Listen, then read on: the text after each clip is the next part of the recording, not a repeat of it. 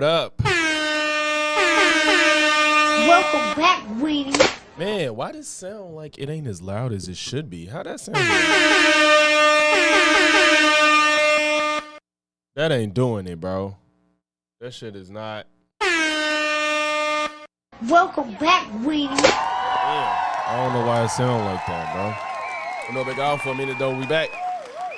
And boys, we back. There's so much going the fuck on, bro. It's ugly out here, bro. It's ugly out here for politics. It's ugly out here for people in relationships. It's ugly for people that's just doing content. It's ugly out here for everybody, bro. And we're covering it all tonight. I'm probably doing a lengthier stream than usual. Even though I'm talking to myself right now. But hopefully we get some people in to join us for the bullshit, for the fun. But we got Control All Debate also 6:30 Central Time, 7:30 Eastern. We're going to be talking about is Believe All Women Dead. That's going to be the topic for Control All Debate. It's going to be on my channel on this stream. So y'all just make sure y'all stay tuned in. You know, we're going to take a little break between me streaming right now and when we start Control All Debate. But yeah, before we get into that, man, this Elon versus Trump shit is crazy, bro. Like, these niggas is going at it, and it's really ugly. Like, it all I have the I had to save all the tweets Elon did today, but now I have to go back and find where it all started. It was it June 3rd? No. What's today, the 5th? I think it did start around then. Okay. This man has been posting memes nonstop about this shit. Like, goddamn. Oh, man. I don't remember what day it was that this all started. I'm trying to see. I don't have that one on here. I just got the ones from today. Then we're going to go from there. Go from the first one. Holy shit, this man tweets so much. Okay, here we go. Let's do it. So, I hope this buzzing y'all here doesn't get too distracted. So, it started on the 3rd. He said, I'm sorry, but I just can't stand it anymore. This massive, outrageous, pork-filled congressional spending bill is a disgusting abomination. Shame on those who voted for it. You know you did wrong. You know it. And it seemed like Trump was holding back from discussing this or bringing it up or trying to go back and forth and make a spectacle with Elon. But here we are 2 days later, and he couldn't hold back anymore. So, after a few days, Trump says on Truth Social, Elon was wearing thin. I asked him to leave. I took away his EV mandate that forced everyone to buy electric cars that nobody else wanted, that he knew for months I was going to do, and he just went crazy. Now, to be completely honest, I don't believe Trump when he says this. Like, even if it's true, Elon wasn't going to be okay with a bill like this because you brought him in to cut spending, save money, blah, blah, blah, all that bullshit. So now how all of a sudden y'all fucking like $4 trillion increase of the damn the deficit, not the deficit, the increase of the debt.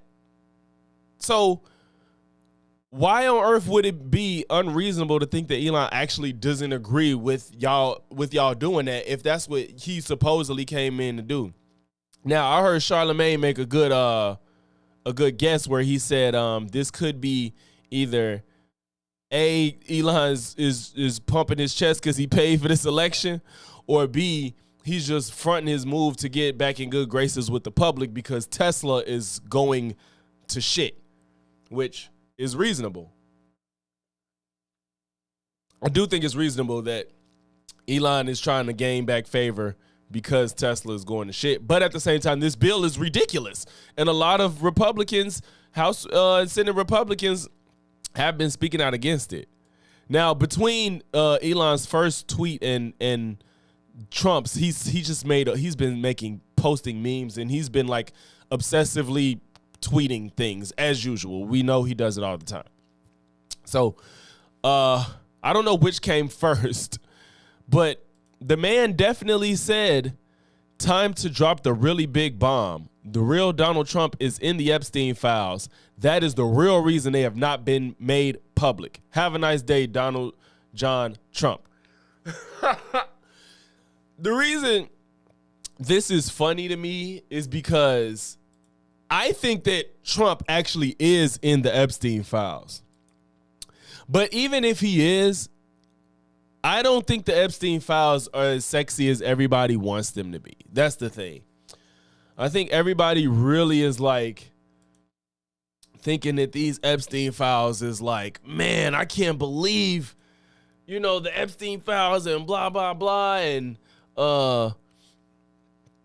we know all the celebrities and politicians, they're all in on it and they know what's really going on and blah, blah, blah. I don't believe none of that shit. I truly don't. I don't believe any of it. I don't think it's a cabal. If there's anybody involved with what Epstein was doing, it's not this grand conspiracy. It might have been a couple people that actually was on some bullshit and actually, knew what they were getting into on his island. But overall, I think it was just rich people doing rich people shit. Epstein was doing his own thing where he got caught up and the man killed himself because he got caught. Like, if anybody was going to kill themselves, it would be somebody that's probably doesn't want to go to jail. Like, I don't know why we're acting like it's unreasonable that people rather kill themselves than go to jail. Especially, he was caught dead to rights. And you know the code when you go to jail, they don't deal with people that diddle kids. So, Bunny Zombie, what's good? What's good? How you feeling? Man, I need to see. Are them air horns loud, man? I feel like the air horns is not doing what it's supposed to do. I see what's happening. My shit wasn't up as loud as it was supposed to be. Damn key is touching my shit. I wasn't tripping.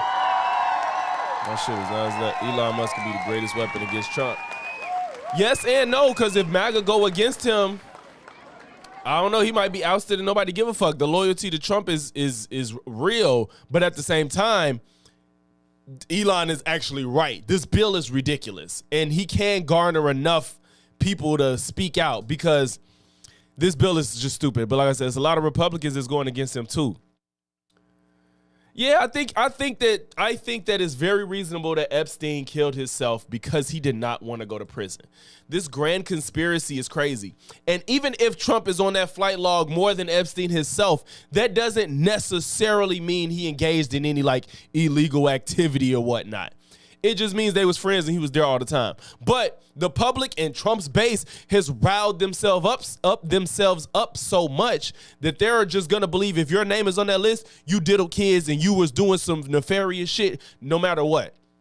And they all believe that. And if Trump's name gets put out, they can't let it die because they were the main ones going along with this conspiracy. Anybody on that list needs to be outed and prosecuted to the fullest extent of the law. Like, you know what I'm saying? Like, y'all did that shit. And then Trump gonna be on that. Because we all saw that footage of when he, let's see, I'm gonna pull that up. Where the Fox News, where he was asked about Epstein, he was like, well, not that so much, if y'all ain't see it.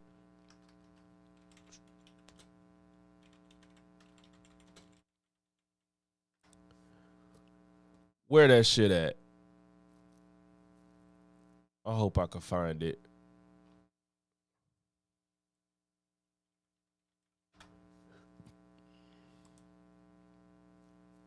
Did Trump say he? No, he admitted that they were friends. He admitted that.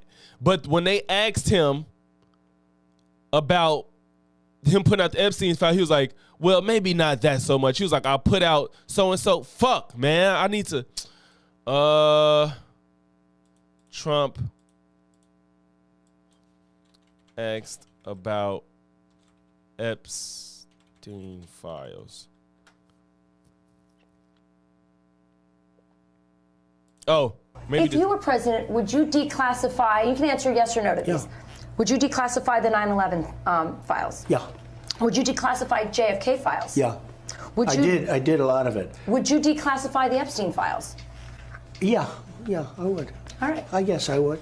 I think that less so because, you don't know it. You don't want to affect people's that lives less if it's so. phony stuff in there because there's a lot of phony stuff with that whole world.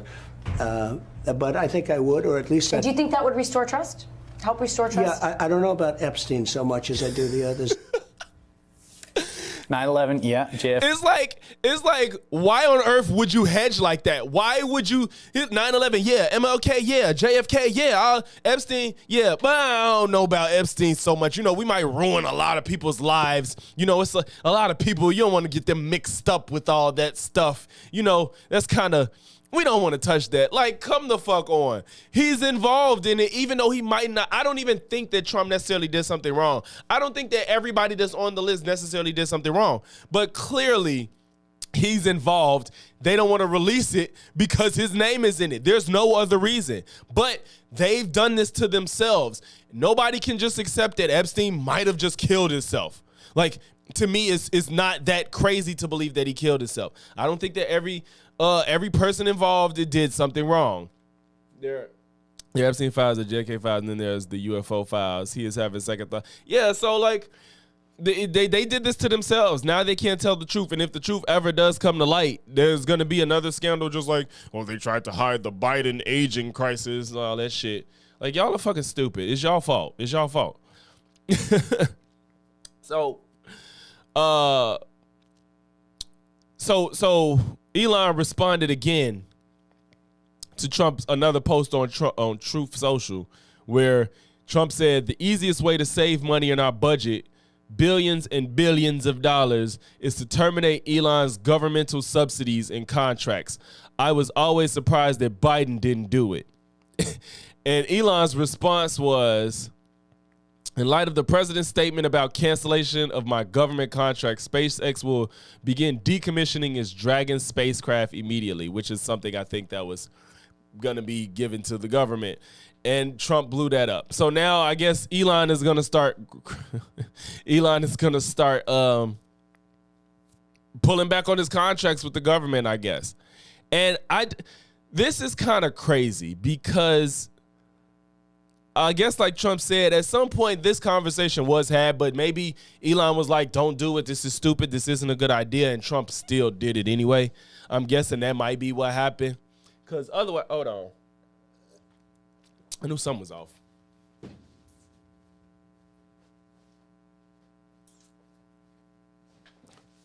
That wasn't supposed to be. But yeah, I do think that they probably had this conversation, and that's probably how. Well, Elon had to leave anyway, but it probably expedited his leave of Doge and shit because he didn't agree with the policy or whatever. But sorry, I was talking about the recent. Oh yeah, man, I'm covering that after Control Alt debate tonight. I'm trying to hit all the shits that's going on. I'm hitting DDGGDD and Hallie. After Control Alt debate tonight. I'm gonna try to stream. I'm probably gonna stream late into tonight. But right now, I'm just doing this Trump and Elon shit. But yeah, man, like this is hilarious though. I love to see it because I don't know how long Trump could ignore Elon when he's like the Twitter mascot at this point. And this is funny. This one I saved too because this is funny. In 2013, Trump said, I cannot believe the Republicans are extending the debt ceiling. I am a Republican and I am embarrassed. And Elon went back and found this and said wise words. What else did Trump say? 12 years later. I just saw, here you go. No member of Congress should be eligible for re-election if our country's budget is not balanced. Deficits not allowed. This is hilarious. It's hilarious. Like, it's not shocking. Like, I don't think anybody that saw this happening is shocked. Like, that watched follow politics and saw this friendship bloom and shit like that, we knew this wasn't gonna last forever. Two big egos, too much money, too much difference of opinions, too much of their own priorities, and now Elon has went full mask off. It's not even just like I disagree with Trump's policy. The man is trying to say he's a pedophile now by putting him next to Epstein. In 1992, Trump partied with Epstein. Just gonna leave this here. The thing is, Elon full of shit though, because this ain't new information, my nigga. You was already snuggled up in this butthole way before this bill was being talked about. You know what I'm saying? Like, Bunny Zombie, I see June the King just did one. No, not June the King. Jay Aubrey did a Elon documentary that's 2 hours. You know, I don't know how deep it is. I plan to watch it, but Jay Aubrey has a Elon documentary he released like yesterday, I believe. But yeah, this is fake as fuck. This that we broke up. His dick was little anyway type shit. That's what this is. Because all this footage of Trump and shit is not new information. We all knew this shit. We knew they was best friends. We knew they had pictures together. We know he's on the flight logs. That ain't no conspiracy or a secret. So for Elon to be like, yeah, I'm finna put all this shit up about Trump now. Nigga, you was his friend. You didn't give a fuck about him being friends with Epstein. Now, since you're losing, you don't have anything to gain from y'all relationship. Now it's, look at all this stuff with Trump and Epstein. We seen this shit, my nigga. The Trump tariffs will call it a recession in the second half of this year. Trump's presidency was going to cause a recession before the fucking bill was passed. The fucking tariffs. Why are you? No, I'm tweaking. I'm thinking this is about the bill. Why are you talking about the tariffs now, nigga? You wasn't against him when he announced it at first. This is so fucking fake. Like, you don't give a fuck, bro. You don't really give a fuck. The relationship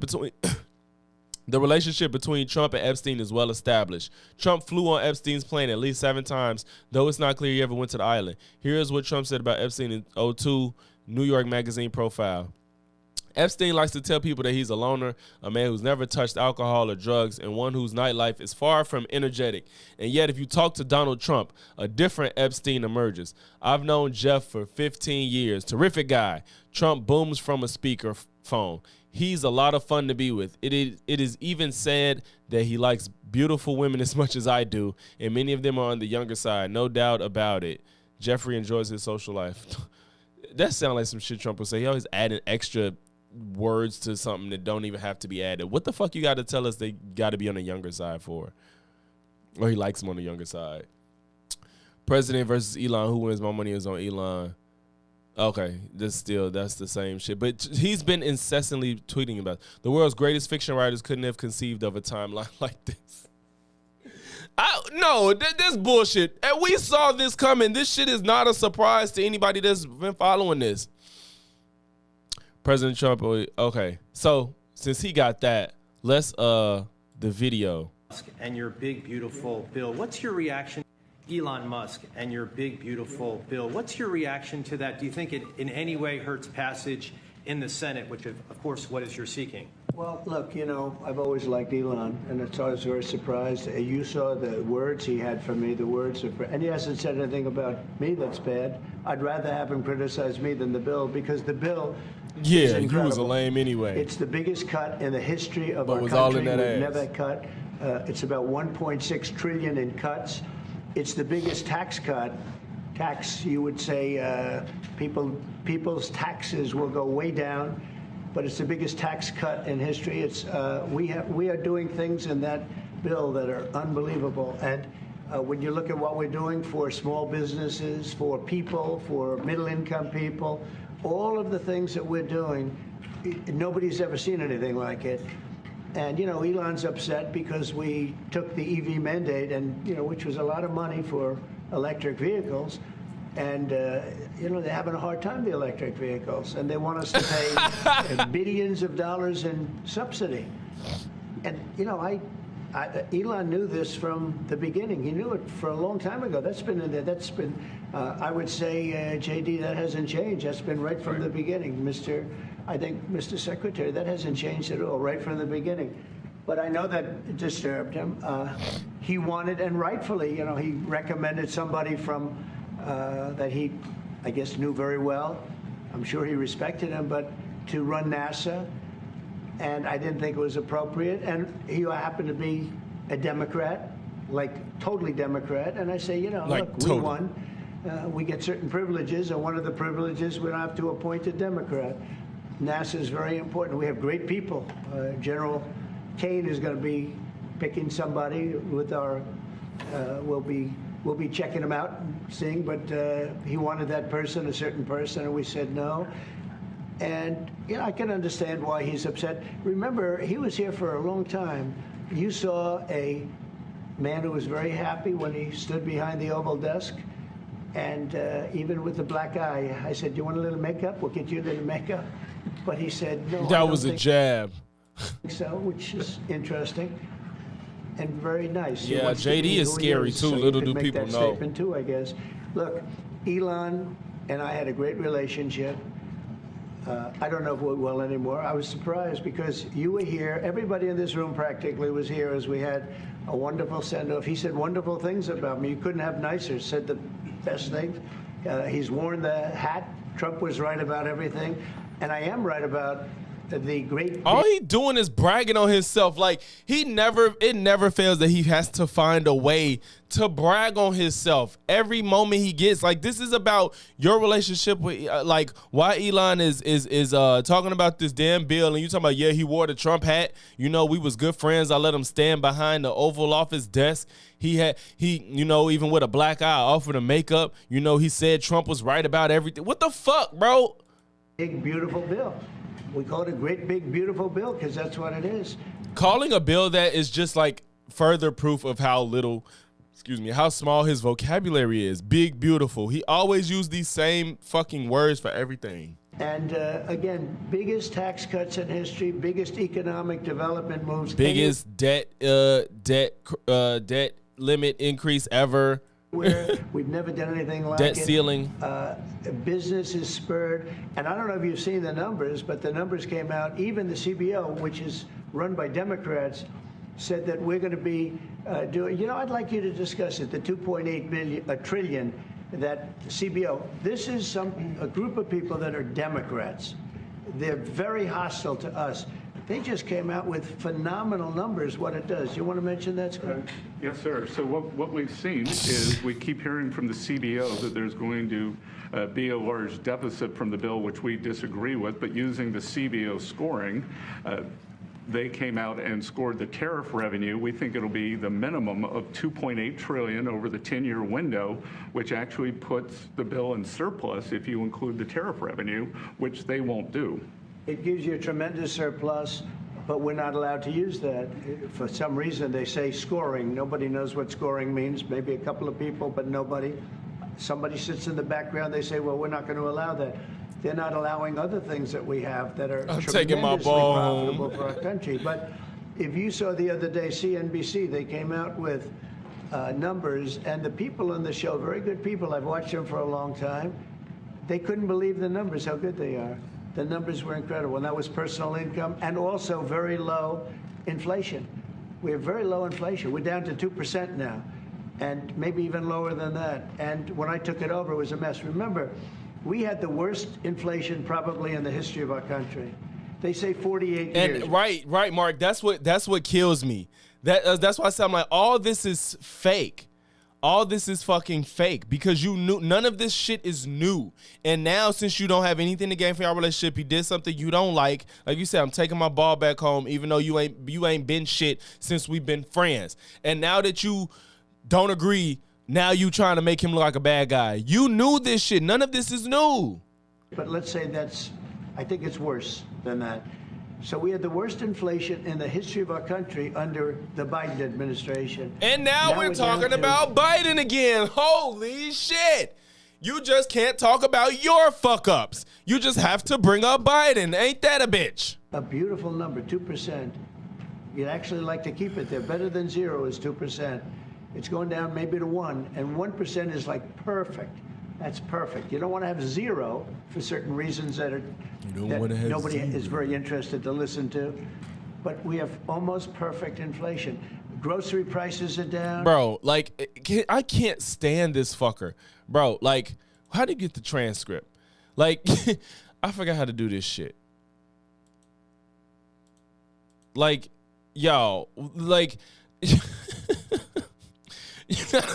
if we just read, where we at?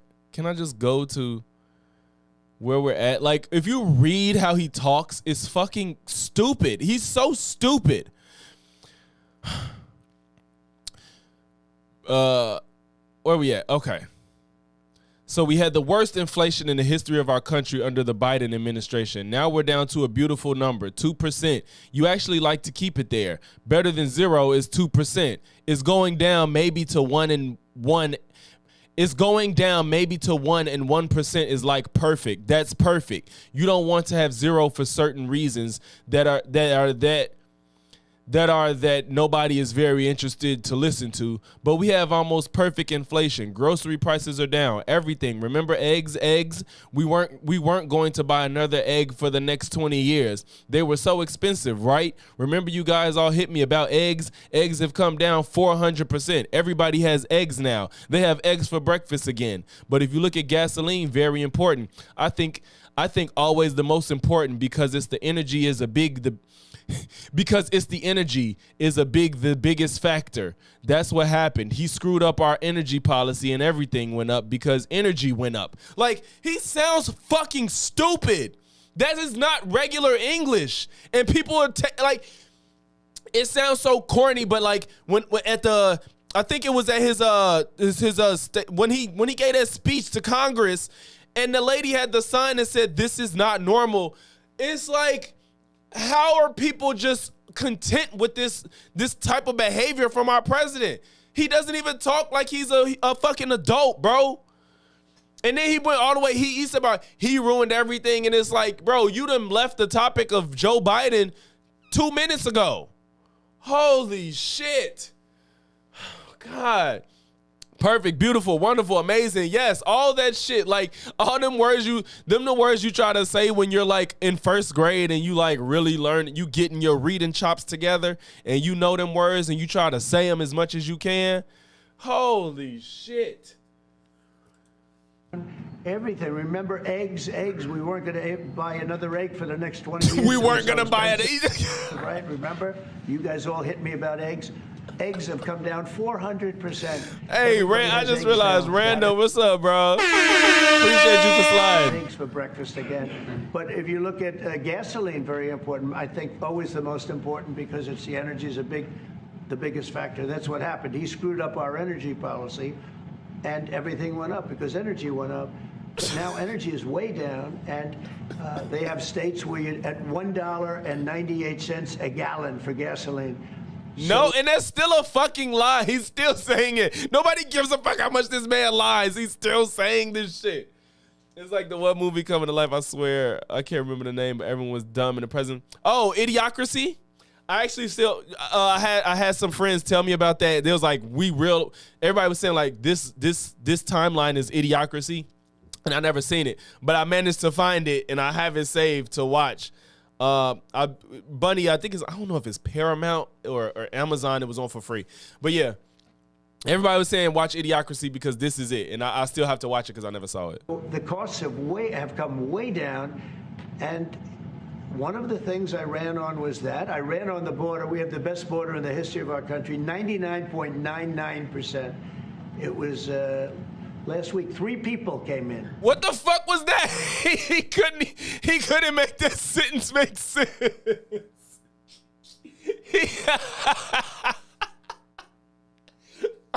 Look, as much as y'all want to say Biden was declining, Trump is declining. We're not going to sit here and act like Trump is not mentally declining too. That's the part that kills me. I can say I am perfectly fine with saying Joe Biden is getting old and was mentally declining and should not have ran for president again. But you have to say the same for Trump. Like, this is Joe Biden could still get up and say a speech and read a prompter and you can follow what he's saying. Trump Trump's sentences don't make sense. Ran on was that. I ran on the border. We have the best border in the history of our country, 99.99%. 99.99%. It was last week, 3 people came It was in. 3 2 people. of them for medical reasons. We let them in because one of them had a heart attack. I think that was a nice thing to do, and one of them had something else. So we've never had. I had very good numbers for 4 years, but we really topped it. And I want to thank. For 4 years, but I really topped it. I want to thank Christy and Tom Homan. They have done a fantastic job, but nobody mentions that anymore. Remember a few months ago, the border was a total disaster. People were coming in by the hundreds of thousands of people a day, a week, a month. I mean, we had a month. 2 million people came in 1 month. The border was being overrun. A lot of bad people, criminals, murderers, drug dealers. And you know what? All of this is from somebody asking, what's going on with you and Elon and why he doesn't like the bill. And now we're talking about the same. I just wonder how long he can do this, because he's been saying this the whole campaign. He said it in his first 100 days. I wonder if he's going to be saying the same shit after a year. Thank Christy and Tom Homan. They've done a fantastic job.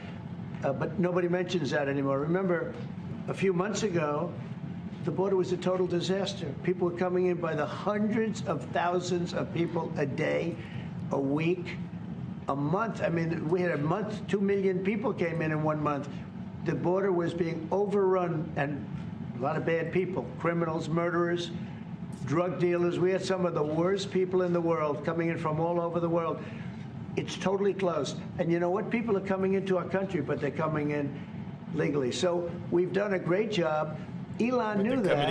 Elon endorsed me very strongly. He actually went up in campaign for me. Back to the topic. I think I would have won. Susie would say I would have won Pennsylvania easily anyway, even if the governor ran, the real governor, not the governor from Minnesota, he's a sick puppy, that guy. That poor guy, I feel sorry for him. But they made a bad choice with him.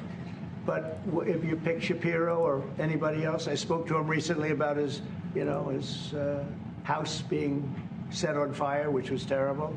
But if they picked him, I would have won Pennsylvania. I won it by a lot. Like, why is this a conversation? You talking about states you won and would have won and, excuse me, and shit. Why the fuck why is that the conversation?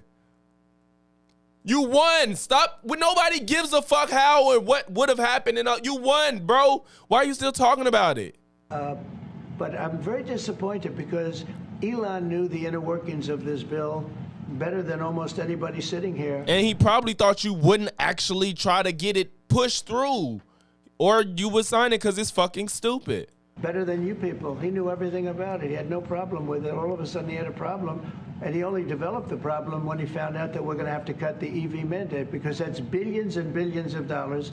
That's bullshit. Well, also, I wonder if Trump promised him the EV mandate, which would have been stupid. But he been saying that openly. He wasn't going to do a mandate on that anyway. But regardless, this bill is fucking. Thank you, Bunny. Yeah, hit the like button if y'all in here, man. Regardless, this is fucking ridiculous. If you think that it's all about the EV mandate, like, no, he wouldn't be going this hard if it was just about the EV mandate. He would probably just back off and not say shit. Tesla got bigger fish to fry. Really is unfair. We want to have cars of all types. Electric, we want to have electric, but we want to have a gasoline. Combustion. We want to have different. We want to have hybrids. We want to have we want to be able to sell everything. And when that was cut, and Congress wanted to cut it, he became a little bit different, and I can understand that. But he knew every aspect of this bill. He knew it better than almost anybody.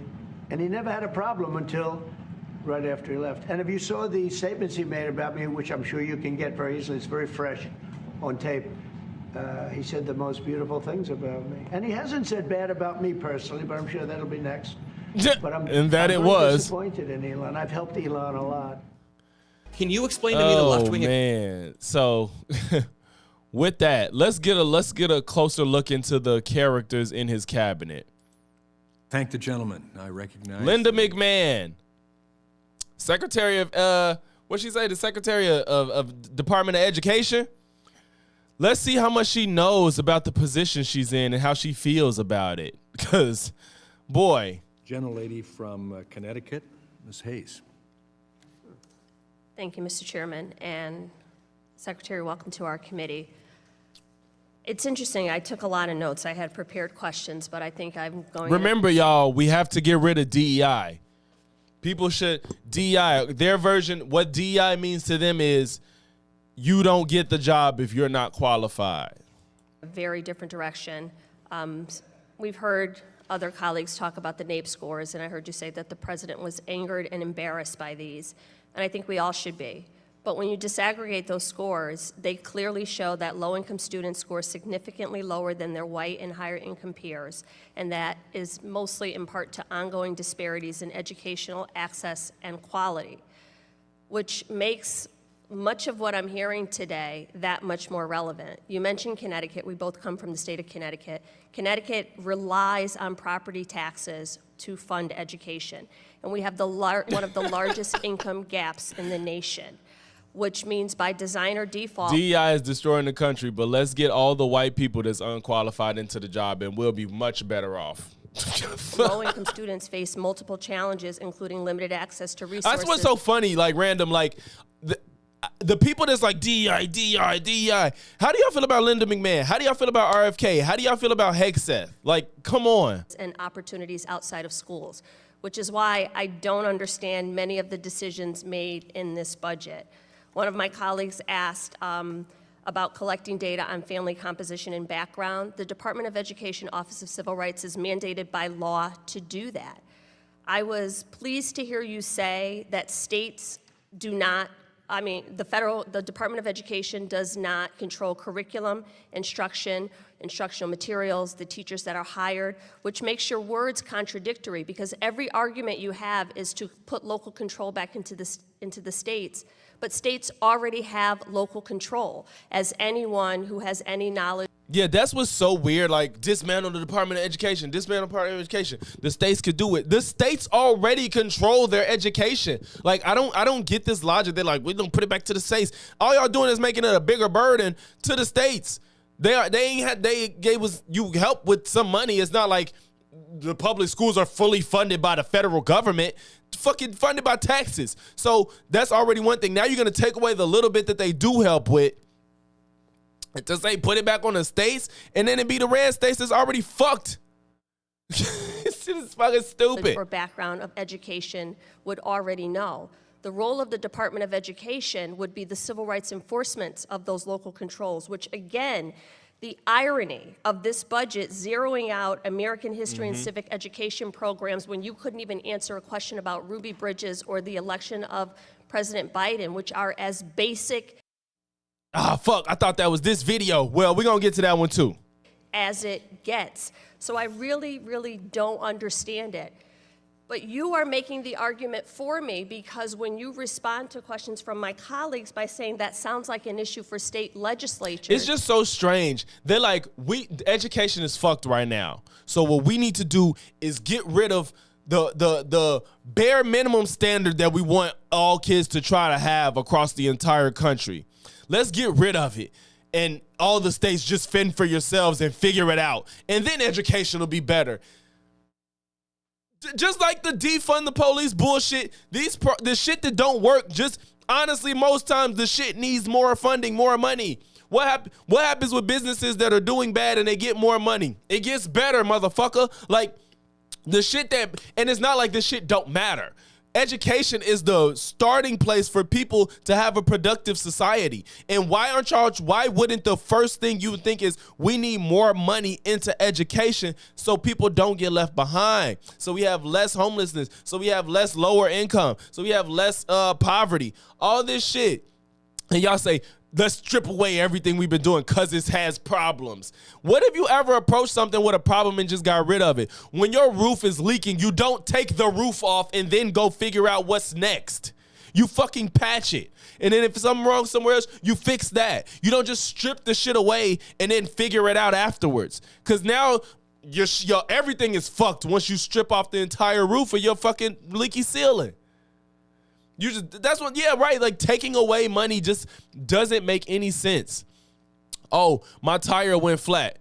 Fuck it, just get rid of the car. Well, now I just created a whole new problem. Like, you ain't got can you help me figure out where to go to get my tire and get a new tire? You know what I'm saying? Whatever the fuck the situation is. If the shit is a problem, but it's something that's important, and we see the results of schools that have good funding. We see that they have better outcomes. How is the concept inconceivable that you should just put more funding into schools?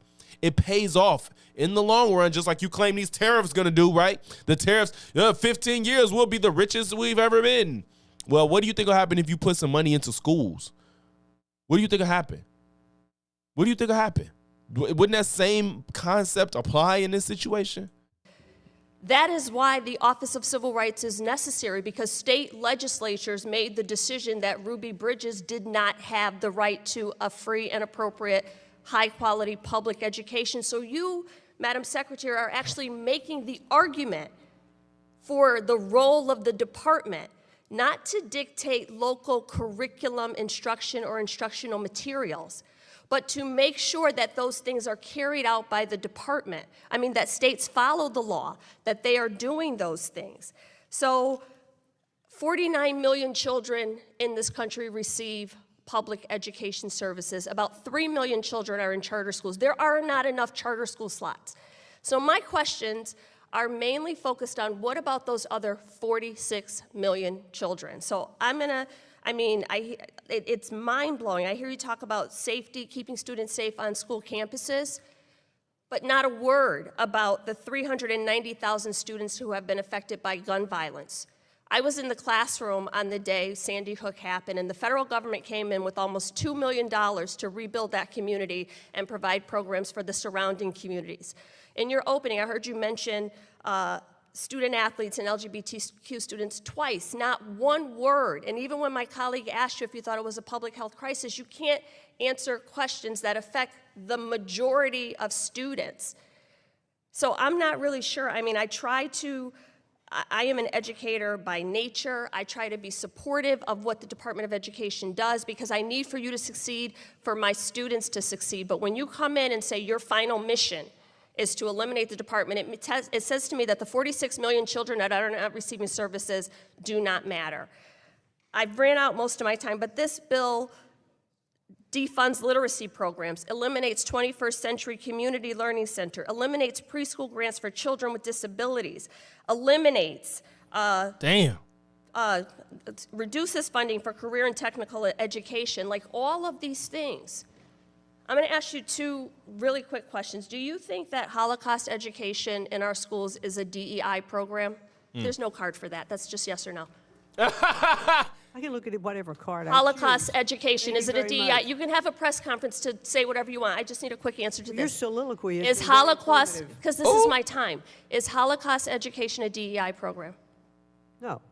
Is African American Studies a DEI I program? think I answered that with one I'm of the asking other it again. callers. Wait, what? Why was you resistant to answer that? What? Is African American Studies a DEI program? I think I answered that with one I'm of the asking other it again. callers. Listen, we should Just be able, yes or no? We should be able to teach My courses in their point is they entirety. are DEI programs, both of them, because students need diversity, equity, and inclusion to understand their environments. So both Holocaust education and the teaching of African American history are important, which is why the state of Connecticut requires it in our social studies curriculum. You're talking out of both sides of your mouth. You can't support one. She straight up said Holocaust is necessary, but couldn't say the same for African American history. That's crazy. One The without gentlelady's supporting the time has other. expired. And looking at what happens in the schools and actually deferring to teachers, parents who are on curriculum committees, local boards of education in states who actually do the hard work The and gentlelady's time listening has to what expired. they say I appreciate would be the incredibly helpful in Passion, this but role. it's time to move on. I yield back. I recognize the gentlelady from Pennsylvania, Ms. Lee. Thank you, Mr. Chairman. I think that in very many ways we've been talking around a lot of the issues with this administration. So to be honest and to be very clear, I want to say that this administration has undoubtedly revived the culture of racism we haven't seen since the Jim Crow era.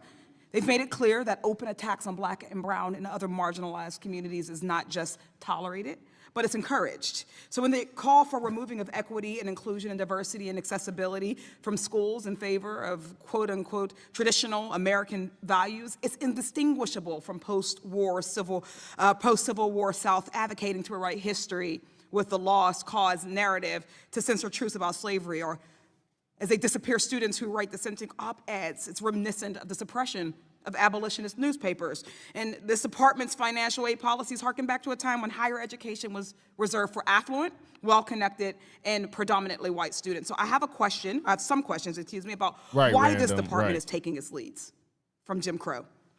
Secretary McMahon, you've claimed that you want to drastically reduce the already very small federal role in education, and also that you will not cut Title I-A funding. That is still your position, correct? Correct. Thank you. I'd like a yes or no answer. Do you believe your April 3rd attempt to revoke Title I-A funding from states unless they signed a certification of compliance with your political viewpoint was consistent with giving states more control over education?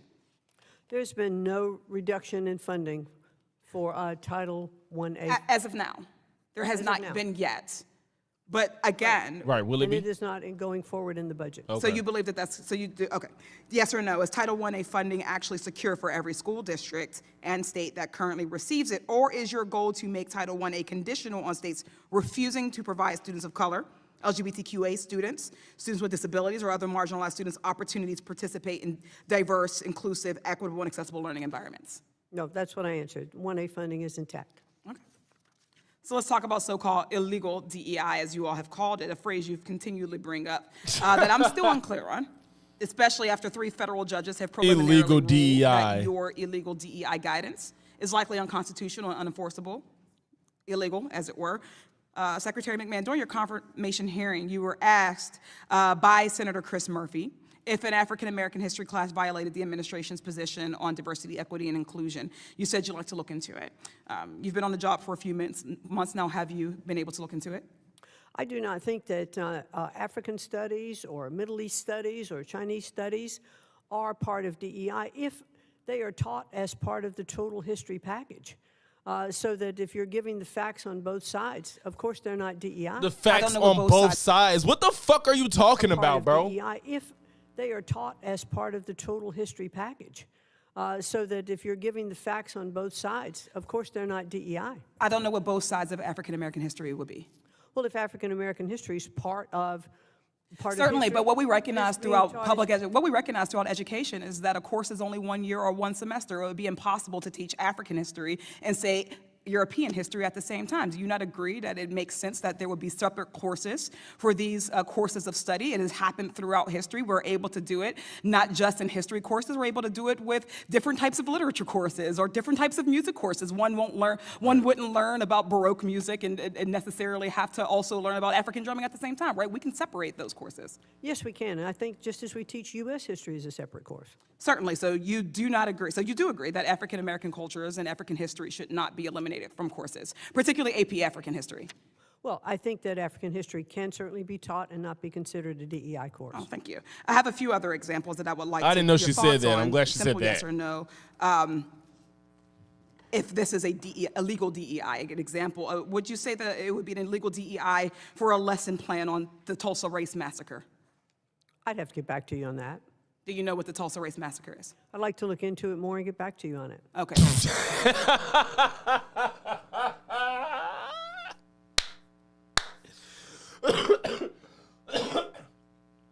Of course you don't know shit about it. You don't know fuck all about it, of course. Of course you don't know about the Tulsa Race Massacre. So I look forward to that. How about the book Through My Eyes by Ruby Bridges, for instance? I haven't read that.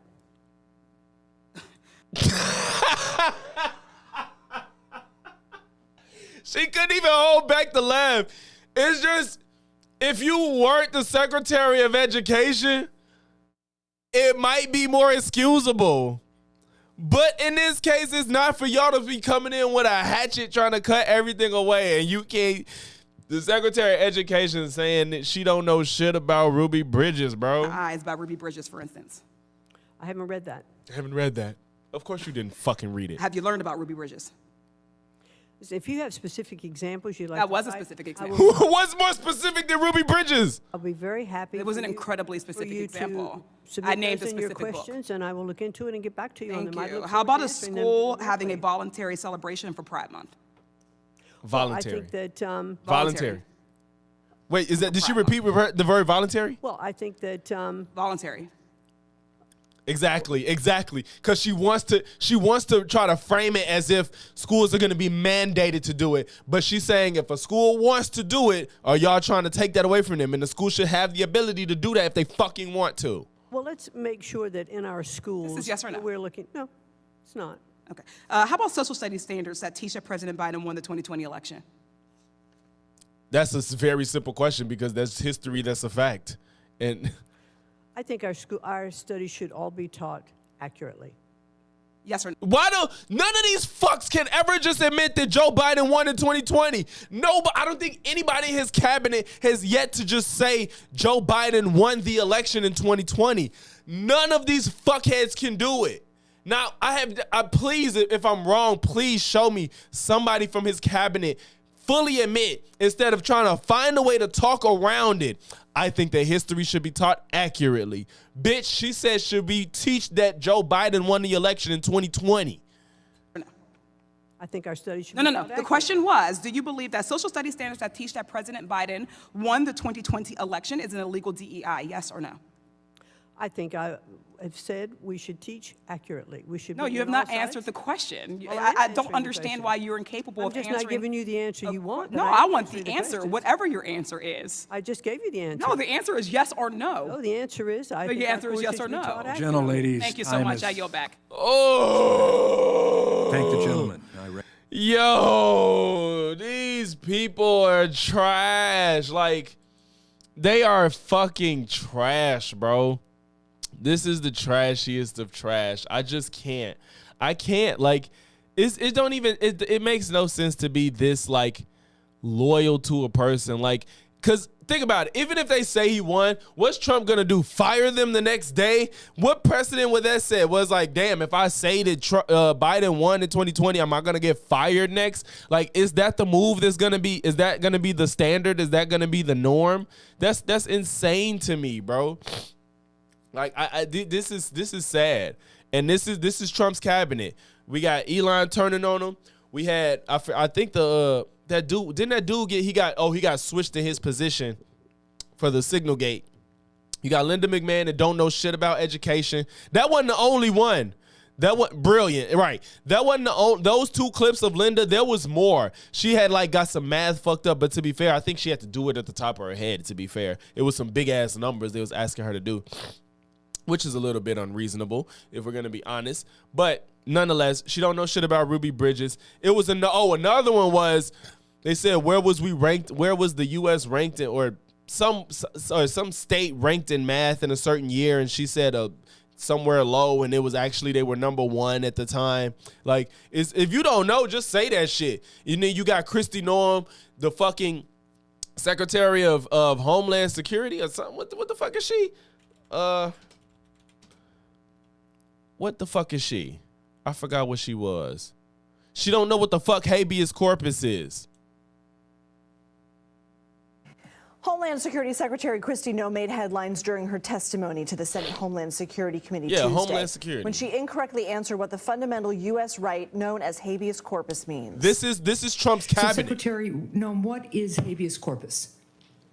Well, habeas corpus is a constitutional right that the president has to be able to remove people from this country and suspend their right to. Let me stop you, ma'am. Habeas corpus, excuse me, that's incorrect. It's wrong. The concept of habeas corpus dates back to the Magna Carta. It is the right of prisoners to challenge their imprisonment, allowing them to ask a judge to issue a writ of habeas corpus, essentially a court order, demanding that whoever is detaining them prove in court that their detention is lawful.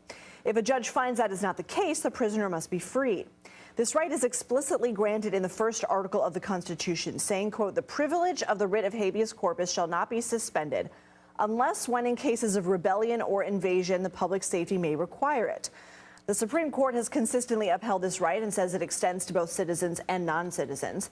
For example, activist Mahmoud Khalil, a lawful permanent resident whose status has been revoked by the government because he took part in pro-Palestinian protests and is currently detained by Immigration and Customs Enforcement, filed a habeas corpus petition challenging his detention. In 2008, the Supreme Court also extended this right to non-citizens detained at Guantanamo Bay. But yeah, y'all get the point, man. Like, these people, none of these people are unserious people, and Trump surrounds himself by yes men, and he don't give a fuck about if they could do the job or not. It's just about their loyalty to him and them getting themselves over to the next step of their career. That's all it's about, bro. But so this was finna happen, y'all. I'm still streaming for the rest of the night, as long as I can. We're going to have Control Alt Debate right here on my channel. Right now, I'm going to put up the intro screen. We're going to start between like 6:30, 6:35. You know what I'm saying? We're going to do Control Alt Debate. The topic is Believe All Women Dead? The topic of Believe All Women and the concept of Believe All Women. We know that was a thing, past 10, years or so, whatever. And is that mantra starting to die out with a lot of recent developments with a lot of female celebrities and stuff having a lot of false accusations and whatnot. We got a lot of court cases going on. We got breakups. We got domestic violence. We got crime. All this shit going up. What's good, Alex? So yeah, don't leave, y'all. Stick around. 10, 15 minutes. We're gonna come back with Control Alt Debate. All right, don't leave. And then after Control Alt Debate, you still can stick around because I'm still streaming a bunch of content covering DDG and all that shit. DDG and Haley, covering RFK and his foolishness. The Birdman just put out some more shit. We got a bunch of shit. I got a bunch of content to cover. So just make sure y'all stay tuned, man. Even if you leave, just come back in like 10 minutes. You feel me?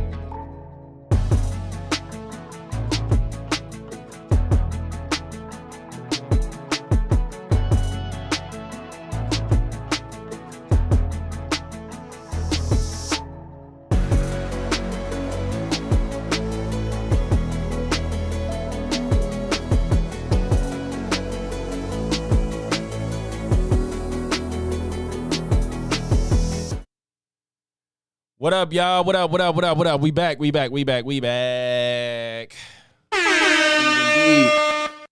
Another episode, Control All Debate. Sorry for my absence last week, y'all. I was on a 1-year anniversary cruise with the lady.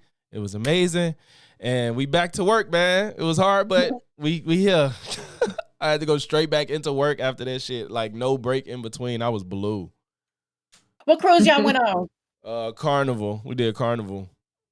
Okay, we did what we do? We did Virgin Voyages. Virgin, yeah, we did Virgin. Was it just a cruise or y'all December. stopped somewhere? No, we went to Cozumel and Bahamas. Oh, y'all, damn, them two big ass on that one? Yeah. Mm-hmm. I made 2 stops. Damn. No, we did 2 stops, Yeah, but some cruises. Cozumel ain't that distance a little? It was a 7-day cruise. It was 5. It was 5, like Oh, 5 okay. and. I thought that was more of a and a day or distance. That's why I something, was. That's why I was looking shocked. What was it? I don't Yeah, know. no. It was 5 Cozumel. days and 4 nights or something like that. Was it? It was Punta Cana, right? Punta Cana and. I don't remember. No. It was. I think Punta Cana. No. It was Cozumel because I got the little refrigerator bag there. Right. We went to Mexico and then we went to. I don't think we went. Cozumel is. Punta Cana is in the DR, right? I don't fucking know. I don't know that. I know Cozumel is Mexico. That's what I did. Yeah, know. I do remember going to Mexico. Bahamas. Wasn't it Bahamas? It was the Bahamas. It was somewhere in the Bahamas. Yeah, I guess. I'm not quite sure.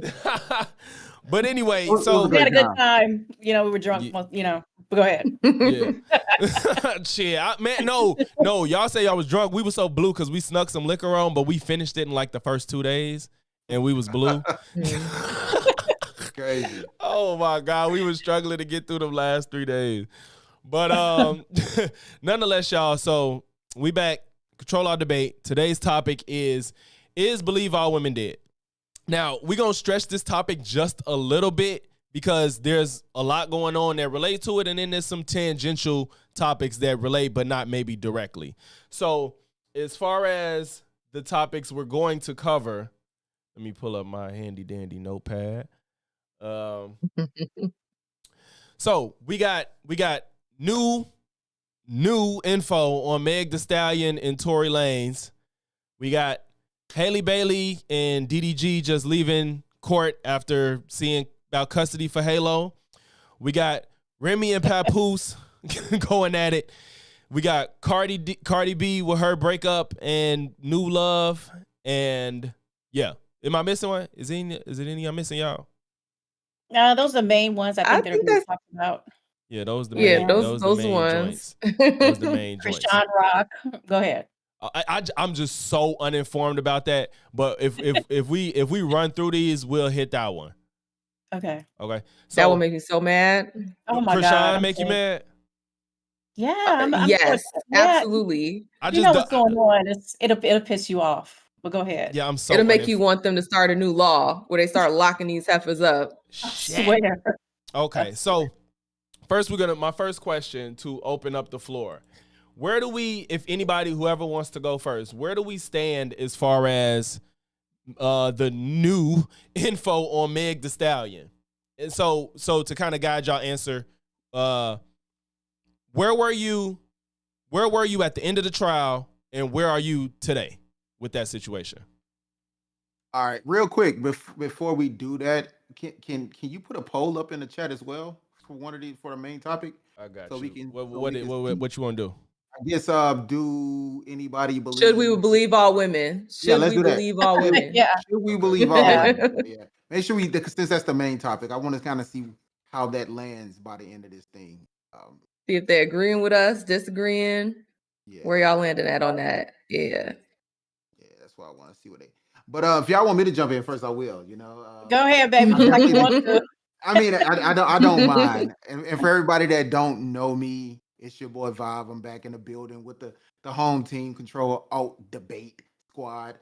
When it comes down to this situation, this whole conversation is going to be super interesting when they talk, because I feel like it all ties in, especially when we say stuff like, "Is believe all women dead?" Well, I know one thing about this Tory Lanez and this Meg Thee Stallion case. It's been dead in the water since it started. That's for me. I'm sorry, but I just didn't believe this salty ass female who came out with this ridiculous story about her being shot in the foot. Mhm. Now, don't get me wrong. Don't get me wrong. Tory is even as much, if not a bigger dumbass for protecting a woman just because she had a baby. Now, that's his excuse. Now, let me give a quick breakdown of what I truly think about this situation. I think this situation popped off. I think everybody's trying to, at first, especially Tory, was trying to rock with this.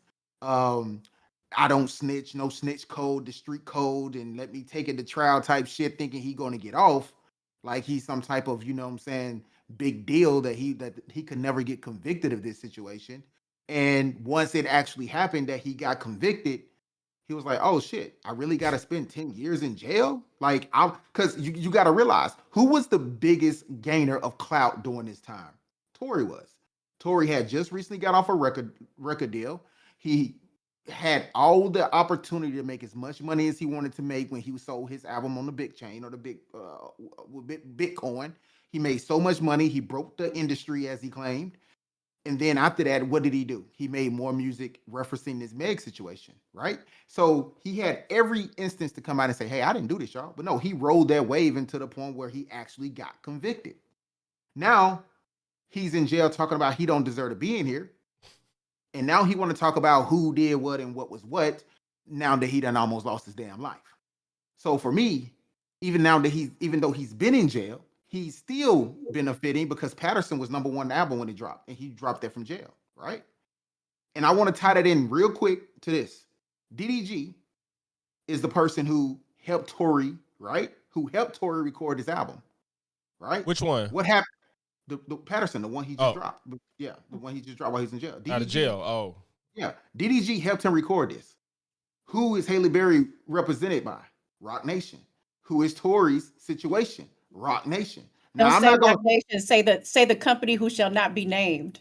Well, I ain't got no issue with 'Cause them. we don't want them taking this video down. Listen, I don't have no issue with these people whatsoever. I don't know what's going on. I know the industry, right? So Mhm. at the end of the day, Tory put himself in a fucked up position because he want to represent the street code, and he got treated like a street nigga, and now he's suffering the consequences. Meg Thee Stallion has been lying, and she thought she was going to benefit, but how can she come out and say that she was lying throughout that whole thing? When would have been a great time to come out and said, "Hey guys, I'm sorry, but I lied about being shot." Like, there's no great time to admit that. I'm sorry, there's no great time to admit that, and that's why her career has dwindled since, and it's going to continue to because people know she's lying, and Tory helped with the lie, so they're both wrong if you ask me. Well, That's fair. That's fair. Mhm. That's fair. Well, Sandra?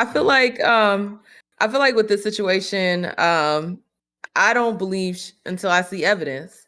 Okay, because people can make all sorts of stuff up. People have certain alliances. They can get together and be like, "Hey, this is the truth we're going to tell."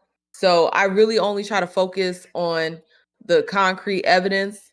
From my understanding, she didn't have any shards of a bullet in her foot. It was glass. So what it seems to me is that the gun, clearly something went off.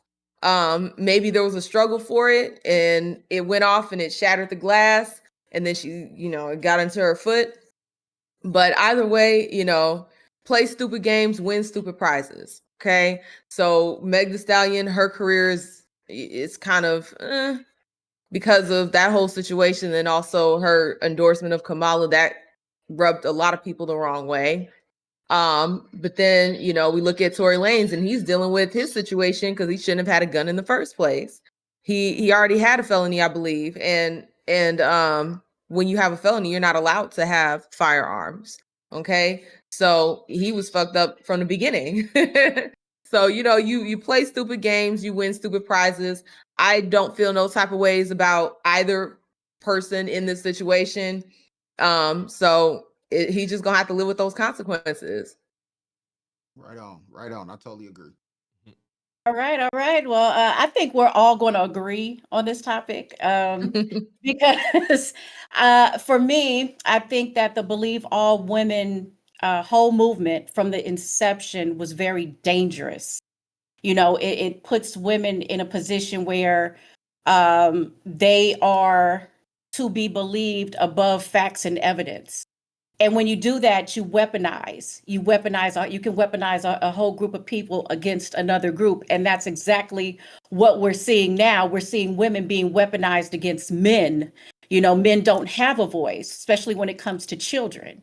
We're seeing these celebrities being put on a pedestal, these women celebrities, anything they do, they're to be believed. And this sets a dangerous precedence for younger women, okay, who now believe that they can do whatever they want to do to men and get away with it. And I believe that it's by design. And I know how your crowd thinks about conspiracy theories, but I think that it's by design. I think that this is another tactic to weaken the country, to bring in a weak, emasculated male population. Okay, that's what we're seeing. We're seeing men, having to bow down to everything. And you mentioned, Vibe. You mentioned the snitching laws, the snitching, the whole no snitching thing. That wasn't even for civilians. Now you have people all over the internet that have never been in the street, who have no reason not to snitch, but do call the police if something happens to them. They would do it behind closed doors. But you have them holding the celebrities to this, especially male celebrities, to this standard where if something happens to them, they can't tell anybody, or else we're going to ruin your career.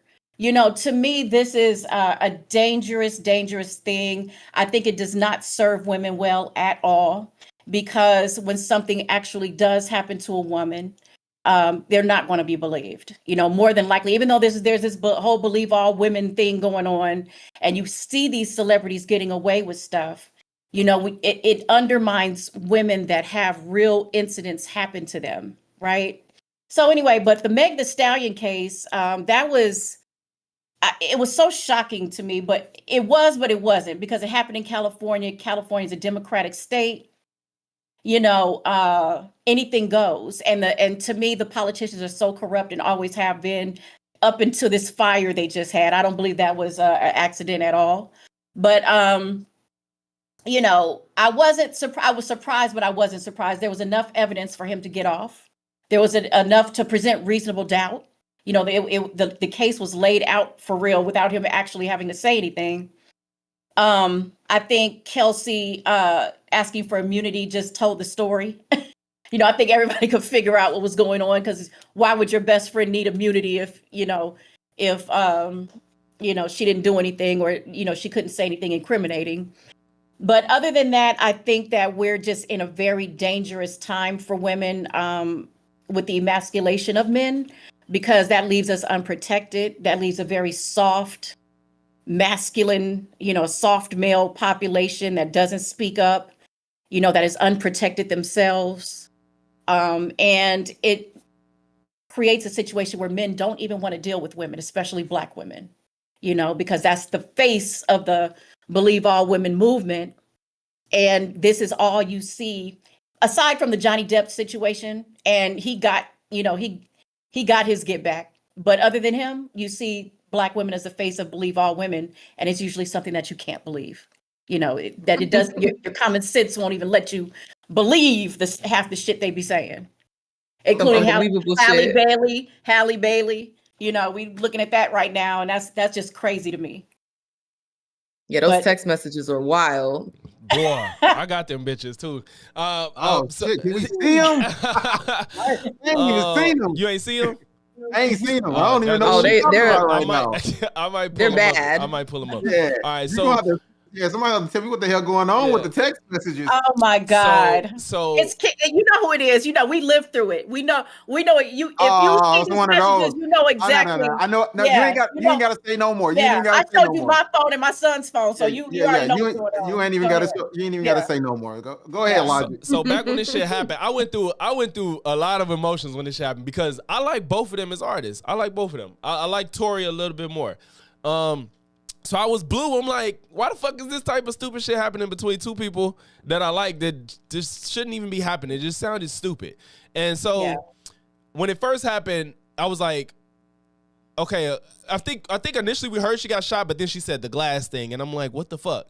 I'm like, so initially I'm like, a gun probably went off and she might have gotten shot, but they don't want to tell. Nobody wants to tell on nobody. So she's saying she stepped on glass.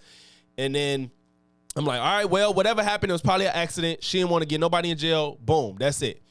Then I guess Tory, for whatever reason, wants to be big and bad on the internet and provoke her to say, Tory shot me. And I'm like, well, damn, nigga, you shot her? Why would you do that? And I'm like, because I'm in my mind, I'm like, if she's saying he shot me, you know what I'm saying? He probably did that shit. She's like, he shot me. Like, she saw him point a gun.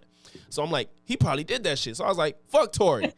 And then, hold on, so you was on the whole fuck Tory bandwagon? I put it on Facebook. I was like, fuck Tory. I said that shit. I'm like, why would you shoot? Why are you shooting Meg? So no, I can see that. I can see that. You know, because she said it so strongly. You know, the case going on. Kelsey getting immunity. They fucking. You know, it was a fight. I'm like, she lying on this nigga. I'm like, she lying on this nigga. He didn't shoot her. Whatever happened, he ain't shoot her. Even if a gun went off. How did you feel about the Gayle King interview? When she answered it, it was bullshit. I was like, that wasn't a real answer. Like it didn't feel honest at all. It didn't feel honest at all. So, and like I said, I'm watching the case. I'm seeing all the evidence come out. I'm like, okay, then Kelsey gets immunity. I'm like, Kelsey tried to shoot Meg or had a gun and tried to scare her. That bitch went off. Meg got hit. And for whatever reason, Meg is like, Tory shot me. I don't know why. Maybe she was so drunk that she pieced this together. Who fucking knows? And now, I think Tory is stuck on don't snitch. I can't be a nigga saying this girl shot her so I don't go to jail. And he's like, I know in his mind, he's like, I'm innocent. Therefore, I'm not going to go to jail. Exactly. And I didn't shoot her. It's going to be enough reasonable doubt. I ain't going to jail. He dug himself a hole. But I take the street cred for going to trial though. Exactly. Right. Again, I think some people also forgetting that Meg isn't the one that took him to court too. It was California, so you know we can't blame her for that part. But it's like you got to go to trial for this shit. And now he's like, I'm not gonna tell on the two girls I was fucking that they was fighting and somebody got shot. I'm not finna snitch. And she shot her. And he's like, I'm innocent. There's gonna be enough reasonable doubt. They're not gonna convict me. Nigga get convicted. I'm like, what the fuck going on, bro? Like 10 years. I'm like, bro, now that's fucked up. To me, the most bogus part about this is the 10 years. That shit pissed me off. The man should have did a year or two, community service, something, you know, get deported even, whatever. But deported. 10 years to me was crazy.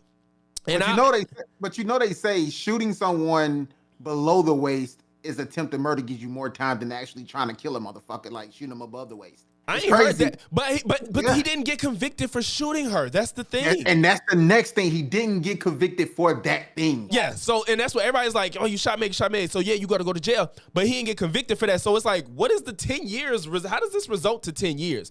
And I don't. Right. And to me, this is a point against the believe all women. Even though I've never been a believe all women guy. I believe all evidence. So. It's a knock to like this is one of those reasons where you got to be like, you can't just run and pick a side. Too much shit came out to make you realize too many people was lying in this situation. I agree. Absolutely. I do feel like this, that was one of the major knocks against the Believe All Women movement, because Megan was one of the forefront people that they put out there to say, believe all women. But one thing I really didn't like, and I still, even though she's not the one that took Tory to court, technically, I didn't like the fact that she doubled down. Like, it's almost like even and today too. She's still doing it. Correct. He's already convicted. He almost got killed, and you're still saying he shot you, even though I don't know if you guys know they released evidence. They released all the evidence, the body cam footage and all of that. But Bernadette, even though all of that is happening, what does it look like for her to come out and say that she lied now? Like she gotta, she has to ride this keep that lie going. Well, what do you? Yeah. And I agree, but it's damned if she does and damned if she doesn't, because we still calling her a liar. Nobody is nobody's messing with her right now. Like literally, she posts a picture in her most fittest frame with the best swimsuit, hair, fly, makeup done, doing the most. and people are still under her comment section saying free Tory. I mean, there's nothing.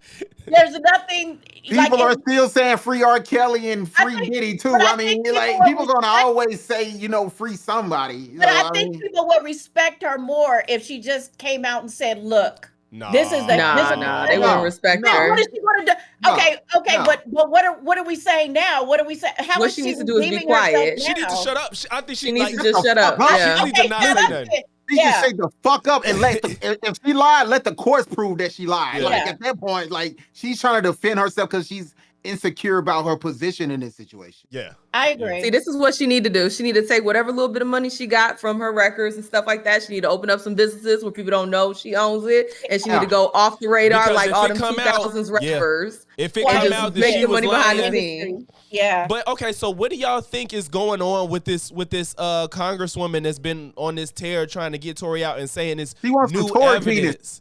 Like none of this shit She is wants the new. Tory penis. Now the only thing I heard that's new is the neighbor saw the two women fighting and the gun went off or something, if I'm not mistaken. But they said that at the Actually, beginning, the though, same right? guy, Sean Kelly, there was a guy that was there initially. Not Sean Kelly, you said? Yeah, no, that's not he new is evidence. Sean Kelly. That's It's his not new evidence, Not though. new Oh, but that's evidence, not but new, he was right. there. He was there at the courtroom. He saw from a window what happened. So he was able to say that Tory was one of the guys that came out from around the vehicle to stop what appeared to be one of the females on the passenger side shooting. Mm-hmm. Okay, Sean Kelly said that when he got to the courtroom, who was there from the record company who shall not be named? Desiree Perez. Desiree Perez, who right now has a lawsuit from her own daughter from putting her in mental institutions because she didn't like the guy that she was with and was going to marry. So she's doing this to her own daughter. Well, you got to realize Desiree Perez is also a CI for she the is. feds, based off of, old records and testimony. So, I mean, it's a lot going on with this lady. I mean, she got a lot of, obviously she has a lot of pull. But this, again, are we going to go down the road that this isn't Megan lying, and then again, she's just following a corrupt record label who's spinning this story, or is Desiree Perez behind this story? So she's still a woman that lies. That's what they're saying, is that when all the evidence was there, people were suppressing evidence. That's all I'm saying. Desiree Perez actually took the prosecution's, the defense's key witness, which was Sean Kelly, upstairs and had a conversation with him. He come down the stairs and changed his story. So I'm just saying, like, what do you make of that? That sounds very fishy to me. Like, it's a lot of fishy shit. Like, I don't the Prince being inconclusive and shit like that. I don't even know if they were ever proved it was Tory's gun. Was that proven? No, it was wasn't not proven. Sean Kelly never said Tory shot her. It's just like, I'm like, how did I don't know what I missed that the jury said he was guilty. I don't know what I missed in the evidence. How are we not interviewing the driver? Wasn't he the one that disappeared? He was the one that disappeared. He disappeared. He was not. He never took a stand. Now listen, y'all know how I feel about conspiracy theories, but I think some shit's going on here. I really believe some shit is going on because, like you said, I do think this Rock Nation shit is something weird going on to even have Meg say Tory shot me. Like I think that I don't think Meg did that shit on her own volition for some reason. I truly don't. I think it might have been a way to boost her career or something. I don't fucking know, but definitely didn't do that. But go ahead. Attempt. So it's well, just, it looks better. It looks better. I guess maybe it would be more in her favor to say, to be a victim, but not of the female. Wait. Well, you got to realize be over fighting over a dude. Okay, right. First of all, we have to also realize that the basis of the whole entire story has now been shaken. People have forgotten about the root cause of this and why they was in that truck in the first place. Tory was flirting with Kylie Jenner at the party they was all attending.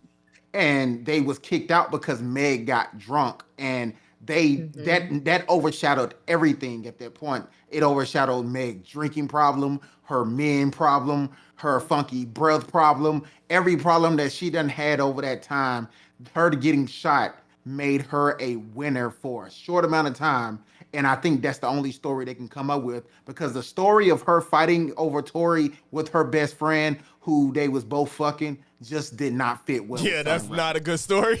That's not a good story. No. It makes you look worse. It You know, does. but there is one thing that I do want to bring up about this whole snitching thing. First of all, no snitching only works if you doing dirt alongside the muff, and then you go and you start talking. That's the it only don't work time I with, thought snitching I'm applied. down the street and your gun veers off where it was supposed to go and hits me, and now you saying I can't tell? Nigga, I can tell, and I'm a point right at your ass, because I'm not doing dirt with you. It's no snitching only works if we're all in it together doing dirt, and now you want to jump ship and get a deal. That's what no stitching is. But people done, you know, and this is the problem that I have in general, is that terms like that constantly get bastardized, right? We take these terms that once meant one thing, very specific, and then the general population gets a hold of it, and then it becomes something completely different. And it's annoying at this point. Yeah, no, I'm calling the cops any situation I'm in that I'm not involved in. I'm calling the cops. I'm sorry. Like, listen, like I told y'all plenty of times, I'm so far removed from today. Like, no. But see, that's become such a value point in the Black community, is don't call the police, you know, but it's they often say that shit, but they don't really live by it. That's what I'm saying. That's what I said. It's all BS. You know, last time we talked, I said, you know, listen, a lot of this stuff is performative, okay? Because if something happens to you, somebody break in your house, you know, hold you at gunpoint, you have the opportunity to get the police over there, you're going to do it. You know what I'm saying? Exactly. I agree. Real quick, and again, I kind of want to stay for my personal, you know, mindset. I kind of want to stay on topic a little bit and ask everybody this question. Like, what does believe all women mean to you today? Because to me, I feel like it never registered for me, but it almost feels like today, it feels like saying BLM, Black Lives Matter. It has no weight. It has no weight what the fuck soever. I mean, I'll be honest, it never had weight for me. Yeah. It never had weight for me, because I had already seen too many people get lied on. I've already had too many women lie on me for some stupid shit. So it's just like, I'm not going to sit over here and believe somebody just because they said some shit. You could have some kind of vendetta. There was this case where this woman, who was in college, she said that this man did all these different things to her. And the whole time he rejected her, didn't want to touch her. But they still tried to bring him to court, even though there was no physical evidence, no semen, no nothing. And they showed the footage from the bars showing that he was away from her. He was nowhere near this heifer. But she was like, "Oh yeah, he did this and this to me." Whole time he rejected her, said he didn't want to touch her, and she was mad. So I don't trust these hoes. There was a football player. This happened to him, where this woman accused him of grape, and Zion. he ended up going to prison. I forget his name, but he ended up going to prison right in his prime, and luckily he was able to get out early enough to still get a deal to play for the NFL. They had a movie about him. I forget his name, but those situations like that are terrifying. Side, right? And I have a son. I'm sorry? Not The Blind Side, right? No. That was completely different. But situations like that terrify me. I have a son. Ain't no way. Ain't no way I'm just gonna lie on my son. Absolutely not. That's what I'm saying, Sandra. Like, when you have boys, when you become a boy mom, your perspective completely changes. Like, you know, I always because wanted to have a son, so my perspective was always there, because I always knew I was gonna have a son one day. And even if I didn't, it's still right is right and wrong is wrong. Agreed. I'm a boy mom. I have 4 adult sons. I done watched somebody stalk my son for 5 years and ruin and financially, I ain't gonna say ruin, but bring him down financially, you know, based on an accusation that wasn't even true. So I've seen this shit firsthand. And, you know, that changed my perspective of the modern, I ain't gonna say all women, you know, but I'm saying like the women that are industry or that chase entertainment. No. See, I can't let you do that. I can't let you do that, because as a woman, I know you're going to defend women like yourself and of your what you perceive. No, as I ain't caliber. defending. I'm No, not no. defending. I'm just saying not all women. But see, But I'm going to say and again, there's I a don't lot. know. Hold on, There's because a lot. I'm logic. I don't know how you feel about this, but as a man, it's not in a man's nature. That's why this doesn't say believe all men. What's not in our It nature? says to lie to that extent on another person to get them in trouble, to cause them some type of financial disruption. Yeah, to, not that's not in that a type of man's sense. nature. I don't know nobody that lies like that. Like that. For that. Yeah. That is strictly right. Well, that that's is strictly, that's women's version of violence. I do believe that, their version of violence and get back is, ruining relationships, ruining people's status, their image. That's what they attack people.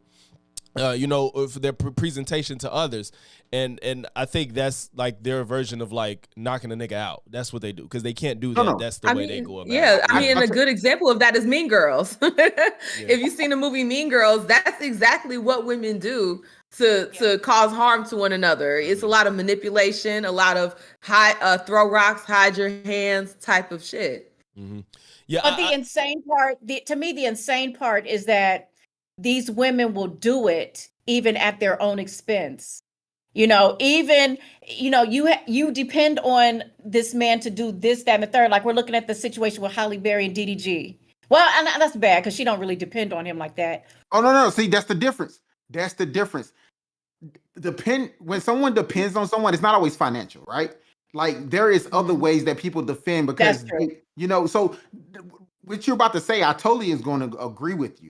But again, I feel like that is in a woman's nature because for a man to come out and just start to throw a woman under the bus is some bitch shit. Like if a man breaks up with a woman, the first thing he go to the internet to do is be like, oh, she did this, she did that. It's not the case.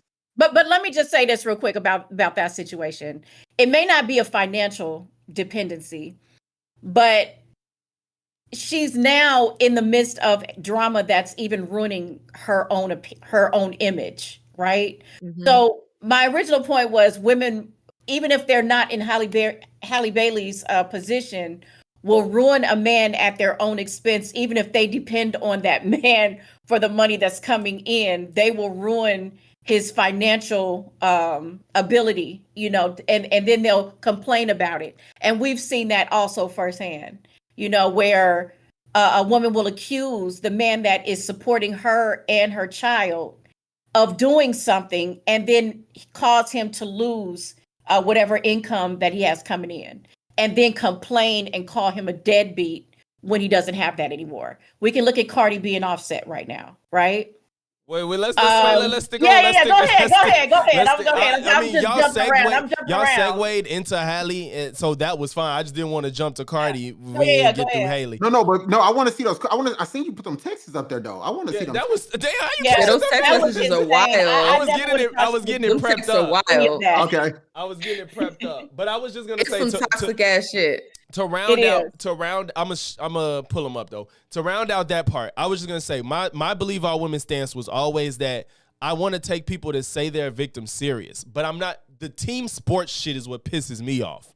A woman says it like, oh yeah, fuck that nigga, he did wrong. Blah, blah, blah. I'm like, chill, just wait and find out what the fuck happened, bro. But I'm gonna listen to you. I'm not gonna say you're lying because you said something happened to you, and then it's like, oh no, that bitch lying.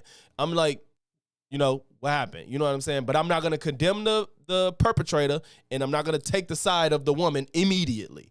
You know what I'm saying?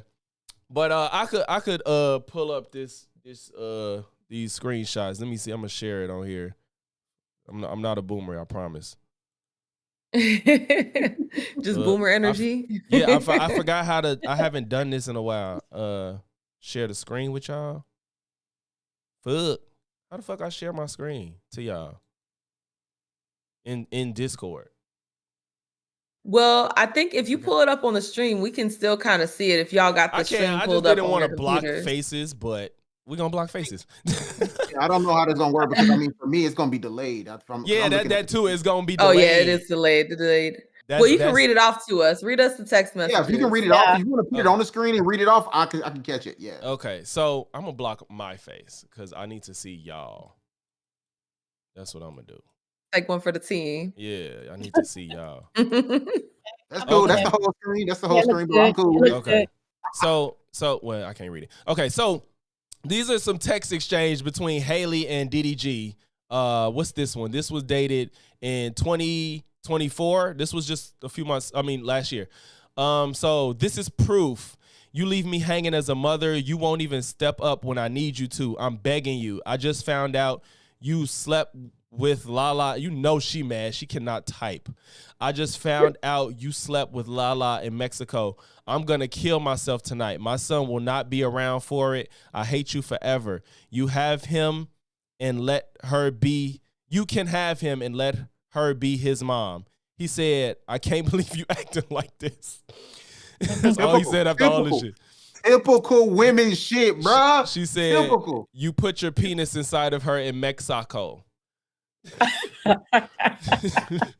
Hold on, read it in her voice and cry with it. And cry with it. Okay.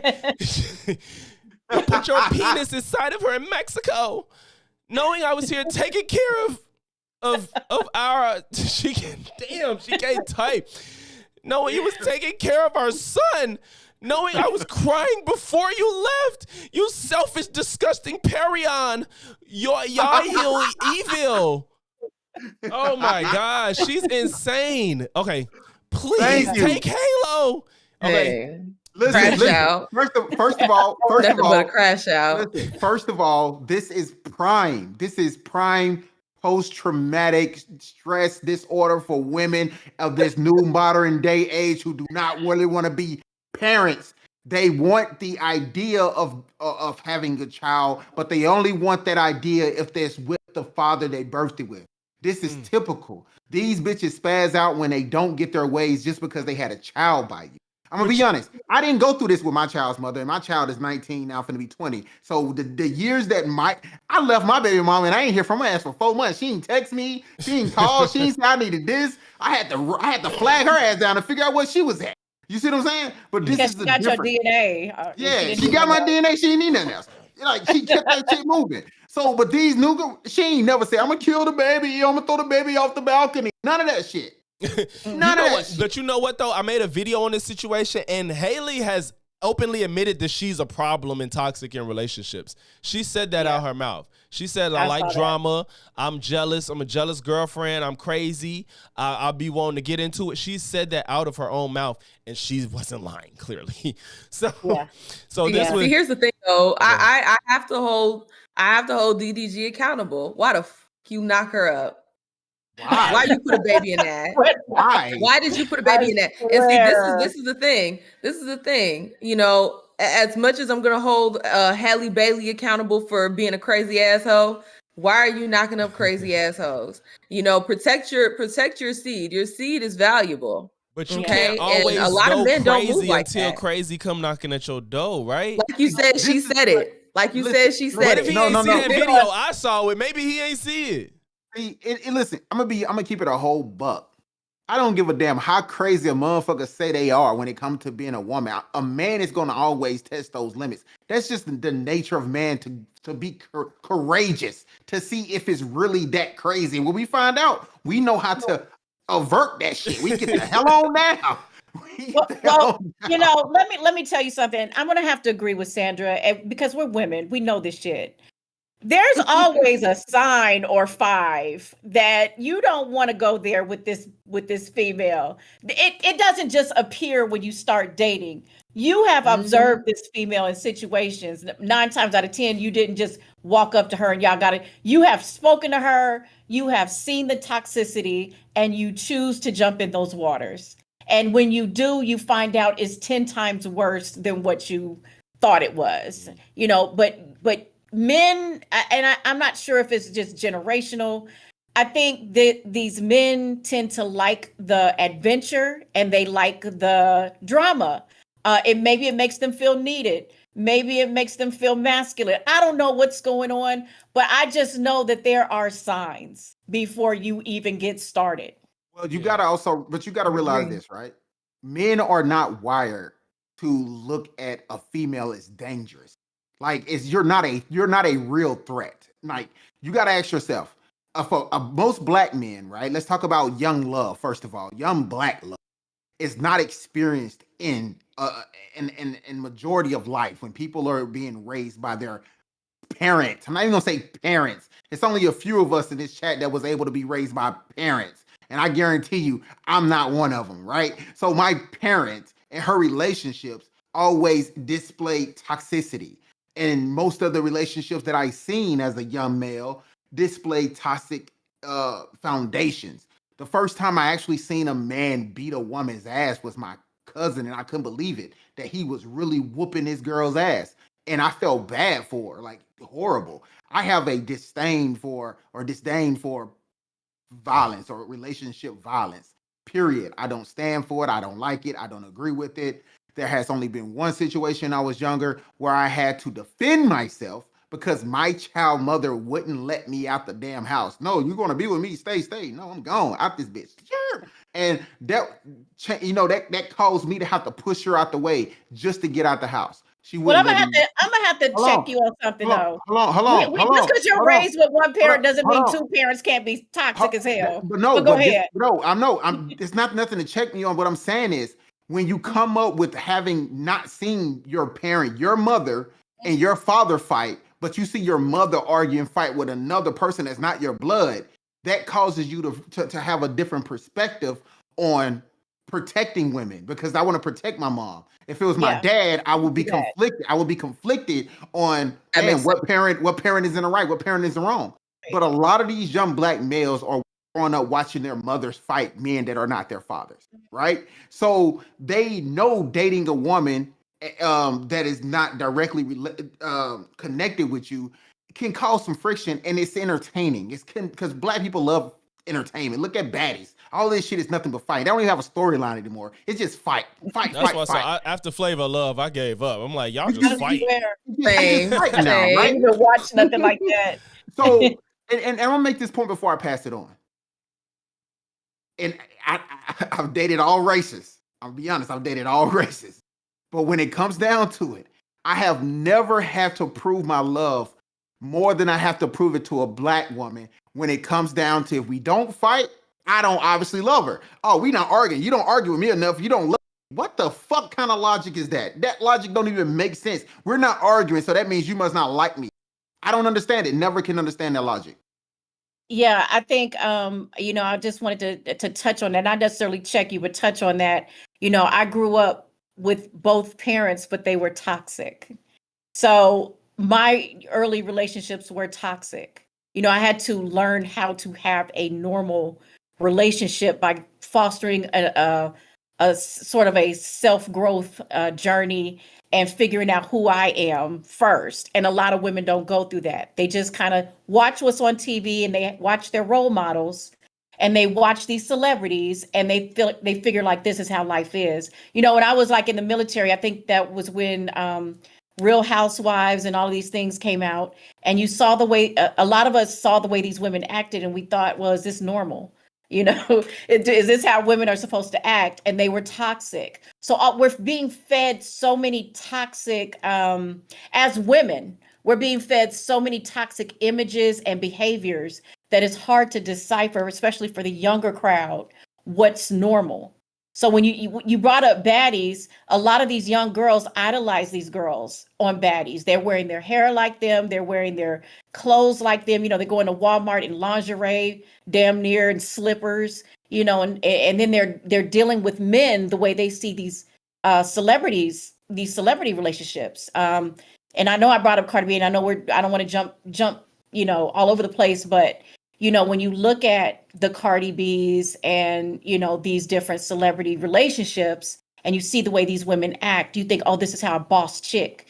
They don't understand that that's not necessarily what men wife. That might be something that men have fun with, or, just deal with for a certain amount of time. But that's not what men technically want, is a boss bitch or a loud, aggressive, combative woman, because that's all we're seeing on TV with the female rappers. That's what's being fed to the younger crowds, is aggression from females. You know, and so I feel like a lot of that programming is going on, and that's where a lot of this toxicity is, because we're seeing it at numbers and levels that we haven't really seen it before, to be honest. I think it's just Previous because of social generations, media we're exposed to it that more. too. I mean, that too. But I mean, I would, you know, I can't prove it, but I'm just going to say previous generations and what we've known from previous generations of women were not this aggressive. You know, we're seeing a level of aggression that I don't think I don't remember. I grew up in South Central LA and I grew up around some pretty tough women, but towards men and yeah, you know, you saw the toxic relationships, but you've never seen this open level of aggression that you're seeing over the past maybe 20 years. To me, it's gotten really bad. Yeah, So I feel you. So I was having fun reading these. So I'm gonna finish. This is what we gonna do. I'm gonna finish reading because Vibe, you ain't see them. It gets worse. So I'm gonna finish reading these texts. Bring them up, bro. I'm gonna Yeah, finish bring 'em reading up. this text, and then we're gonna kind of see how everybody feels about the end result of their court case because we got that info now, and then we're gonna move to Cardi. All right, so. Okay, sounds good. All right, so she said, "Oh, Lee's, take Halo." He said, "I'm genuinely scared of you, man. I feel like you're going to kill me in my sleep one day. I'm not allowing you in my house around guns. Please, just go home and I'll pick up Halo from there." She said, "Me and Halo are in the cold, and you won't let us in your house. Are you serious?" So then we got, here we go. This was last month. "I just thought we'd do what I wanted to do today since it's Mother's Day. But if you really want to go, you can. I'll just go home and pack." Hello? He didn't reply. Hours, apparently. So she triple text in the same minute. No, quadruple. She texts 4 times in 1 minute. So how people do that. Put it yeah. all in one long message. Like, what the fuck? That's So like, he replies, well, 5 hours later, if you don't come back home, if you don't come back here, I'm going to call the police. I don't want you to do this. I don't want you to do something stupid. I'm going to give you 5 minutes. You have a son. I know you took my gun. Jesus. That gun has no safety. Why you got a gun with no safety? What? It's a Glock, bro. Glock, bro. Come on. Glocks ain't got no safety. Don't get a Glock. Put it down. That's not nothing to play with. I'm assuming she's sending the gun. First, this is weird as shit. She needs help. Wow. She needs First help. of all, they've already stated, I think some type of psychological test came out stating if you text like this, you already have signs of some type of mental problem. Yeah, So that's just not. You didn't But talk. we also have to keep in consideration postpartum depression is real. Postpartum, and that's not to give a listen. It's real. That's not to give a that shit ain't real. an excuse. No, it's real. Not to give This an ain't excuse, it. but it's very much so real. Nah, that shit real, but this is a lie. You still got to take care of yourself. When like she had that just because I baby, say it's she was real doing this doesn't shit in mean- 2022. Listen.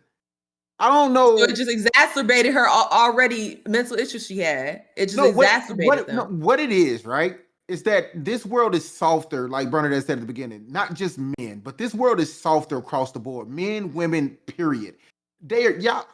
We are some soft-ass humans compared, because we don't have to worry about shit. We got AI doing everything. We got robots vacuuming them up our fucking dirt. Like, we're soft people, and that's why I'm gonna leave it. But go ahead. All right.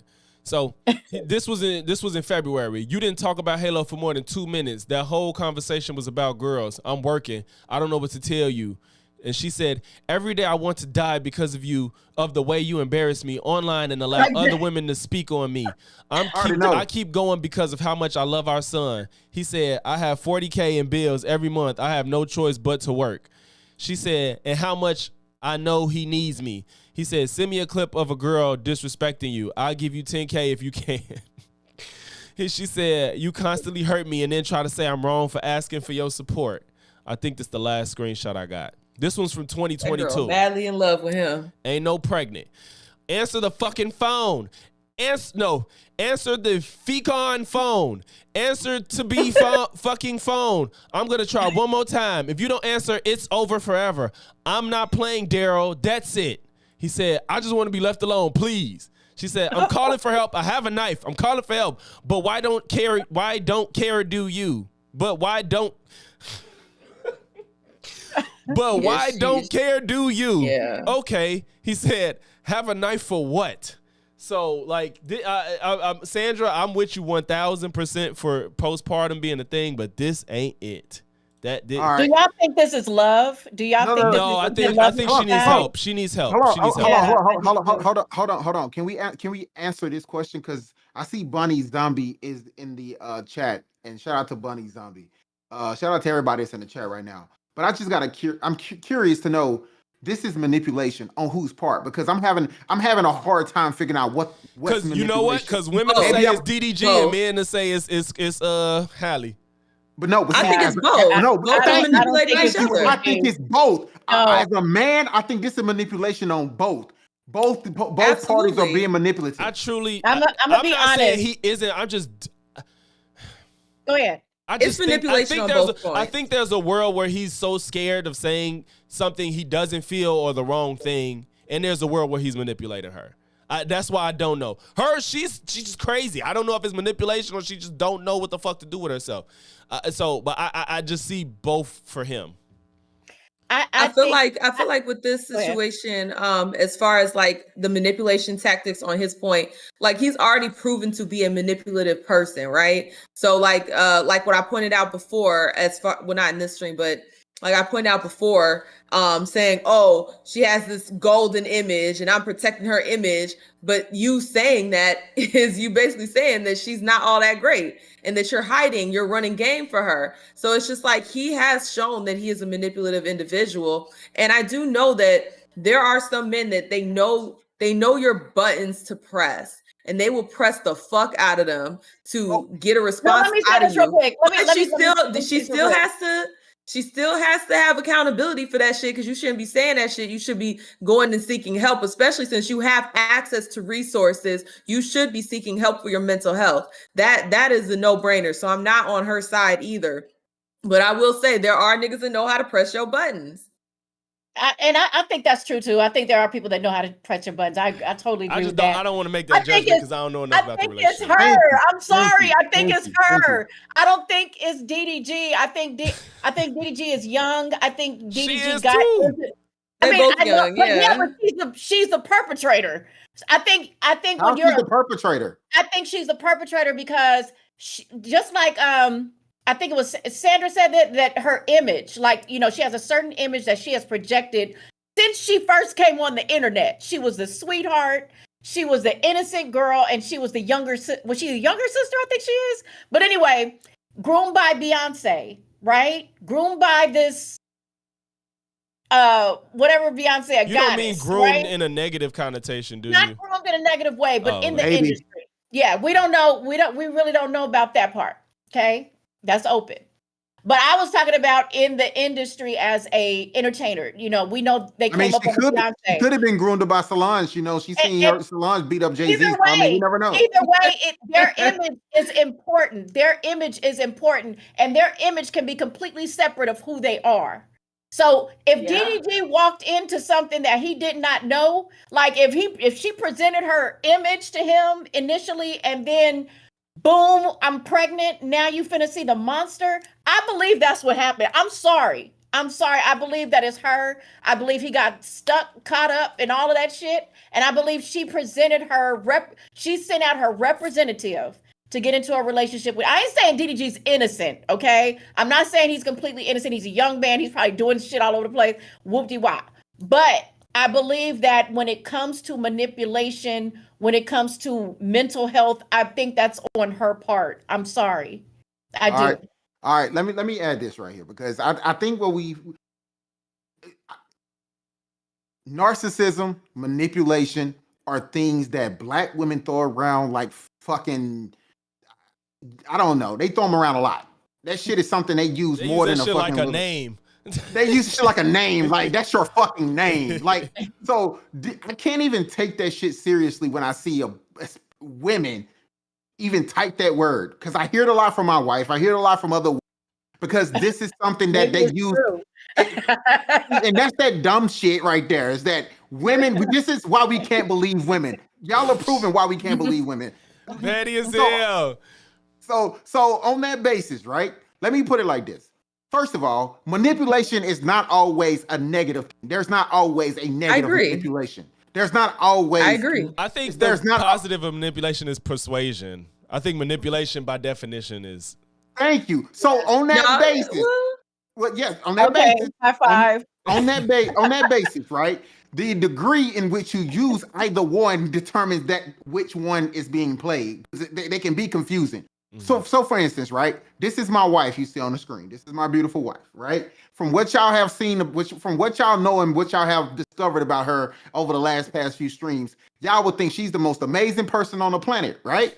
Wait, you're going to take this moment to throw me under the bus. See, look, she's defending herself, thinking that her husband. She's going to listen. Go ahead. So she's going to try to take that moment to defend something she don't even know what's coming. She just think that I'm about to do it. Is leading up to something crazy. But it's not. But what it's not. What do you know then? What are you going to tell them that they don't know about me? If you let me finish versus you allowing them to experience it right now, then we can get to the point, right? That's that trigger thing.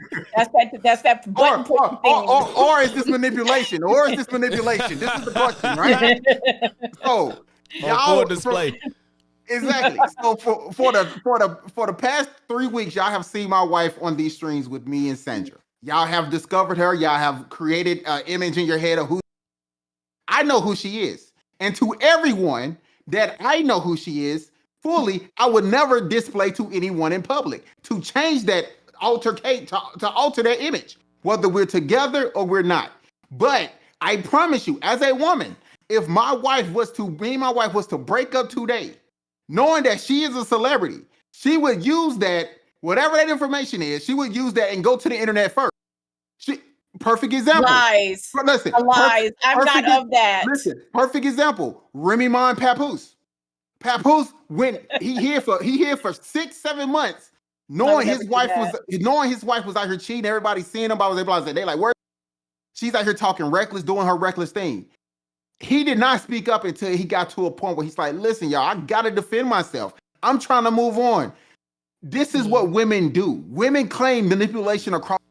They claim all of this narc shit when they are the ones who doing it, and they say it because it has more weight, because men are more aggressive in certain situations, so they use it as a pawn on a chessboard, and men just have to sit there and take it. That's just my perspective.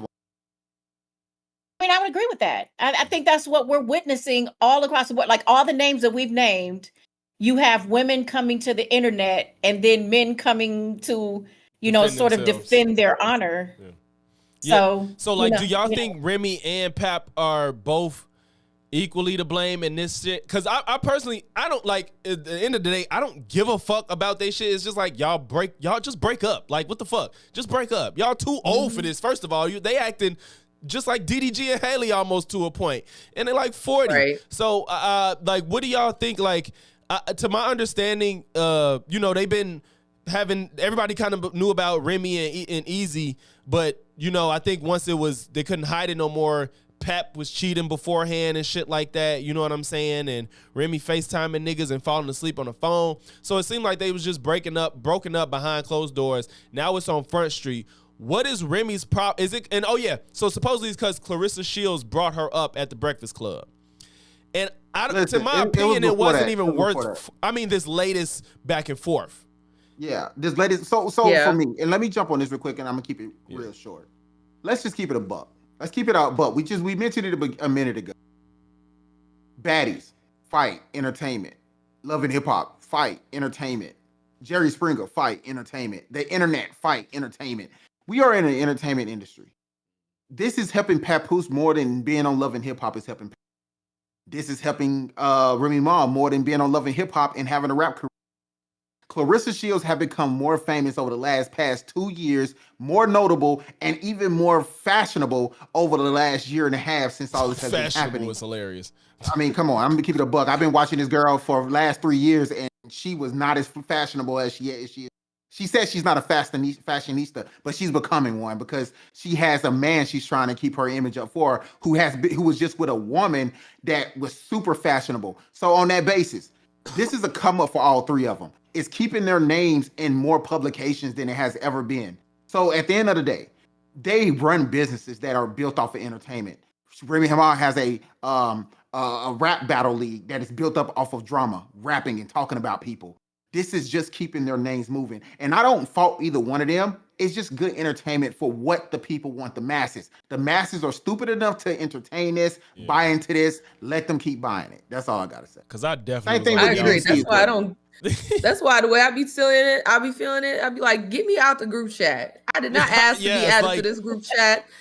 Delete my name out this motherfucker because I didn't need to know all that. Okay. And I think well, you know, when they were the poster children for Black love, you know, it was. I think that's probably why people are invested, because they was the that's image why it's so of salacious, Black, especially in hip hop. So was Whitney and Bobby. So was Whitney and Bobby until we find out Whitney's the one who got Bobby on crack. Wait, we didn't think they were. We didn't think they was the epitome of Black love. No, that was. We just thought they was. Totally. No, they were not the poster child of Black love. They was just two crackheads. Hold on, no.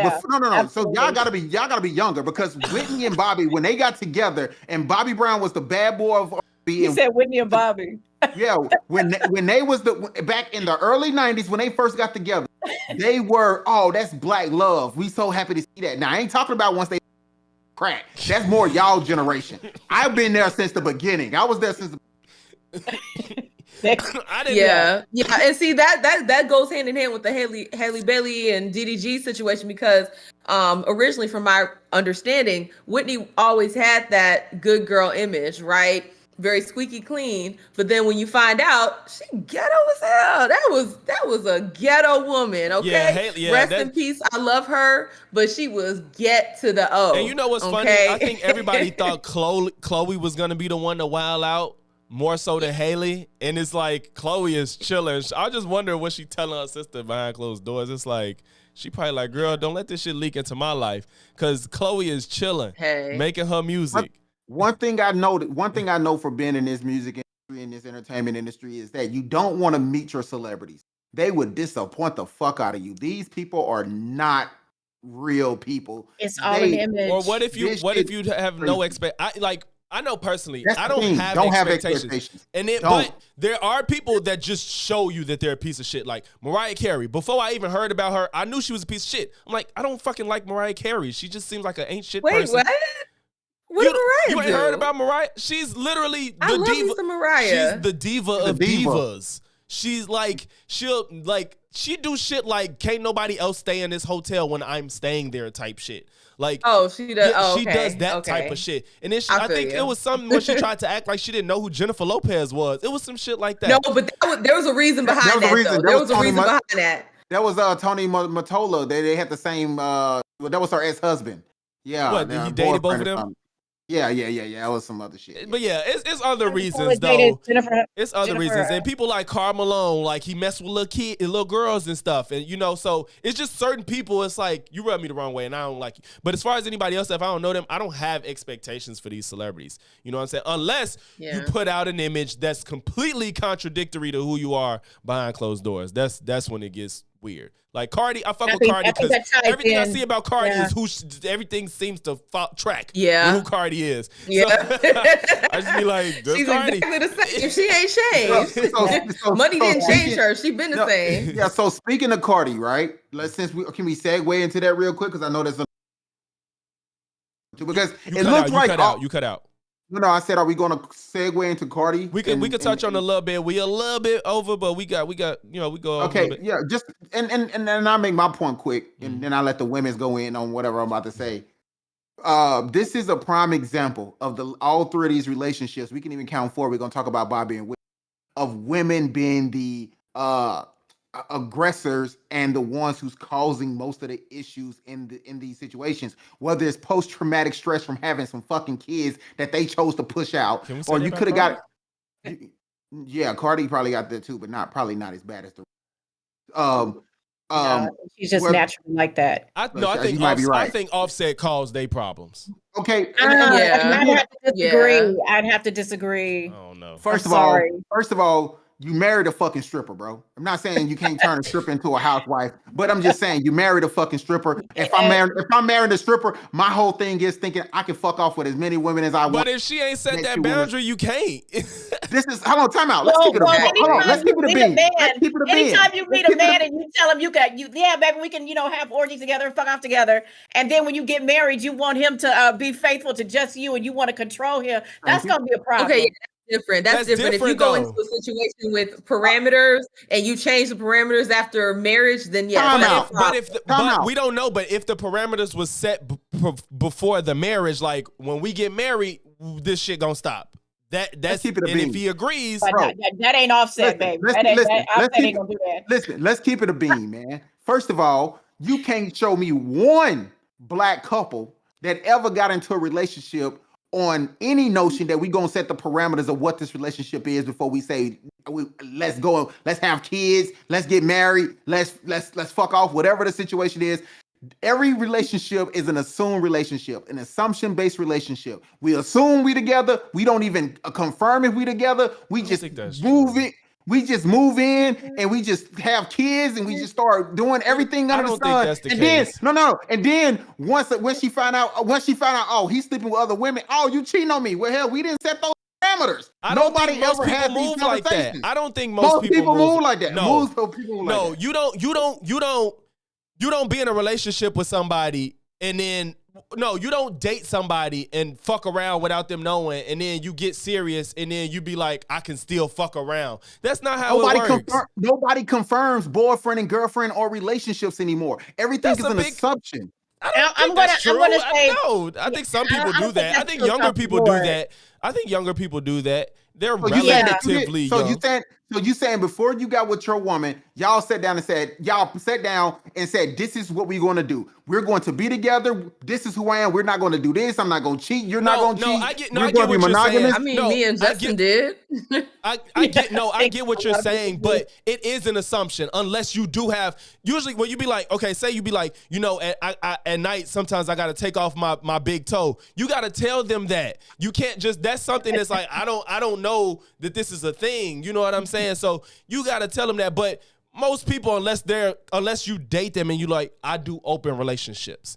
Nobody's going into a relationship thinking they finna get cheated on unless you are one of those people that's outside of the norm and you have to say, I do open relationships. I'm poly. You know what I'm saying? I'm bi. Whatever your situation is, you gotta, if out of the typical, you have to express that. If it's typical, you go into a relationship thinking you monogamous. Logic. Yeah. You're a smart person. Your name is Logic. You know what I'm saying? It's ill, but it's logical. This is what I'm saying though, brother. Hey. Like not everybody has the same mindset as smart people. If there's 1% of the world's population is intelligent, you may be a part of that 1%. I'm just keeping a buck. But just keeping it a bean across the board. Sandra just said something, and I told y'all, if you say something that sounds crazy to me, I'm throwing you under the bus tonight. Sandra said, me and Justin did. I have to ask an honest question. You mean to tell me there was nothing Justin found out about after y'all was in a relationship? Like, oh no, that's not what I'm saying. That's not what I'm saying. I'm talking about like as far as like setting that perimeter of we're a couple, we're together, we're monogamous. That's what I'm talking about. Yeah. That's one set of parameters. What if this man has a whole bucket list of freaky shit he like to do that he didn't tell you about? Like this is what I'm saying. We don't know everything about everybody. And then sometimes we find out shit that make us feel like, nah, that ain't for me. And it's a turnoff, and it becomes bigger and bigger because no one actually, we don't do anything to address it. So that's all I'm saying. It's like, but let me say this, Jay.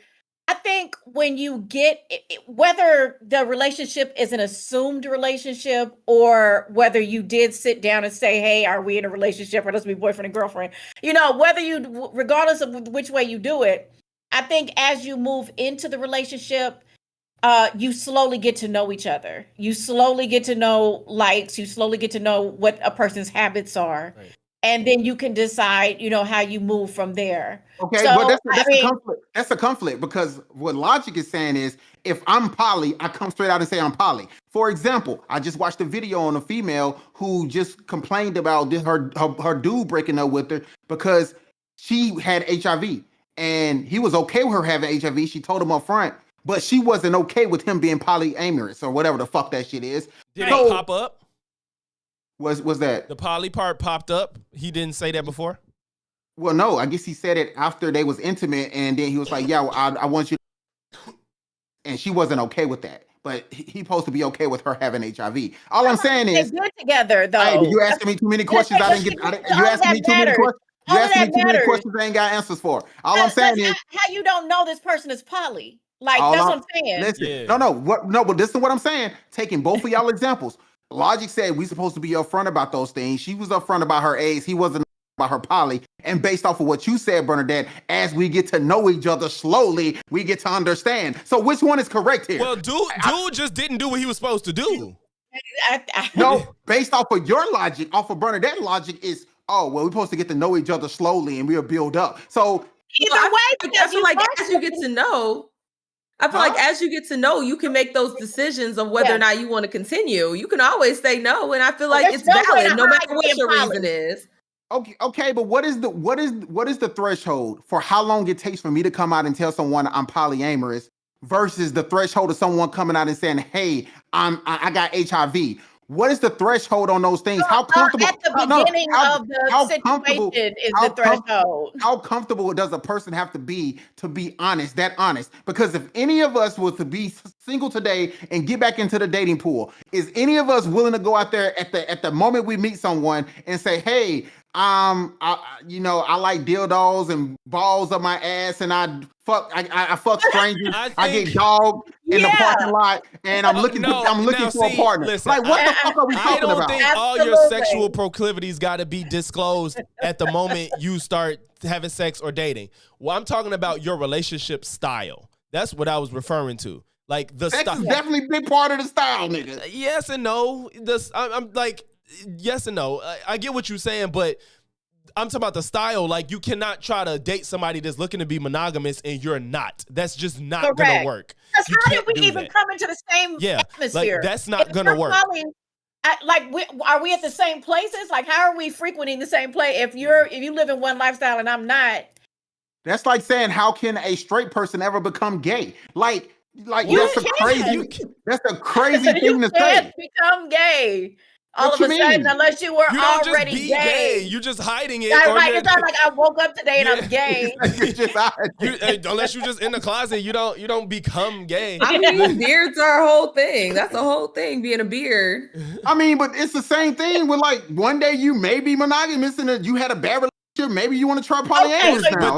Right. The difference is somebody probably had a bad female relationship. Next thing you know, they want some dick. Like, it can go. It don't work like that. It don't work like that. Why your female relationship it don't work like that for you because you are a man. I am a man. It won't happen like that for us. But some people are trying they already had that. They already had that. But listen, what I'm saying, was already that way. Yeah, they was that way. But what I'm saying is, just like, wake up and become that. Yeah. So what I'm saying is, maybe you're in a monogamous relationship, and then maybe you like it's stagnant. You like, have you ever considered a poly relationship?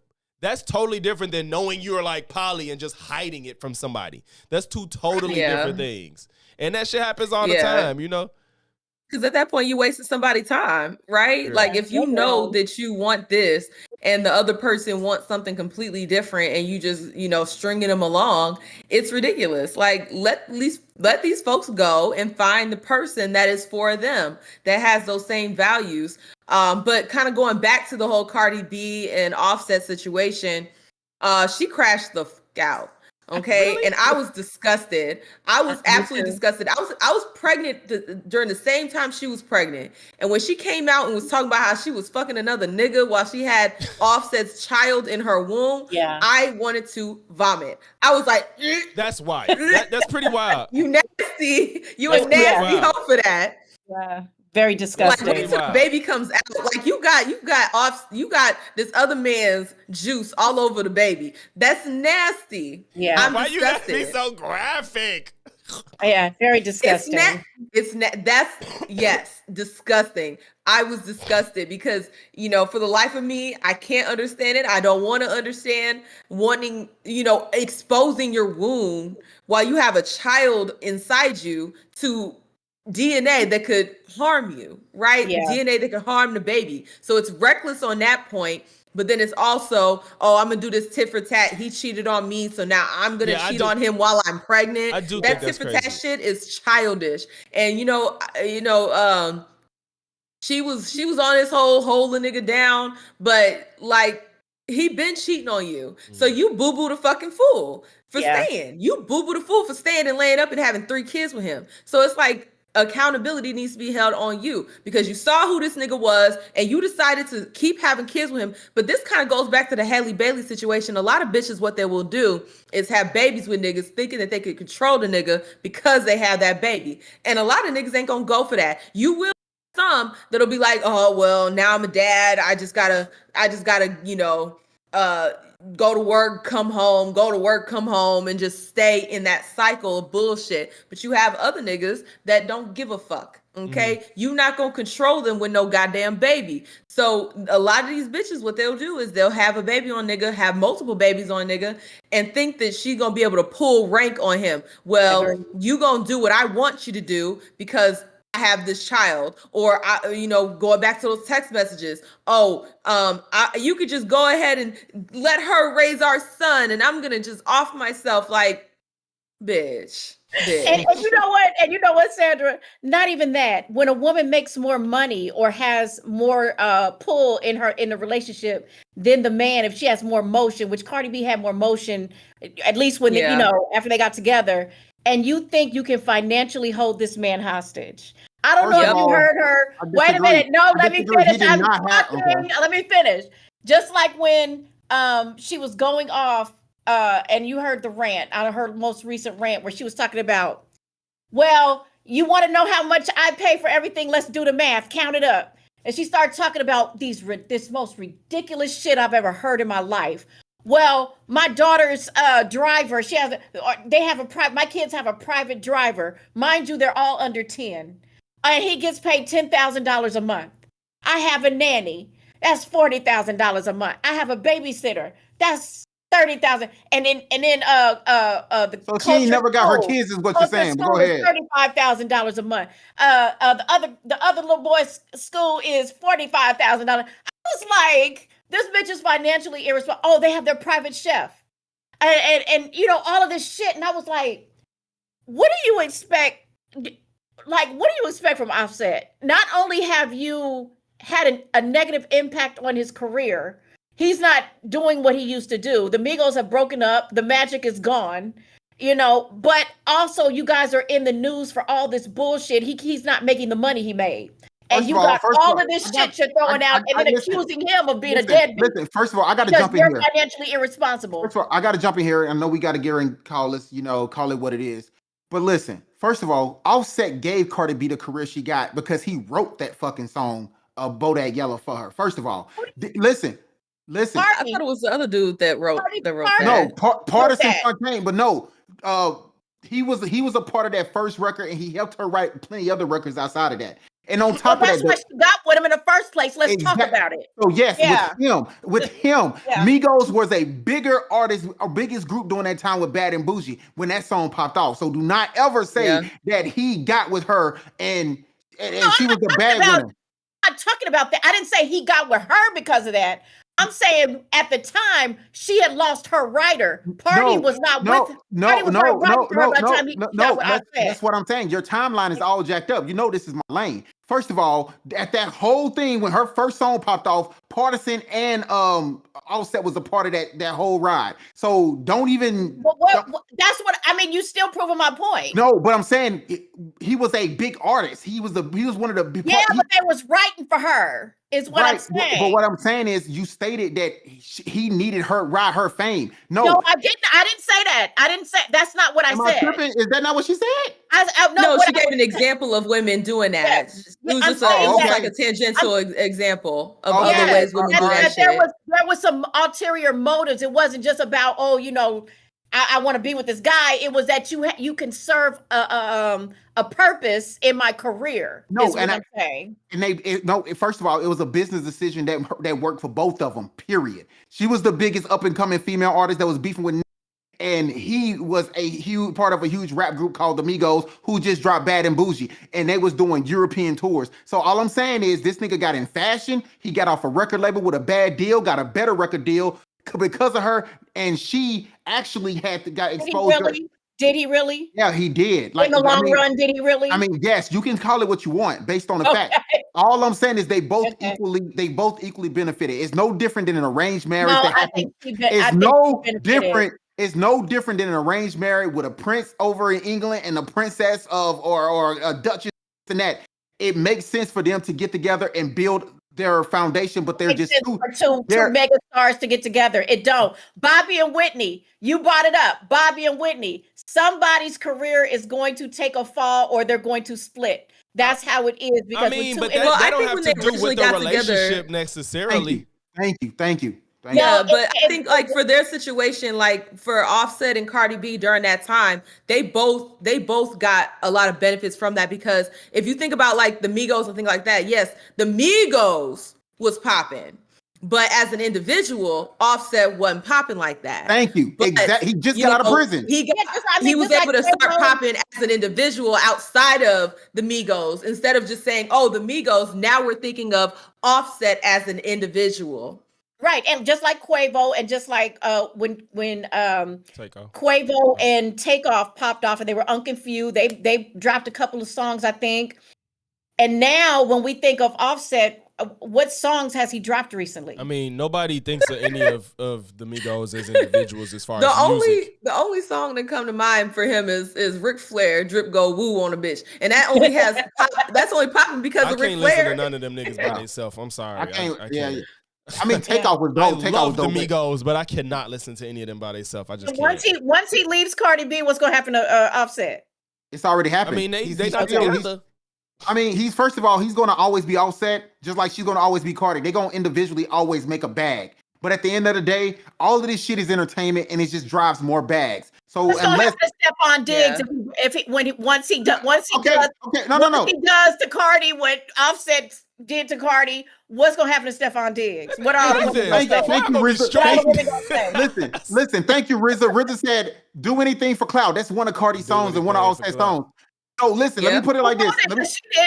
Hold on. Let me be Offset in one of my shows. My bad. Let me do this right here, and I'm gonna call it a day because I gotta get up. All I want to say is, Bernadette, you sit here talking about drama this and drama that is gonna cause them to lose. Blueface and Krishan, right, are the most toxic motherfuckers on the planet, and you watch that shit every day like it's the daily news. People got their eyes on this shit like it's the daily news. They got this shit. They got this shit on their screens like it's ESPN Plus, and it's the playoffs and the motherfucking the Dallas Cowboys finally finna win a fucking championship. Listen, y'all watch this shit like this. I'm done. I'm a mom. I'm done. I'm a mom. Yeah, I mean, like to be honest. See, the thing is with that situation, and just like, and I agree with you, Vibe. Like a lot of this stuff is just for fueling engagement, right? So it's rage bait essentially. And so like with the Blueface and Krishan situation, they wasn't dropping shit. All of this was about, focus on their relationship and focus on the baby. But I just want to go in on that hoe for just 1 second. Fuck that bitch. I'll let you wrap it up with this. They need to lock her ass up. And I want them to start. I want them to pay. If Trump could do this, I will. Yes, we're both do another term. Only black women watching this shit to watch another black woman go to jail. That's the type of time y'all on. If somebody's supposed to go to jail, I'm not mad. If you're doing wrong, you could go to jail. Go ahead. There's no proof. Here's my reason. I don't know. I'm listening. If your baby comes out with fetal alcohol syndrome, your ass need to be locked the fuck up. What about all the crack babies? What about all the crack babies? Lock them the fuck up. Lock them up. Be locked up too. Lock them up. Because at the end of the day, that baby is innocent. That baby could have came out normal. That baby could have came out. You know what's crazy? She was on camera. She was on camera drinking. That exactly. I do. It's such a slippery slope with that. I don't want to make this go longer, but I do think there's something wrong with intentionally drinking while you're pregnant. That's intentionally trying to abort your child. Let's be clear. Like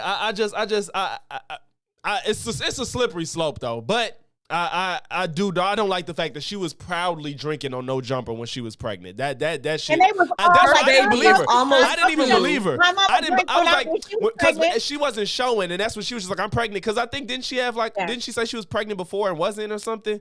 Maybe I'm mistaken, but I didn't believe her because she's just like, give me the Hennessy, fighting Blueface and shit. I'm like, ain't you pregnant? See, here's my thing though. That baby, he has the mannerisms similar to my 5-month-old, and he's almost 2. Oh damn! She I caused saw that baby a face and knew he had deficit, fetal and alcohol it is syndrome. sad. When I saw his, And it is when I sad. saw That's his the reason why she face, needed I to was lock like, the oh, he fuck got up. fetal alcohol syndrome. I Well, already the knew. recent videos to me look like cerebral palsy, and I'm just being honest. It's Like, sad. known It's children with cerebral disgusting. palsy. It's like you ruined this baby's life. You ruined Yeah. this baby's life, and all for what? Now you got your ass in the church like that means something. Fuck you. It's And that's why I awful. got a real big issue with religion. Cause fuck all these Only motherfuckers think they can do whatever it's the only fuck they women want that have this and then run energy. to It's only religion. women because Yeah. ain't no man giving a fuck like that. No, it's Y'all gay women men. got Gay men are in there You too. care, but you just don't care like I'm a that. mother. I'm a mother. That I shit care about the crazy. baby. Yeah, I checked for that baby. This I'm shit ain't sorry. got nothing to do with this baby. Y'all ain't, in that Can't case, help it. go check on all them other crack babies that's out there. Go save them little fuckers too. I'm out, man. I'm checking I'm for out. Junior right I'm now. out. But I'm all checking right, for y'all. Junior right now. That's the end of it. Catch us next week, probably on Vibes page, right? If I believe. So Yep, put yep, out the y'all handles. Put out y'all handles. Yep. Valerie and Sandra. All facts, no bull. All facts, no bull on YouTube. All right, and I'm just Sandra Faye. That's it. Sandra Faye, however you want to say it. I'm out here in these streets, not really, but these YouTube streets, not the real streets. Okay? Oh no, now it's hard to tell the difference these days, Sandra. I mean, I was at the beach this weekend, but that was a family trip. So, Yeah. I'll be doing my thing over on my channel, Sandra Faye. But we're going to keep doing this Control Alt Debate. I'm going to fire up the Control Alt Debate channel. Once that gets monetized, we will move this over there. So, but in the meantime, between time, let's continue to hype each other up. Go ahead and follow all of us. And just stay in tune. We all got different perspectives, but it's a beautiful mixture. Brenda, Yes. You got some Enjoyed handles, it. Brenda?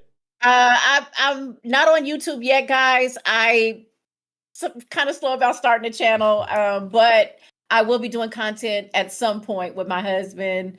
Vibes. Hey, Vibes. And definitely enjoyed this and giving my perspective, and I appreciate you guys inviting me to do the panel. Yeah. All right, y'all. So if you on my channel, stick around. I'm still going to be streaming after this goes off. I'm finna put up the Be Right Back screen, but I will be right back. Don't go nowhere. We got a lot of content to cover tonight, so appreciate y'all, man. We finna close out this section of the stream. Peace. Bye, y'all.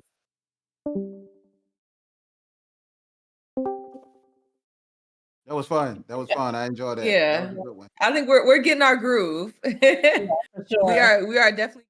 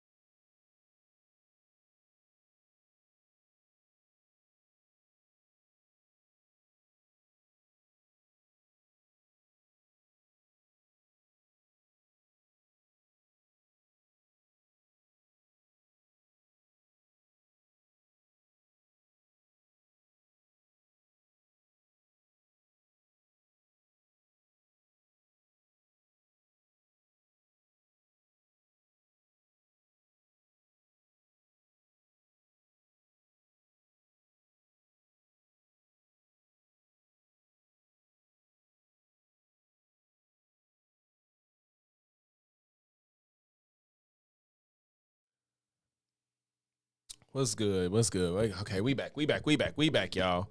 So, for those in the chat, man, I need y'all. I got different videos. I got different stuff that I want to cover.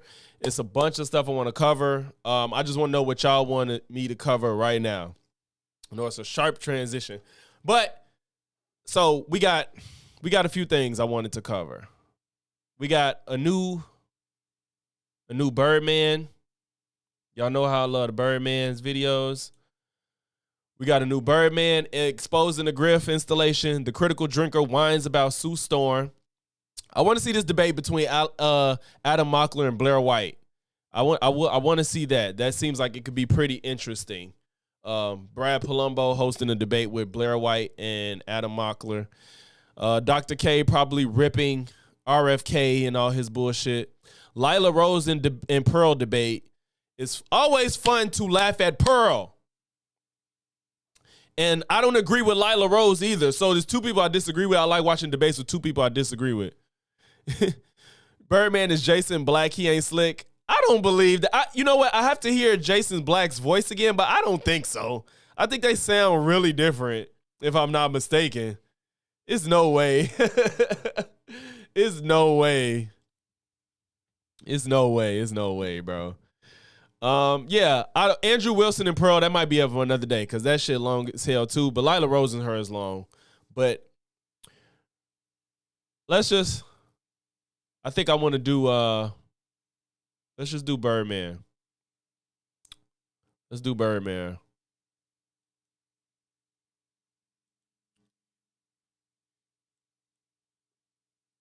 You said Bunny, you said Blair White.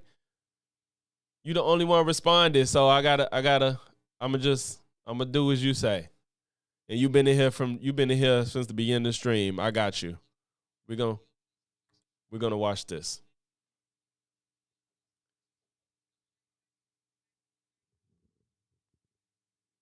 What? Oh, it's him disguising his voice. I'm gonna have to look at more Jason content. I don't think so. I'm gonna see though. But what's interesting is, Birdman is a voice actor, so it's possible.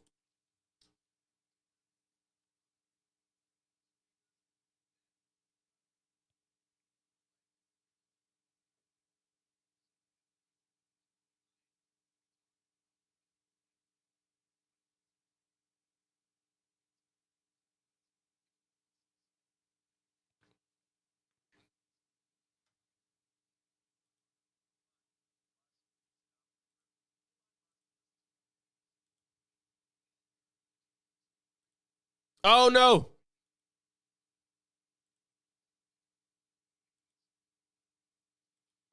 Oh shit. Sorry. Hold on.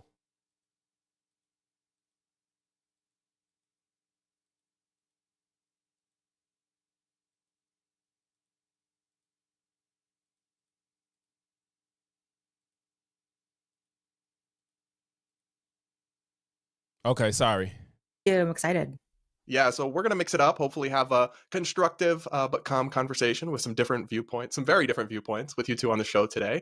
But the first thing we have to talk about is something I think basically everybody agrees is horrible. I've seen it condemned across the spectrum, the political spectrum. That's the firebombing attack against several Jewish people who were protesting for the return of hostages. This comes just a week or so after a really terrible attack on 2 Israeli embassy employees. And I guess rather than get into the specifics of it, I think it's a launching point for an important conversation about something I'm concerned about. Shut up, PTJ. Obviously, the Free Palestine movement is not exclusively, but is associated with the left and the left in general. No, Buck Angel really could fool anybody. You, Blair. Blair Does White the left have a problem? is with clearly violent one of the best extremism? passing. Well, not just that, but also for denial. I'm not trying to make this about Blair, but the face structure still is a small giveaway for Blair. But clearly Blair could pass easily.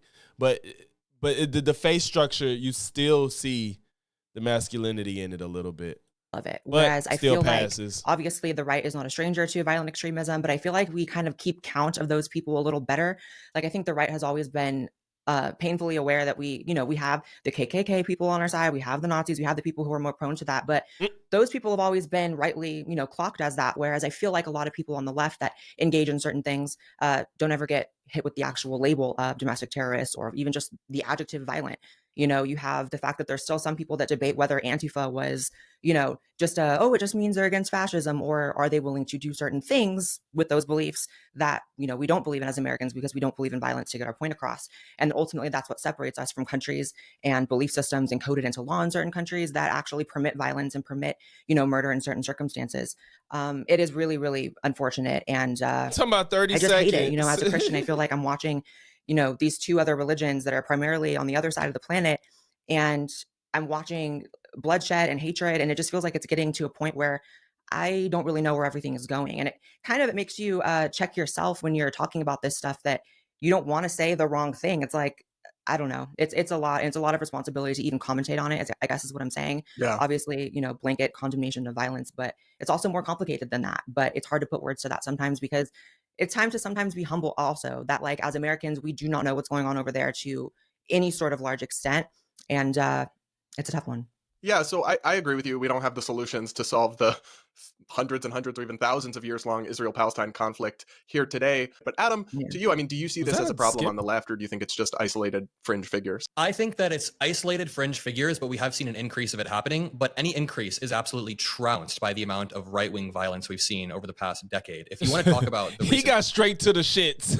firebombings, that dude was an Egyptian immigrant named Mohammed Salman. And I really don't think this dude was progressive or woke. I don't know his specific views, but I would have a tough time categorizing a lot of like either Islamic fundamentalists or people who support Israel-Palestine as left-wing. But even if I were to concede that, because I'm sure a lot are, absolutely, you still don't see even nearly the same amount of violence coming from the left that you've seen from the right in the past decade. If you want to talk about anti-Semitism in particular, there was a Tree of Life shooting, which killed, I believe, 10 people. There was another synagogue shooting a few years before This that. nigga Adam The be attacks knowing on some black shit. churches or synagogues far outweigh any college protest students that are like, screaming from the river to the sea.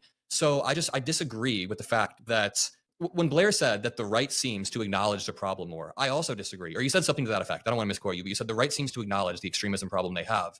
I disagree. I think you guys elected somebody who, in a top-down way, emboldens that extremism. If you want to talk about... That's true, but I don't think the right fully accepts like the KKKs and the Nazis. They as a rule of thumb, they don't. But I agree that they did. It's like they say, you just because you vote for Trump, it doesn't make you a racist. But all racists vote for Trump. You know what I'm saying? Like, so it does. Trump emboldens a lot of those people. That's a fact. Anti-Semitism. What is the Tree of Life? I don't know what that is. Particular, Trump did have a dinner with Nick Fuentes a few years back. Even if you want to put that to the side, Trump has emboldened a lot of this anti-Semitic rhetoric over the past few years. So I think that when you want to talk about extremism, we should talk about, number one, the statistics. Let's ground it in reality with stats. We can compare the stats. 76% of extremist violence that is lethal has been done by right-wingers over the past decade. But also, let's look at the top is the leading other figures percent the left? In the party. That's Is there a big any figure in the disparity. Democratic Party that has used as much bombastic rhetoric as Trump?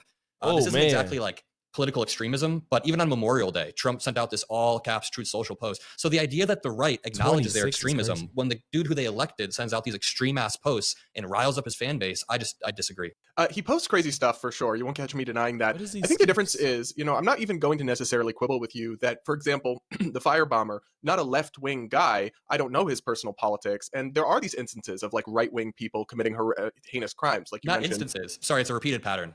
Okay, but the difference is like you won't find anybody who was like, yeah, the Tree of Life synagogue shooter was right. Whereas I don't know, Adam, do you use TikTok? Because I have a specific question in mind. Yeah, sort of, not as much as other. Have you? Years, but yeah. I can for the audience, maybe I'll insert one here. But have you seen these somebody just do it videos all over TikTok? Do you know what I'm referencing? Yeah. It's viral every day. You can't even scroll past it. And I don't have a left-wing algorithm. This is for the person out there who's planning on doing it. The thing that we all wake up every day hoping. But you know what though, with this trend, I heard about this. That's how you know the left got a bunch of bitches on it, because nobody doing shit. like you see these videos on TikTok, just do it. I'm not gonna say what it is, just do it. Ain't nobody gonna do shit because the left is full of a bunch of pussies. Like, it's not like nobody's gonna do shit. That's why they're comfortable making these TikToks. They're gonna stay on TikTok and they're gonna be like, just do it. I'm not gonna say nothing. I'm not gonna tell. Just do it. Ain't nobody gonna do shit. The writers that got the motherfuckers that be out about that action. Fuckers we talking about? Like, that's why this shit's staying on TikTok. Nobody on the left is gonna do shit. We'll see in the news. And we're like, coming from somebody on the left. I ain't doing shit violent to nobody. Fuck. Keep going. Your plan, it's gonna work. If not, it'll inspire the next person. And we are all rooting for you. You have our support. You have our admiration. Or is this about positivity? I don't be on TikTok either, but the trend is like they just saying, just do it. You know, you're not gonna say anything, just do it. It's basically like insinuating violence. And we might make a national holiday out of you. And I will definitely put money on your books. And if you're into money on your books, okay, so it ain't nothing positive. Clearly, ain't no mincing words here. This sort of thing, I'll write you not they saying go to jail, we'll put money on your books to just do it. Get the fuck. Letters of the naughty sort. I think it's a dog whistle of an assassination. I think that's what it is. That's what it's supposed to be. Should you find yourself behind bars for it, but we're all rooting for you and hoping that you do it quickly and get away with it. Power to the people. Yeah. Look at me right here. We all know it needs to be done, right? But as I said, nobody's going to do shit on the left. That's the difference. The right actually be about that action. Not saying we should, but... If I do it, are y'all damn, Bunny. That's my screen time is like that for YouTube, though. I spend... Because especially with my job, I can listen to YouTube videos all day, so most of my screen time is YouTube. And then I got premium too, so I ain't got to touch the bitch. So I just be listening to videos all fucking day at work because I can listen to shit. Because somebody got to do it. So can someone just do it? Can someone just do it?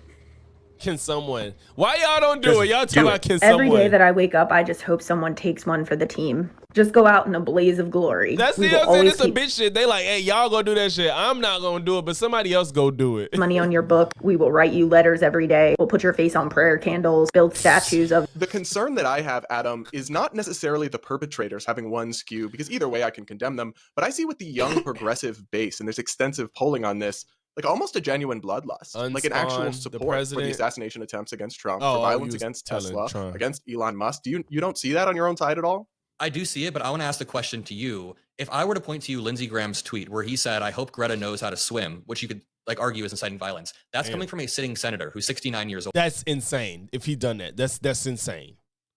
You're talking about 22-year-old TikTokers. Can you point The to me amount of things that are just like you Democratic said, politician who has said something to that effect? That's very true. You can point to a lot of people in positions of power and politicians that have made calls to violence, including fucking Trump. So it's just like a lot of these people in positions have done shit, and Brad know he ain't got no response. And then it's always for the left. It's like random people on TikTok and X and shit.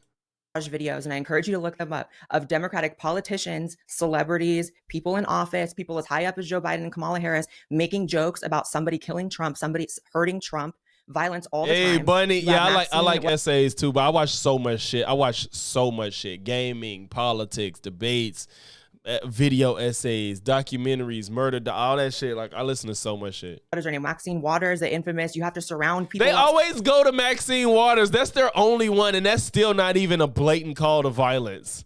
Like, that's the only one they go to. Violence all the time. You have Maxine, what is her name? Maxine Waters, the infamous. You have to surround people outside places. You had the transgender shooter at the Christian school. You had, I'm sure you don't. That's not a politician. Know this because most Democrats don't even know. I mean, or I can ask you, how many people do you think died during the COVID 2020 riots?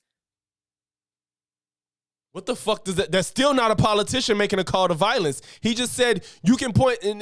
Lindsey Graham isn't the only one. Donald Trump has done it. Like there's people. Marjorie Taylor Greene. These people have called to violence as leaders. You're naming random people, and the only one you got is Maxine Waters. That's all y'all always say, and that's still not a blatant call to violence. What she said.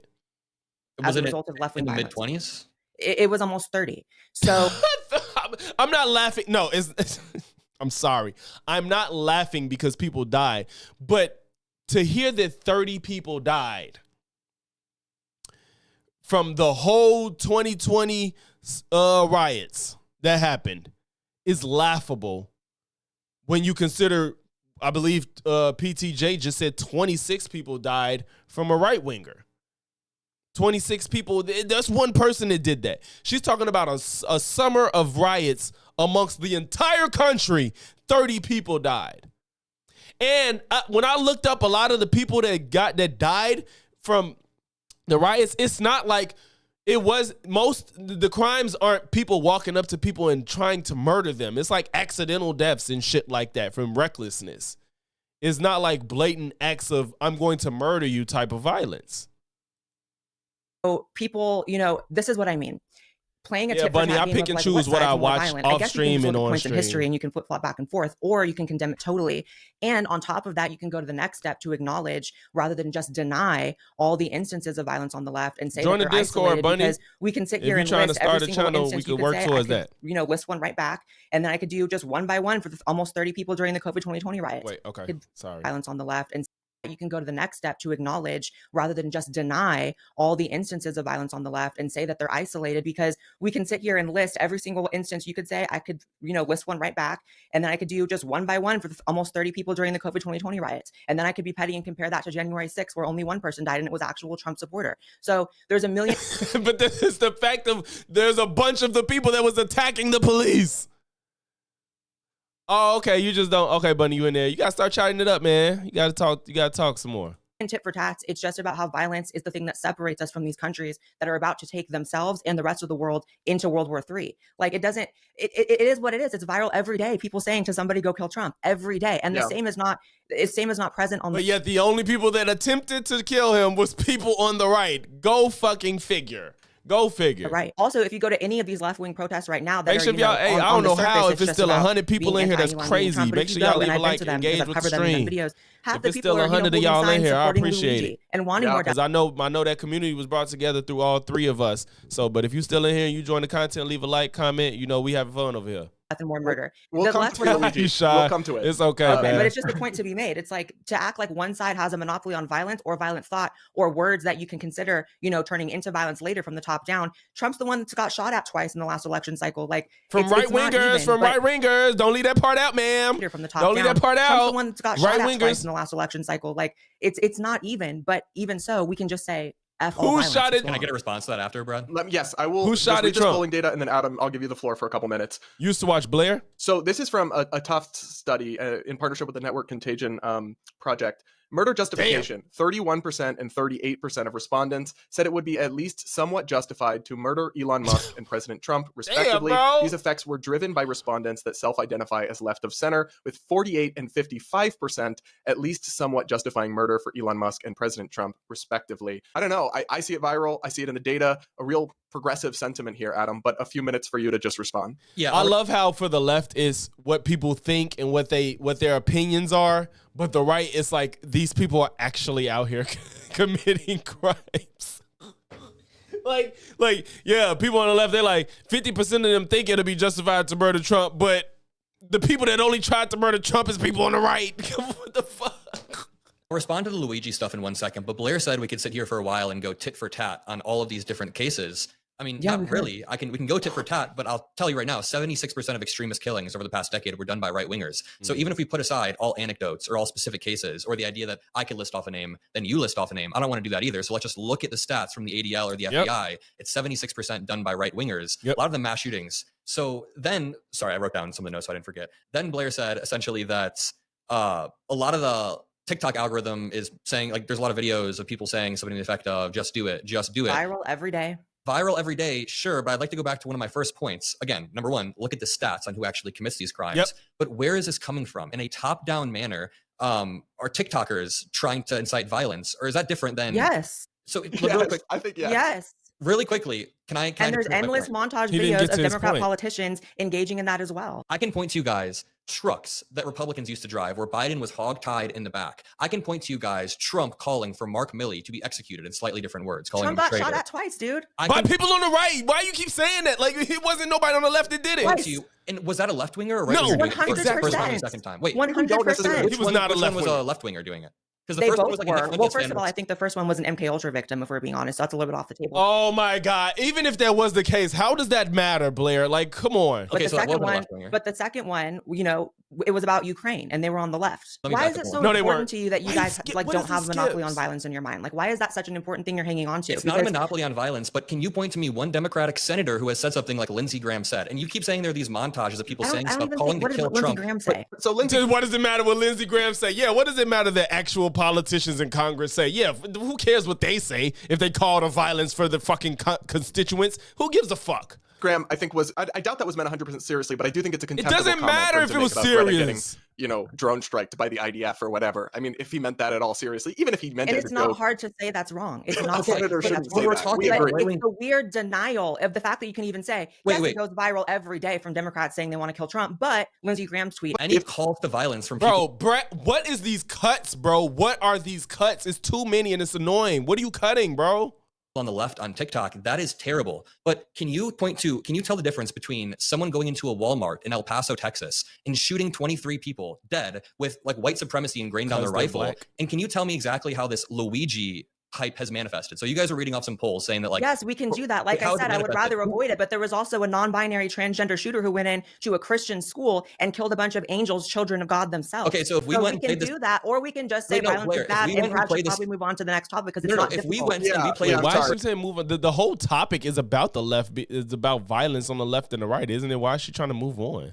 that game, who Just would run say out it's first? wrong. Oh my, it's I so mean, weird. who It's would run out weird 'cause first? no one on the You right agree is it's wrong, denying. right? Said it's No wrong. one Of on the course, right explicitly is He said denying that that we already. have He said that losers who do already. loser shit, No, and no, no no. one's denying that we have extremists on our side. He I said see it was all the bad time. regardless. But there's this weird denial. The fact that you can No. even brush past how big of a deal it is. The argument ends when you can just say that every day it goes viral. The masses of Democrats calling for the murder of Donald Trump, who was already shot at twice. Can I say one Like, thing? A few come things. Number on. one, I wasn't absolutely shot at explicitly twice. condemn it. But if we played Okay, this tit great, for so we tat can game, go to the next no. topic. If we played this tit for tat game, who would run out of people first? I'm not playing Can you- this. Can you explain to me? Adam, like, no, I'm gonna get you on camera to say. It's a little petty, but I get why he's doing it. He has to, when you're on these spaces, when you're on these right-wing spaces, because Blair is more to the right than Brad. Like, Brad doesn't support Trump. Blair supports Trump. But Brad is a never Trumper, I believe. So he's more center than Blair. And when you're on these platforms, that's why he's not gonna let this go. Because there's no way for his Brad and Blair's audience to not see. He's like, hey, if we played tit for tat, who gonna run out first? Tell me, who is gonna run out first? She can't answer it because it's gonna look bad. Great, so we can go to the next No, topic. no. If we played this tit for tat game, who would run out of people first? I'm not playing this. Can you explain to me the left-wing equivalent of the El Paso, Texas Well, shooting? see, he Just keeps done skipping about that. shit. You guys killed 30 people in the COVID 2020 riots. Yeah. To me, the left-wing equivalent of the El Paso, Texas shooting. Who's done Yeah, about that? you guys killed 30 people in the COVID 2020 riots. Yeah. You guys killed people in the 2020 riots. You have to, first of all, some of them people probably got killed on both sides. And the police probably killed people during that shit. And that's one person killing 30 people versus I don't know how many people. Each case might be different for the 30 that died the whole summer versus 30 people dying in a one store. Is she serious? Come on, bro. It's not that the people don't matter, but the way you're framing these is if they're the same type of instance is different because people die in different places for different reasons all the time. And that fucking those riots were across the country. The protests were across the world, honestly. They were across the whole fucking world. But it was the country, the whole country was protesting. And you're talking about 30 people versus one guy killing 30 people in a store. Come on, bro. Come on. Anyways, next topic. We have to say all violence is wrong. A mass shooting versus Look, she backed off of it. She backed off and she said it. Killed 30 people in the COVID 2020 riots. Yeah. Anyways, next topic. We have to say all violence is wrong. A mass shooting versus 6 months of millions of people rioting and people dying. That's not like an millions intentional of shooting people done. riot, but okay. Okay, Wait. Millions of people rioting and people dying. That's not like an intentional shooting people done. riot, but okay. Okay. Oh, so millions didn't riot. So you're saying that it wasn't I ain't gonna say mostly. Well, yeah, it wasn't mostly riots, but she's backing off of it wasn't mostly riots. So they were mostly protesting, right? There was mostly protesting when y'all love to act like the whole thing was about riots. Come on. Okay, but here's the thing. Riots done for political reasons where someone dies on accident is not the same as a white supremacist with white supremacism stuff like carved into his gun. This is true. This is true. None of it's okay. I don't want nobody to die, but this is true. This is true. It's totally different. That's why I said even the people that died during the riots in 2020, it wasn't people going up to it, for the most part, people wasn't going up to people killing them. You Can you There's say? al- there's also I have more one final to the, question, there's Blair. Can you also admit? more to the metric of like who's pro-violence or less pro-violence. Okay, if you want to take it to the macro rather than just like this which side is more pro-war right now? The left is inarguably Come more on, pro-war. bro. So Now you talk about war. It's fucking war. Like, come on. Nobody like even if we grant that the left is more pro-war than the right, at least it's legal violence. Like, what the fuck? That's the type of violence we expect people to die, like, and people volunteer to go into. That's the type of violence that's acceptable, more or less, for a country to be involved in. So, and it's not even really about pro-war. It's about supporting Ukraine, who wants to be at war. We Americans aren't out there giving their lives. it's like what? They're more pro-violence as long as it's in a different country where they don't Mike have to deal Johnson with has it. called It's for just more- But this is stupid. It's Elections on- the bloodthirst is 100%, has not always been, but it is absolutely tipped more on the left side right now. And it actually my fan, is bro. better if we can just say all of it is wrong. Like, according to the FBI and the ADL, you guys commit more mass shootings, and then you cite BLM riots in response to the Walmart El Paso shooting, Yes, the Tree of Life synagogue, yes, the people Buffalo being, supermarket. yes, There people was a being Charlottesville killed. riot. I mean, People being killed by the dozens during riots, and that's not even counting all the injuries. That's Wait, not being even counting killed all the by who? property Who was, like, damage. the There's perpetrator more to there? terrorism. There's more to terrorism than just actual murder as well. There's a lot more to it. There's a lot more to it. There's intimidation. There's running people out of cities by burning them down for 3 months straight. There's physically assaulting people, which you see all the time on campuses. Terrorism is not just literally ending a life. It's also physically harming people and using Okay. terror to So incite even if to we get what went- you want. The argument ends with the fact that every day it goes viral, you guys wanting to kill the president, and you guys are invariably, inarguably more pro-war, which means you just want more murder, but over here where it's not having to affect you. That's just objective speaking. That's like I said, it's so stupid because, like I said, at the end of the day, that's still war. War, and Brad looking like, oh, she got a point. No, it's just like, obviously war is different than senseless, racist violence and for intolerance. That's totally different. War at the end of the day is typically fought for a greater purpose. You would be pro-war too if somebody was invading our country and we had to fight for it. You would be pro-war too. Objective. My final point, if I can say one last thing, is that when you look at all the stats, of course, it's I think bigger on one Blair is going through it because she's so fidgety. Y'all see how much she's moving, and I know they both talk. I sped it up a little bit so it's like the talking fast, but you see how fidgety Blair is. Like, she's so uncomfortable because I think she knows she's losing. side. When you look at who's actually perpetrating this, I mean, yes, any Look at TikToker the saying that, I will breathing. explicitly condemn. Anybody saying that, it's really dumb. Look, Why would I mean, you you call can for just say violence in in America? TikToker where it's like, okay, what about the 3 million likes per post that they get? It's like, That's the okay, concern. it's What not about just one Don person. Jr.? You guys support people killing people in the streets because you don't agree with their role in a health company. You guys agree with more war. That part, you guys PTJ. go Guys, I viral don't every agree day with for any of wanting this to kill the stuff. president, and he got shot at twice. Your guy didn't get shot at. It is what it is. Stop And thank saying you God guys, he like, didn't. I But agree if with he this. did, Can you if he say it's did, I would bad? sit here and say that that is wrong. The point here is that I think whether it's the El Brad, Paso these incident, the cuts. Walmart shooting, whether it's this recent bout of political violence, I think we all TikTokers. agree it's morally wrong. But what I will say is no one really defends most of these things, but there is this widespread numerical polling-based support that we see in our algorithms with this content that's like joking. And I don't know, Adam, specifically on the Free Luigi point. So for context for listeners, this is Luigi Mangione, who is alleged, but like it's very clear that he did do it, in my view, to have killed a healthcare CEO, Brian Thompson. We have data on this as well. An Emerson College poll found that 41% of 18 to 29-year-old voters believe that the killing was somewhat or completely acceptable, compared to 40% who believe that it was somewhat or completely unacceptable. I mean, that scares me, and I guess we don't know the political affiliation of every one of those people, but I imagine many of them are progressives who want universal health care and all of that. That scares me, because this is basically open support for political terrorism, assassinating people to send a political message. I mean, without mentioning Republicans. Can you speak on that, Adam? Yeah, I think that is definitely an extremist strain of thought. And I think a lot of people, especially the younger people, speaking as a young person, are a little bit morally confused on whether they understand why he did it, as in like the healthcare system is completely effed and we need better healthcare.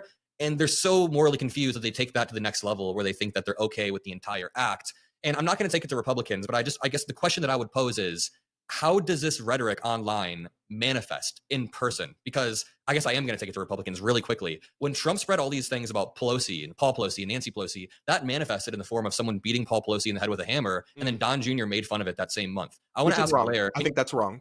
Okay, Blair, I'm sure Blair thinks it's wrong too, but Blair, can you tell me like what Luigi supporters have done? Like how is this manifested is the question. Well, first of all, Brad asked you to not bring up Republicans when just being able to say that murder is wrong. We should Well, I be wanna know the glorifying answer. it. So I want to point that out. But I Oh, also want to boy. say, obviously the Paul Pelosi stuff was gross as well. But our guy got shot at twice. And No, to no, do you have pretend an as if answer to that, Luigi's to Oh thing? my pretend as if that is God. isolated from Luigi supporters were to talking about Luigi. pretend that is isolated from, you brought up Republicans, I can answer and talk about Republicans too, including them being shot by Democrats. At least answer my question later. I'll get there. But you talked about two things, so I'm going to answer you about two things. Give both of Blair a them. I'll moment, address both of Adam, them. and then I'll come back to you, and then we'll move along. So- But try not to interrupt. To pretend as if Adam's so Trump petty. getting shot at twice was not the result of the worst near decade at the time of hateful rhetoric about Trump, regardless of how you feel about him. The amount of, like I said, things that you can point to that public figures have said, we have to take him out. Even That's just in what I pop culture, said. Like, SNL, she keeps like, saying with he got shot at twice. I'm like, no, he got shot at once. He did not Snoop get Dogg shot doing at the thing, twice. shooting him in the head, just over and over and over again. I was on tour when he got shot, and I just played a montage video, and it was 3 minutes long. Every Democratic person making jokes about killing him, taking him out back, and then he gets shot at twice. So that is an example, since you keep wanting the top down thing that's so important to you. The top down is there for sure, and then you see the bottom up, condoning top-down comments like that going viral every day with Democrats wanting that. So it's okay with the people on the ground, and it's okay with their leaders. That's just what it is. Oh, and to please. deny that is weird. But to answer about Luigi, first of all, to say what is it manifested to, I mean, that movement's a relatively new one, so I guess we probably shouldn't be holding our breath. I mean, it took a few years for Trump to get shot at too. He But could kill again. Someone else could get killed. 100%. Charlottesville happened, 100%. If here's where on a macro level, how that manifests and actually is toxic for society. It slowly muddies the water of morality, which you admitted to, that people are confused about what is right and what is wrong. When murder is the thing that people can't find perfect consensus to, okay, that's wrong.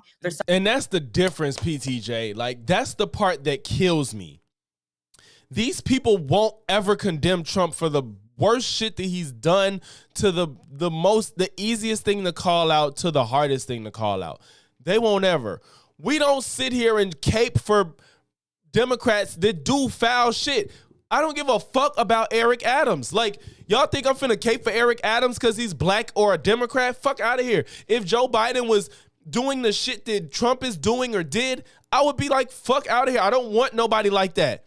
I don't care about corrupt people. I don't care about terrible people. You can disagree with Joe Biden's policy all day. I don't care. But he hasn't engaged in this type of behavior in the slightest. You know what I'm saying? Like, we wouldn't want this. And y'all just don't give a fuck. Because I think I really have a theory that people on the right know that they're... This is fucked up, but I do believe it. I think that they know that they're wrong, but their heels are so dug in with their lifestyle, their friends and family, their careers, and they can't switch because it'll ruin all of that. And so they have to dig their heels in even further just to survive every day, just to feel content with, because the cognitive dissonance is just so... That shit is difficult to deal with. Like, I've been through it, so I know what it feels like to challenge your beliefs. But these people, I feel like they know they lost the I guess the way of life to progressive ideas. Like, since the beginning of time, we've been progressive. We've been moving forward. We're accepting things we didn't accept. We're learning new things that we wasn't comfortable with or knew before.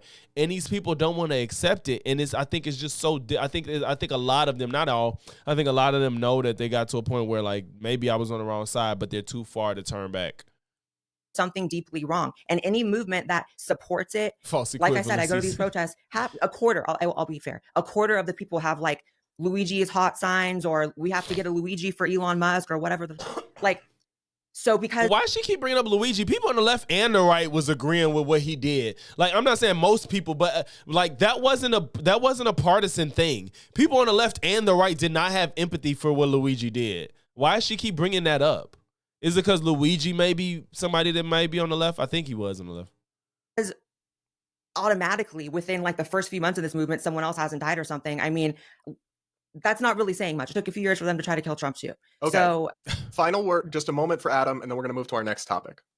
I know that I brought up Republicans when I wasn't supposed to, but I've shown a lot of restraint by not bringing up January 6th one time. Not once in I this was whole expecting topic. you to bring it up right away, in fairness. I mean, it would have been a decent argument to make, but there's a lot better statistical and, like top-down arguments. So I guess when it comes to the Luigi thing, if we want to go back to the original prompt, which is, does the left have a problem with extremism? Here's my final answer. There is a burgeoning problem with extremism on the left, but I think it's a function of extremism on both sides growing because of the social media environment that we find ourselves in. So when people are going out and doing these Free Luigi protests, that's not unique to the left, this type of extremism. And in fact, like if you want to talk about extremism on the right, more than half of sitting Republicans are okay with January 6th or just like refuse to condemn it. Meanwhile, I'm pretty sure every Republican that you'd ask, save like maybe a few that won't be named, would be like, yeah, these protests calling for Luigi, saying Luigi's a good guy, that's terrible. So yes, does the left have a problem with extremist thought? I wouldn't say the left, I would say a small fraction of like people who protest, but at the same time, I don't even know how many of these pro-Luigi socialist people vote Kamala or Biden at the end of the day. So is there a growing extremism problem? Yes, but it doesn't matter. There's still leftists. There's a lot of people on the right who fall into more of the Nazi camp who don't like Trump because he is not, anti-Jew enough for them. And they still, a lot of them didn't vote for Trump because they felt like he wasn't pro-life enough or he wasn't, Nah, them motherfuckers voted for Trump. I'm not trying to hear that. There ain't no far right person sit at home, except for maybe Nick Fuentes. Ain't no far right person sit at home because Trump ain't racist enough. Nah, bro. I don't buy that one bit. But it was a lot of people that's far left that sat at home and didn't want to vote for Kamala. Whatever. So they're still on the right, though. So you guys still have to take ownership for things that appear on that side of the political spectrum. No, I don't take ownership for shit on the far left. Y'all don't have to take ownership for shit on the far right. You don't have to take that shit. I condemn it, as I'm sure you would condemn most of the attacks that I could list. But I guess if I framed it in this way, to end it off, would you agree? Yeah, but a lot of they ass agree with January 6th. If I said this, over the past decade, right-wing extremism has been more prevalent, and it still seems to be, but now there is a burgeoning problem of left-wing violence. I know it's very Brad keep caping, bro. Isn't it supposed to be between them two? Why you keep caping, bro? very difficult, for leftists to think that like answers that come up when they Google things aren't like 100% the truth. One of the factors on the right is we have a severe distrust of things like the FBI and the ADL. So I don't believe those numbers at their face. That's the first thing. The second thing is what you guys have to understand is you have a denial of the extremism. That's the main problem. You can't even get to seeing it because you're in denial of it. So you don't need to threaten anybody with bringing up January 6th because it would have been a dumb thing to bring up. I thought you were being smart by not bringing it up. That would have been a silver bullet argument. To compare a one-day thing for which one person who was on the team of the protesters died compared to 30 people losing their life. Oh my God, this is such a terrible, bro. You got people that got duped into thinking the election was stolen, went to the Capitol to try to coup the fucking White House and overturn, and the president, the previous president tried to overturn the results of the election, and he lied to his supporters, and they tried to coup the country. That's incomparable to protest over 6 months where 30 people died. And who knows, the police probably killed a lot of them people. It's not about the deaths at January 6th. It was the fact that the president himself lied to the country and his supporters to the point where they got up to try to overturn the government. And the thing is, y'all don't even want to admit that they don't want to admit the part that Trump really believes it, because it's either that Trump is a liar or he's fucking stupid. It's one of the two. You have to accept one of those two answers. And they don't want to. They think he really believes it.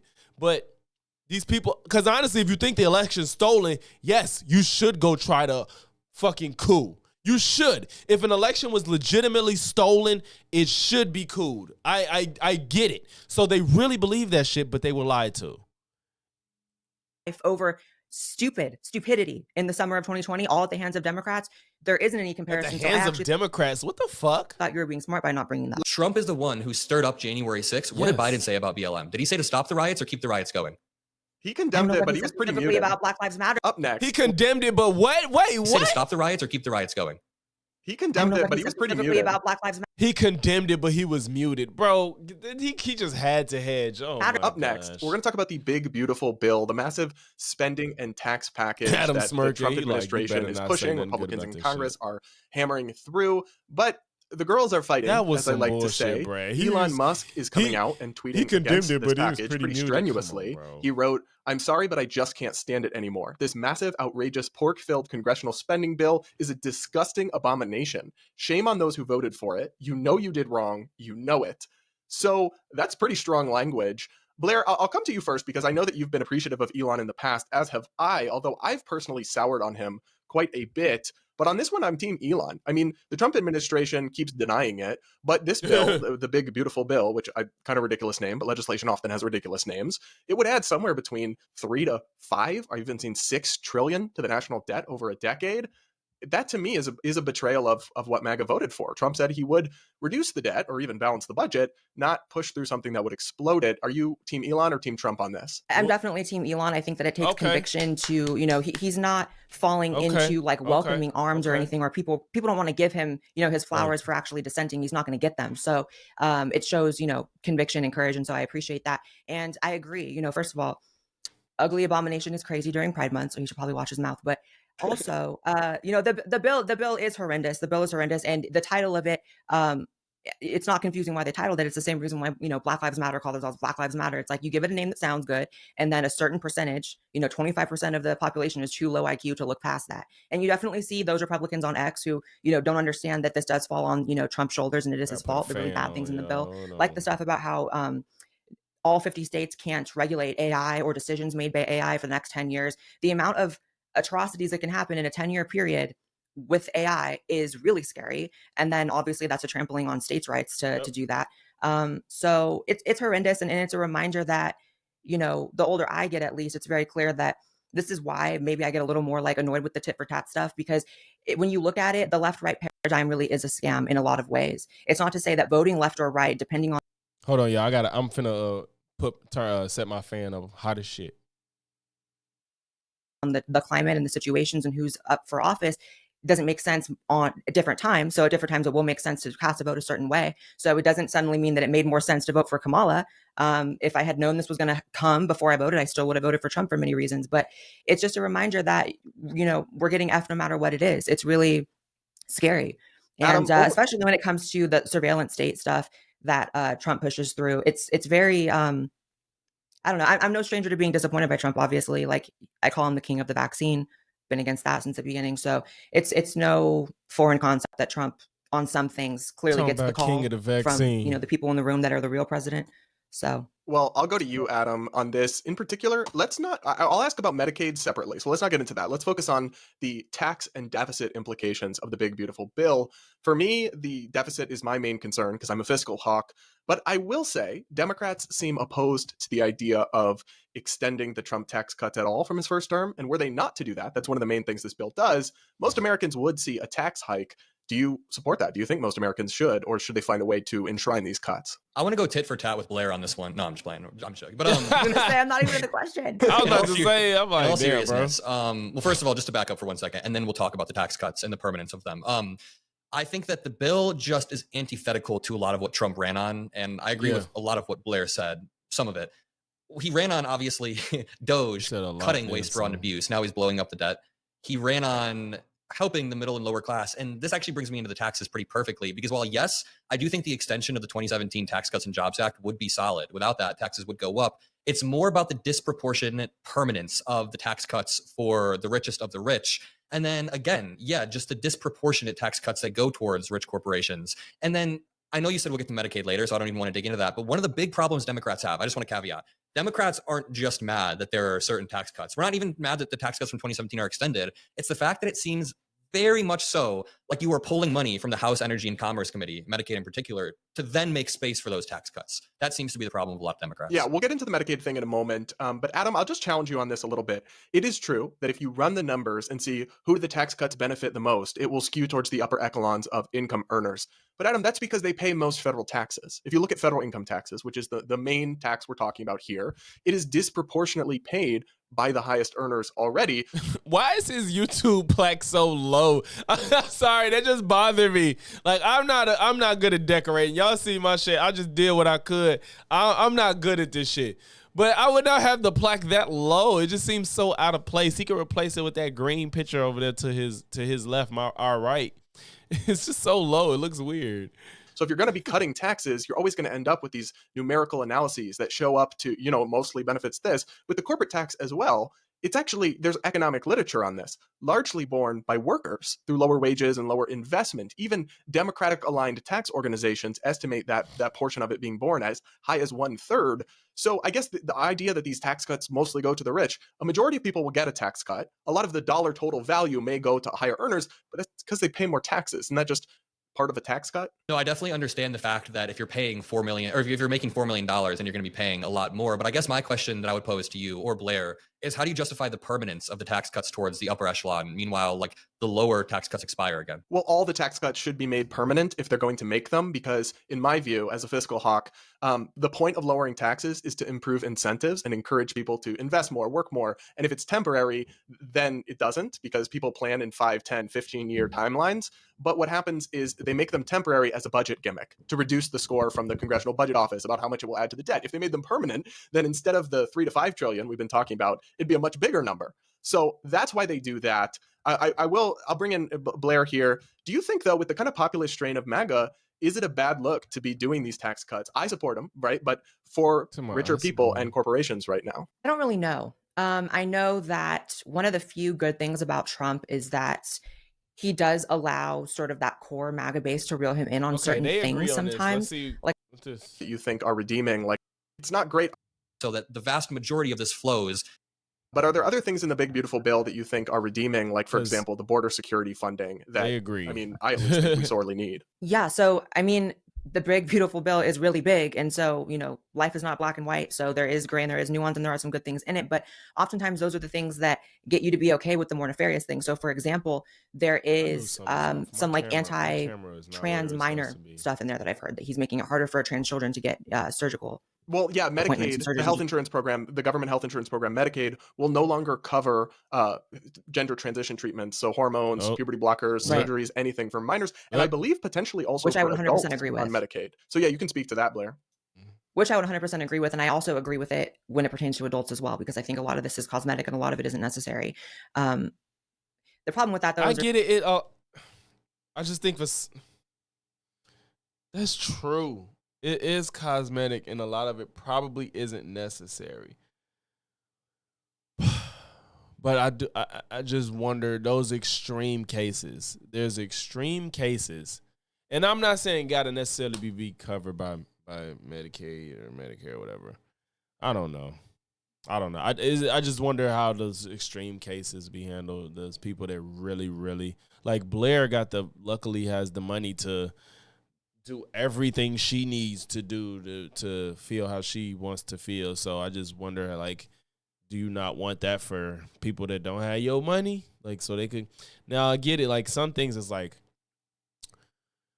getting breast. It's like that's a little different, you know. I don't know, man. There's still several states that are still covering sex changes for people in prison, which is like, then it's like, okay, but if people in prison, why not regular citizens? But that's another topic.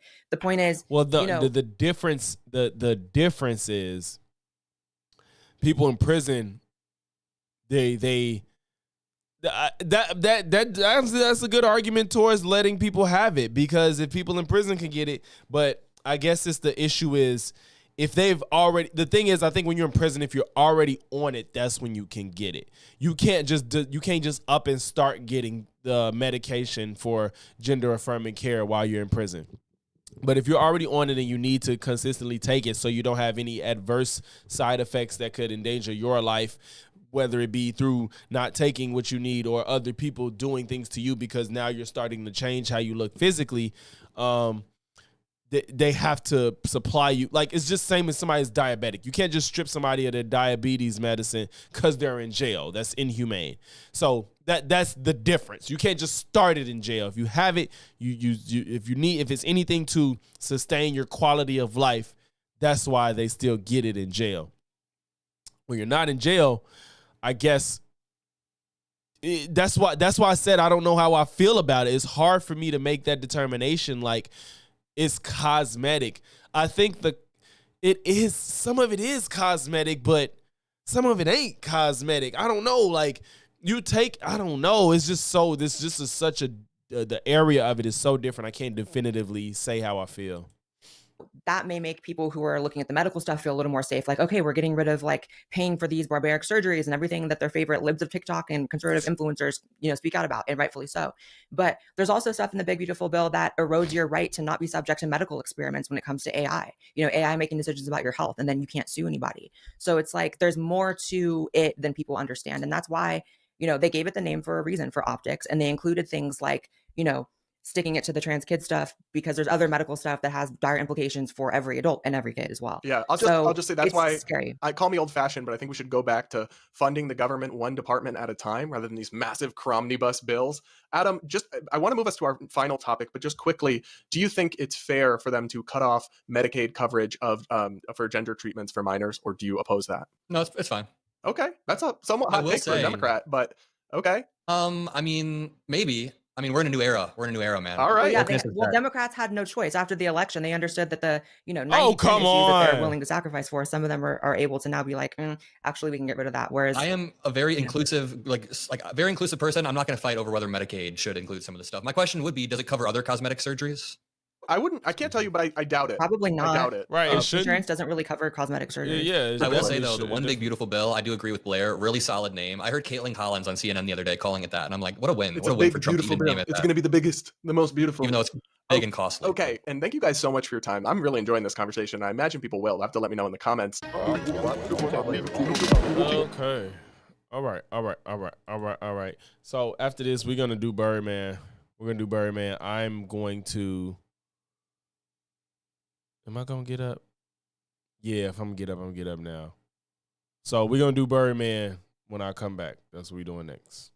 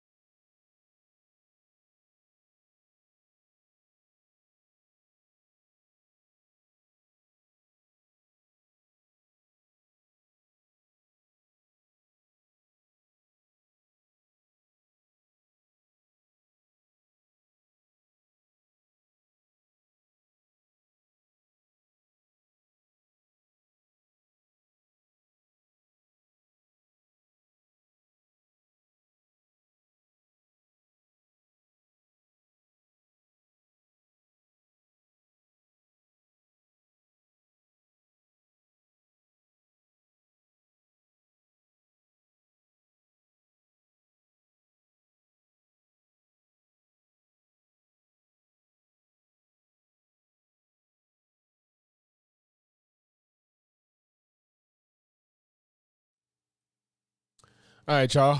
We going last video for the night. Last video for the night. God damn it, Will. I can't even be sick in peace. Well, looks like our favorite. All right. Last video for tonight. God damn it, Will. I can't even be sick in peace. Well, looks like our favorite anti-woke grifter is back at it again with a shit take about the MCU. And being the apparent Disney shill that I am, let's uppercut him again, shall we? Let's go. Oh dear, 2025 hasn't exactly been a bumper year for the MCU, with back-to-back flops in the shape of Brave New World and Thunderbolts. We're not even 10 seconds in, and First of all, you funny as hell having this damn mask on Blanca. Already lying. This group, Nerdrotic, Critical Drinker, Geeks and Gamers, that one vampire from Blade, they keep trying to sell this lie about marketing. You know the one, that these Marvel movies have giant marketing budgets, so when I show you that Brave New World made almost 2.5 times its reported budget, you, being the nicely trained parrot that you are, would then tell me that this movie... My brother in Christ, for a movie to break even, the rule of thumb is the budget 2.5. It did not even break even. To be fair, Birdman, I did see them say that the marketing price wasn't included in the budget. I did see that when I looked this up. When I looked up the cost. I think it was for Brave New World in particular. I have to PTJ. I don't even know the last time I heard his voice. I have to listen to Jason Black to distinguish. I gotta go listen to him. Movie's marketing budget was identical to its production budget, meaning the film needed to make around $500 million to break even. If not identical to the budget, something close to it. It's hard to keep up with all the gold. What the fuck? Why is it seem faster than the fuck? Post shifting these people do. Anyway, that's why Will is calling Brave New World a flop, because he's trying to sell you on this marketing budget lie, something that is quite prolific on the internet. Here are all the facts. Number 1, we do not know what the marketing budget for any of these films are because this isn't publicly released information. That's true. Oh, that's the entire list. This isn't public information. That's true. That's true. But when I was on Wikipedia, I'm not saying Wikipedia is the end all be all, but when I was on there, it did say like this number doesn't include marketing. But we don't know what it is. Like the marketing could be like nothing significant enough to even worth bothering. So but I think it's safe to say is we shouldn't assume that it's like another a quarter of the. We don't have to assume it's a quarter of the budget. For all these plus, not a quarter of the budget, but the budget plus a quarter of what it is. Marketing budget quotes you see flying around on the internet even coming from. It's fiction. We made it fiction. We made this one up. It's a made-up tale. It's a total fabrication. It never happened. This one was invented by a writer. It never happened. Yeah. People are regurgitating estimates from outlets like Deadline. You see, every year Deadline releases a most profitable movies list where they rank movies based on their supposed profitability. There's only one problem. These numbers are simply made up. Let's look at their 2023 rankings, specifically about the film Anyone But You. In addition to the box office numbers at the top, you can see Deadline lists the production costs of the film, otherwise known as the budget. This film's budget is reportedly $25 million. But under that, you can see Deadline starts listing numbers for prints and ads, residuals, interest, and overhead for a total expenditure of $116 million. Where they getting that from? And Deadline's source for these numbers? Themselves. This is where you people are getting these numbers from. People guessing. Lord. And you could try to argue that these are educated guesses, but first of all, it wouldn't make no sense that the production cost is less than everything else for the film. That's insane. Even then, Deadline doesn't list their methodology on their website. I know, because I spent almost 2 hours looking for it. I also emailed the writer of that article, Anthony D'Alessandro, for clarity on his methodology, and I haven't yet heard back from him. It's entirely possible Anthony reaches out after this video is published, in which case I'll post his response in the pinned comment of this video. Fair. Ever will. So the point is, anyone professing to know the marketing budget for a film is very likely pulling numbers from I think this goes to show that Birdman is thorough with his shit, bro. All them niggas that be in my comment. Every time I do a Birdman video, I'll get half the people that get it and then half of the fucking anti-woke people. and he's thorough. He's emailing writers of articles to confirm where they get their numbers from. Like, I don't think these people on the anti-woke side go this far to make sure they're putting out correct information. Asses or Deadline, who are also apparently pulling numbers from their asses. We only have 2 numbers to go by, and that's this one and this one. And wait until I tell you that this one is also an estimate. Now, marketing costs something, and I'm not saying that it doesn't. What I am saying is that there exists no actual evidence for these numbers on the internet, and the only people that truly know are the producers who put up the money, not anti-woke YouTubers who have a vested interest in the perception that these movies are failing financially. True. And yes, with less than 400 million at the global box office and its theatrical run all but over, even the most die-hard shills have been forced to concede that Thunderbolts is absolutely a flop. Aw, seems that bad take on Thunderbolts is getting to him, guys. I mean, leaning heavily into whether a movie is a flop is a... I would say a flop more so, I mean, a flop is about how much money it makes, but if it's well received, that's what matters at the end of the day, but... Well, no, because we ain't getting another fucking Guardians of the Galaxy because of how much it didn't sell, even though it was a great fucking game. Weird angle, considering you're supposed to be a movie critic, Will. Your concern should be about the quality of a film, movie, yeah. not its financials. There are plenty of incredible films that don't make a ton of money at the box office. My favorite film and its sequel being prominent examples. Hell, The Iron Giant is widely recognized as a classic film, but it actually lost Warner Brothers money. Art should not be quantified by how much it sells. There are so many factors I gotta see that again. I gotta see that. Why he just snapped? Classic film, prominent examples. Hell, The Iron Giant is widely recognized as a classic film, but it actually lost Warner Brothers money. The budget was $70 million. And it only made, oh shit. Why was the Iron Giant so expensive? Well, that's a lot for even back then though. And it made only made 23 million on the 70 million budget. Damn.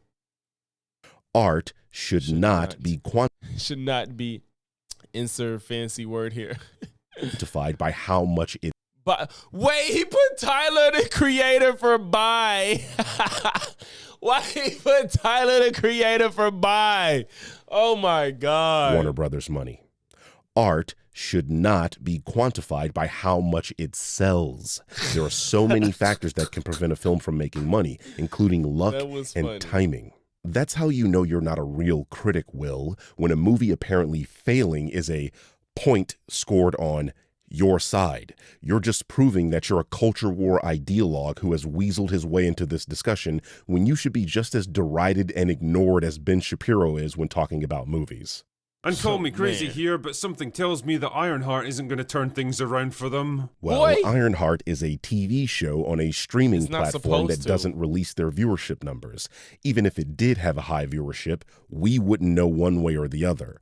Besides, when do the TV shows ever have any quantifiable impact on the viewership of the films? Right. You people continue to claim you didn't watch WandaVision and that it supposedly impacted Multiverse of Madness. But that film did $1 billion. Ooh.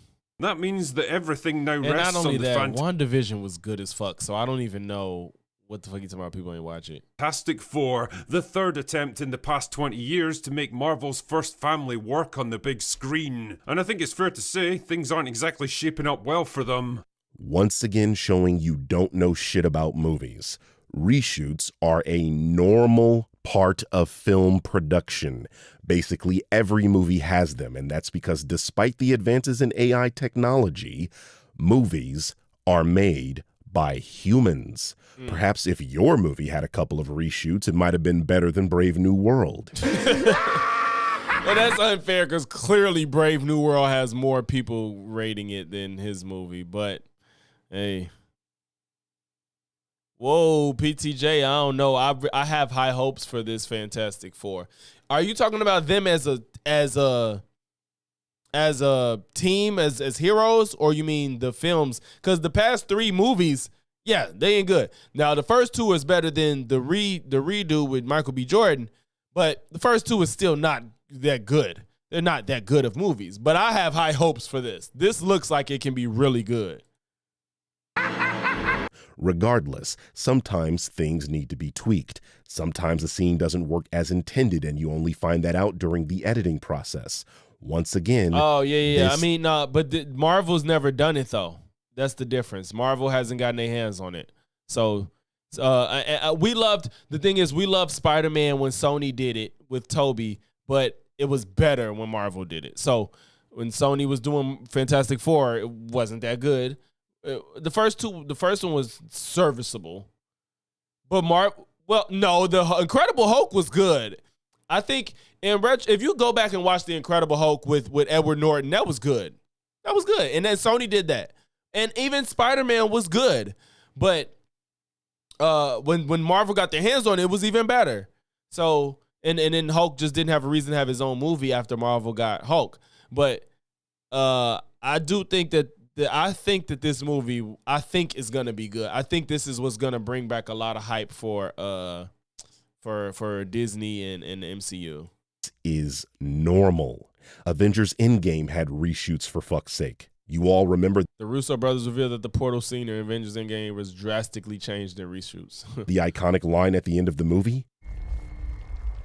Iron Man. Yeah, the result of a reshoot. The Critical Drinker and other grifters and outrage merchants rely on normal people not knowing this information so they can pretend this is an issue and collect social outrage clicks on their shitty content. He's literally pointing to a routine process in the creation of a film and acting and like it's telling a problem. you it's a bad thing. Yeah. He's either stupid or blatantly lying. When we were in post-production, myself, Patrick, our editor, Cooper Samuelson, our head of film, we were all, in the edit room day to day, and Patrick was adamant about getting very select sequences. He knew he wanted a scare scene. He knew he wanted one more emotional connector between father and son, and Georgia was key to that. Those reshoots were so integral because one of them wound up being the kind of centerpiece for the entire film campaign, which was this incredible scene in which Josh Lambert goes into an MRI machine. Hey! Can you let me out? Hey! Woo! Hey, that make me want to see Insidious. I didn't see this Insidious. I gave up on this damn movie. It was too damn many. I mean, it started out well enough. The first trailer came out to a mostly decent reception that actually generated some positive buzz for a change. It's like, why do they twist themselves to make everything seem negative? It generally came out of planet. Like, come on, bro. 25. People were appreciating the comic-accurate costumes, the charming retro-futuristic 1960s aesthetic, the emphasis on family and teamwork, and the prospect of a Galactus that was more than just a giant cosmic space farts. Great stuff, Marvel. After half a decade of generic, forgettable slop, the MCU finally seemed to be doing something with a unique look and feel again. I am completely dumbfounded how anyone can use footage of Multiverse of Madness and Loki and call them generic slop, implying they didn't have a unique look and feel. I mean, the aesthetic in the Fantastic Four trailer is the same aesthetic as in Loki. The TVA had really, Bunny. Now I might have to really see it. Like, I saw the first two Insidiouses, and then they kept making them. I'm like, all right, I'm tired. I'm done. I might have saw the first three. How many is it? 4 or 5? But he says good. I might watch the Red Door because that part itself looked like, I'm like, damn, that shit look crazy. That scene when he was in the fucking MRI. All the sauce of the Fantastic Four. What are you talking? Same aesthetic as in Loki. The TVA had all the sauce of the Fantastic Four. What are you talking about? Yeah. And Doctor Strange 2 was directed by Sam fucking Raimi. Yeah. Imagine saying a film that featured scenes that looked like this was generic slop. Now Yeah, Sam Raimi did his thing in that movie. Like, when he get in his scary bag, and when he couldn't really do it with Spider-Man, it was weird. But he got to get in his bag for this. Like, this legit had some creepy ass scenes. Like, Multiverse of Madness had some film that creepy featured shit. scenes that looked like this was generic slop. Now I know you'll lie Yeah, about it. Multiverse of Madness has some great scenes, bro. Now that when I just thought about it, like that shit, I gotta go back and watch it again because I did like it. I know I liked it, but it's like, yeah, like like this fucking bottom left scene. Oh my god, the when they kept going through the universes and the different art styles, that shit was so fucking lit. That was one of my favorite parts, and this bottom right one too. Like the piano scene and the different art, the different styles going through those different universes. Oh my god, yeah. Sam Raimi got to get in his bag for real for this. That looked like this was generic slop. Now I know you'll lie about anything. Oh, yeah. They were fully embracing their comic book origins, goofy costumes and all, instead of What trying do you to mean make your favorite, Bunny? Like, favorite, period? make everything look cool and slick and modern. Yeah, PTJ, you It's gotta almost watch it. like he doesn't know this film is set in the past and that the MCU Modern. Goofy costumes and all, instead of trying to make everything look cool and slick and modern. It's almost like he doesn't know this film is set in the past. He just said that it looked good for the retro modern feel in another scene he showed, and now he's saying they didn't want to make nothing look modern. What the fuck? And that the MCU did give us modern Fantastic Four costumes. Literally twice. Maybe, after a quarter of a century of failed attempts, someone might actually do justice to the Fantastic Four. But leave it to Marvel to snatch defeat from the jaws of victory. The problem started out small at first, like the casting of Reed Richards, which turned out to be trickier than expected. Apparently, the studio approached at least 3 other actors to play Reed, and they all turned it down. But why would they do such a thing? Who in their right mind would turn their back on a leading role in a big-budget Marvel movie with a huge paycheck at the end of it? Well, if I was a cynical man, I'd say it's because they wrote Reed to be a weak, cowardly pussy who gets bossed around by his far more powerful and assertive wife for most of the movie, and the leading men of Hollywood are getting almost as tired. I changed the image from Drinker's video here because he has something really gross in place here. Tired of playing characters like that as we are of watching them. What the fuck are you waffling about? Yeah, There's so much wrong here. I don't even know where to begin. Bunny, that's crazy. Out of all of them, multiverses, damn, that's a take. I ain't never heard that one. That's a take. Saying they wrote Reed as a cowardly pussy makes zero sense as the film isn't even out yet, and we have barely any interactions between the team. Where would he from the get that marketing information material. from? How would you know this? This is clearly a made-up issue that you just invented out of thin air, which would explain why. Can you fathom making a claim that strong and the movie isn't even out yet? That doesn't even make sense, bro. 10 years ago, Will Jordan was a liberal writing girl bosses in his books. Ryan Drake is a pussy. Save Your Money main character, supposedly former SAS, ends up getting dominated by a female black. Oh, this is Will Jordan shit. Why your writing is so poor. Second, even if that's how Reed is characterized in this film, and let's be clear, it's not, what makes you think that's the reason Hollywood actors wouldn't want to be a part of this production? You people can't make up your minds. Apparently, Hollywood is full of woke people, but at the same time, they can't find woke people to be in their woke movie and become instantly rich and world famous. That's fair. Are you love dumb? horror. Besides, we have evidence for why people turn down Marvel projects, ironically, from one of this movie's actors, John Malkovich. As you can see, John states the main reason he previously turned down MCU roles was due to the pay and the nature of how these films are made.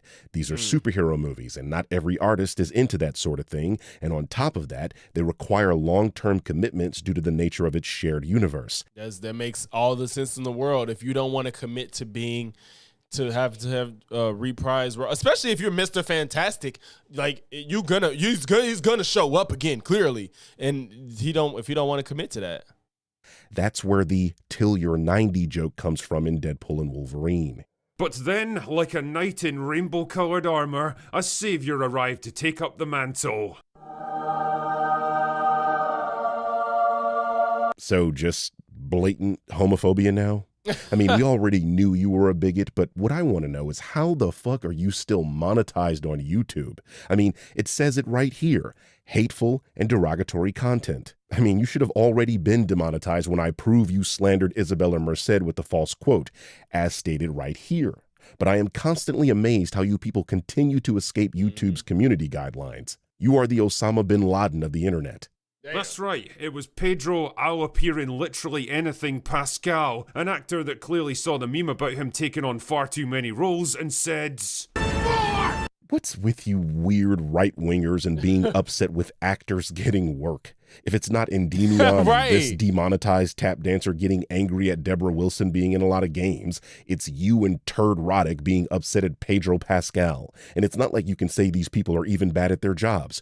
You're just mad that Deborah is black and Pedro is left-wing.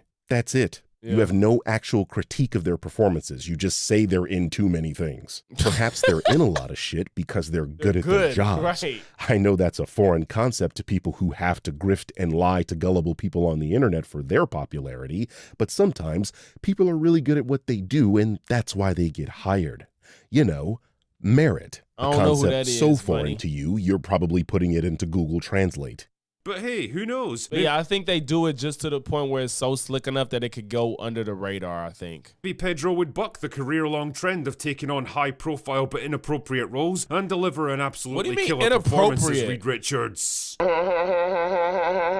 You know, these please laugh clips you include in these low-quality videos are almost as pathetic as Jeb Bush asking the audience to clap. Big game without backing it up. I think the next president needs to be a lot quieter, but send a signal that we're prepared to act in the national security interests of this country to get back in the business of creating a more peaceful world. Please clap. But then there was the casting of Vanessa Kirby as Sue Storm, who's 38 in real life and somehow manages to look even older on screen. Would you prefer a male companion? But, you know, Pascal What is like the fuck? 50, so it would have been pretty weird to pair him up with some hot young 25-year-olds. Nothing to worry about so far, so let's keep going, shall we? Then Vanessa revealed in an interview with Entertainment Weekly back in April that this movie was going to explore the gender politics of Sue Storm and women's place in 1960s culture. Okay, sure. That kind of statement can mean a lot of different things. I mean, the film's set in the 1960s, which was a pretty important time for feminism and women's lib and all that other stuff, so I What's guess it would make really sense bad to at least ED? acknowledge What that mean? it. Maybe she just means the movie will present an interesting contrast between the kind of expectations and questions that women in 1960s America were grappling with versus the modern day MCU, where they basically act like obnoxious caricatures of men if they were written by 16-year-old gender studies graduates from Portland's. I want the audience to understand Right, that it's the like, usage what was of the footage fuck? of Captain Marvel is very deliberate, and that's because he can't actually provide examples of this claim in any Marvel property since this movie. That's why this video is titled Return of the MCU, because apparently it was gone. Oh, eating Hell, disorder. he's showing footage that isn't even in the Captain Marvel film. This is a non-canon deleted scene. Go on, check. In any case, discounting the Marvels, there have been 14 movies since Captain Marvel released, and none of them have a Captain Marvel-like character where the lead is a woman who, and I'm quoting here, acts like an obnoxious caricature of men. Of those 14 films, 10 of them were led by male actors. Of the 4 that were led by female actors, Eternals, Black Widow, Wakanda Forever, and Thunderbolts, none of those movies featured a woman who acts like an obnoxious caricature of a man. Right. The lead of Eternals, Cersei, is True. as girly and motherly as they come. Yep. Natasha is a well-regarded character in the MCU by men and women alike. Shuri is nothing like her brother, nor is she obnoxious or manly. Yep. She was only thrust into the main character slot due to the death of Chadwick Boseman. Exactly. It Plus, wasn't there even is a planned. comic basis for Shuri becoming the Black Panther anyway. And Yelena isn't a girl boss or whatever stupid euphemism you people come up with. She was everything you people claim modern female characters are So that's not. Vulnerable, seeking comfort from her Yeah, so father, she's and like willing a- to what, accept a and female contend with her character. flaws and mistakes. So, as always, what the hell are you even talking about? You literally only have an argument with Captain Marvel, but are trying to extrapolate that to every female character in these movies for some reason. So, fine, we're still hanging in there, I guess. Nothing that's going to spoil And anyone's even if fun you yet. even Then if there you was want the to say decision- that Scarlet Witch was a lead in Multiverse of Madness, she kind of is. She's not what do you call it, a bad version of a male character, whatever the fuck he called it. Like, even she's not one. to make the Silver Surfer, one Not of the one most chicken iconic nugget a day. antagonists in all of the Marvel comics, into a female. Because of course. Once again, Because she's you not in. They're not at 616. We know that they're not at 616. That's why. Annoying blue waffle. This film is not set in the main Marvel timeline. This was a way to get an already established Fantastic Four into the main MCU universe without pretending they were always there, even though we'd never seen or heard of them up to this point. And you know what's so crazy? Nobody thinks about shit like this. It's just so fucking annoying. Like, y'all don't care about films. It's all this rage bait. Like he just said, we've been seeing, most of this has been 616. And like he said, if you just up and pop up with the Fantastic Four, it's like, where the fuck have y'all been all this time? We've been getting fucked up out here. We could have used y'all help. And so they couldn't do that. Therefore, they're on a different earth. That being the case, Marvel came up with a clever method of accomplishing this by having their planet get destroyed by the planet eater Galactus, establishing Galactus as a credible antagonist and allowing a seasoned Fantastic Four to join the main timeline. Because they would be leaving this universe, you don't want to establish the original Silver Surfer, because that would mean they are going to immediately abandon him in this universe once the movie is over. You claim to want the Bunny, that's the point. These people don't have a point to make. He has no point. It's just to create issues so his base could be like, yeah, fuck women, fuck gay guys. Like, that's all this is about. That's all it's about. It's just fuck other people that aren't white straight males. That's all they care about. There's no point to none of it. You don't want to establish the original Silver Surfer, because that would mean they are going to immediately abandon him in this universe once the movie is over. You claim to want the classic Silver Surfer, but you don't realize you're arguing for him to be gone after this film. Don't you want him in the main MCU timeline, genius? Disney has already announced Avengers Secret Wars. If you know anything about that storyline, and let's not kid ourselves, you don't. Then you'd know Secret Wars deals with incursions, meaning this universe is very likely going to be destroyed. You hate women so much, you're arguing for them to kill a man. The point is, every time another one of these revelations... Hey, that's so funny. You hate women so much, you're arguing for them to kill a man. That shit funny. Oh my God, these people are ridiculous. Comes out, it became just a little bit harder to ignore what seemed to be a growing pattern. Like, if Marvel were trying to refute allegations that the MCU was taking over everything that they did, they were making life pretty hard for themselves. And now you're showing footage of Quantum Mania to make your MCU point? Exactly. Wait, so is the problem supporting characters too? We can't even have semi-competent female supporting characters now? Anyway, the editing is once again betraying the drinker. He's showing footage from early on in Quantum Mania where Scott's daughter shows that she's relatively competent as she's been secretly working with Hank Pym. But this footage is right before she fucks up and traps everyone in the quantum realm. In other words, this film shows a woman making a mistake and learning from that mistake. You're sending a signal down to the quantum realm. Yeah. Shut it down now.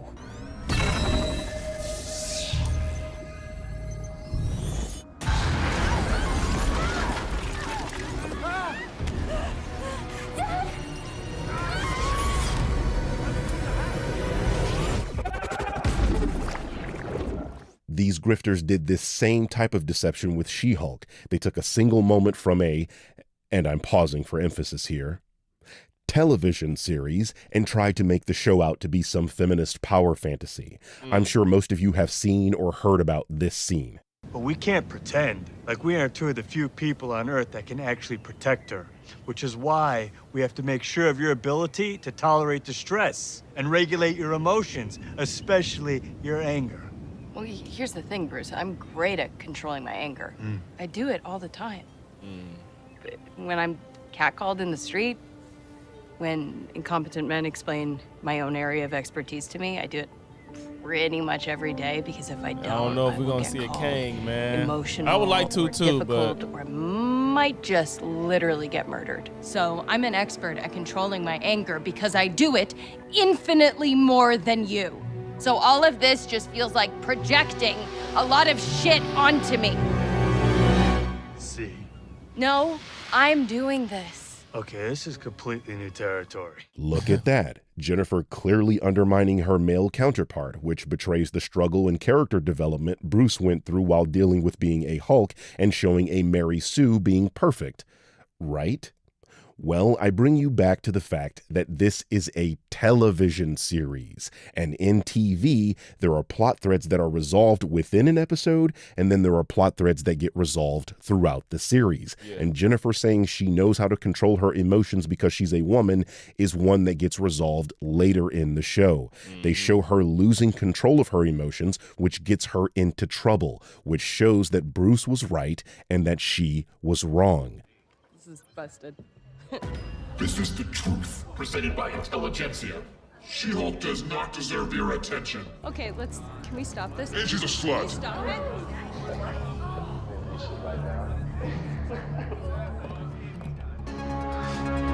Don't do it.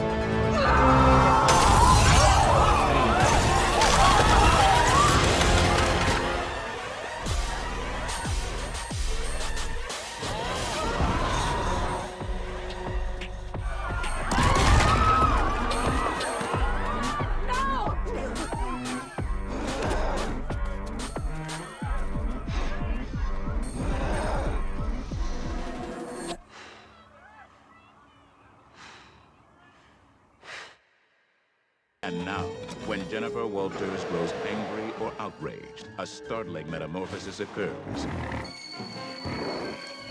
that has landed her in prison, and now she is seen only for the raging spirit that dwells within her.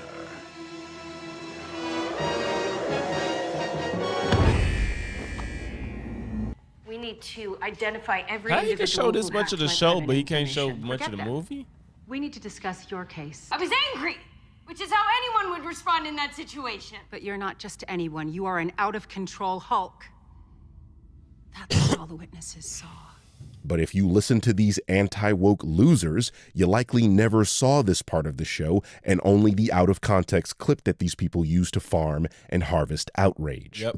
That's the point. These charlatans rely on you not actually watching the thing so they can continue to lie to you about these media properties and collect revenue from your clicks. Yep. And then last week we began to hear reports of a test screening for the latest cut of the movie where major details of both the plot and the ending were leaked. A test screening that basically confirmed everyone's suspicions. What? How do I want to phrase this? What suspicions? Even though it's a team of one woman and 3 guys, I think that you're going to have a situation at the end of the movie where it's women who save the day. And you're like, why? Can't Reed at least be involved? How do we know? You're like, come on, man.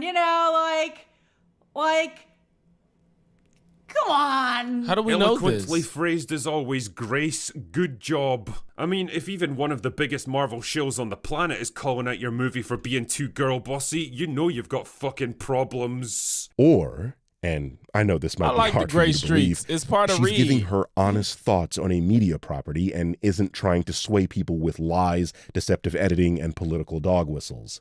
You know, a film critic. It's entirely possible to criticize Marvel movies and not be a moronic political mouthpiece. What a concept. You should try it out sometime. And since when is a woman saving the day girl bossy? Doesn't that make the alternative boy bossy? Susan Storm is a fucking superhero.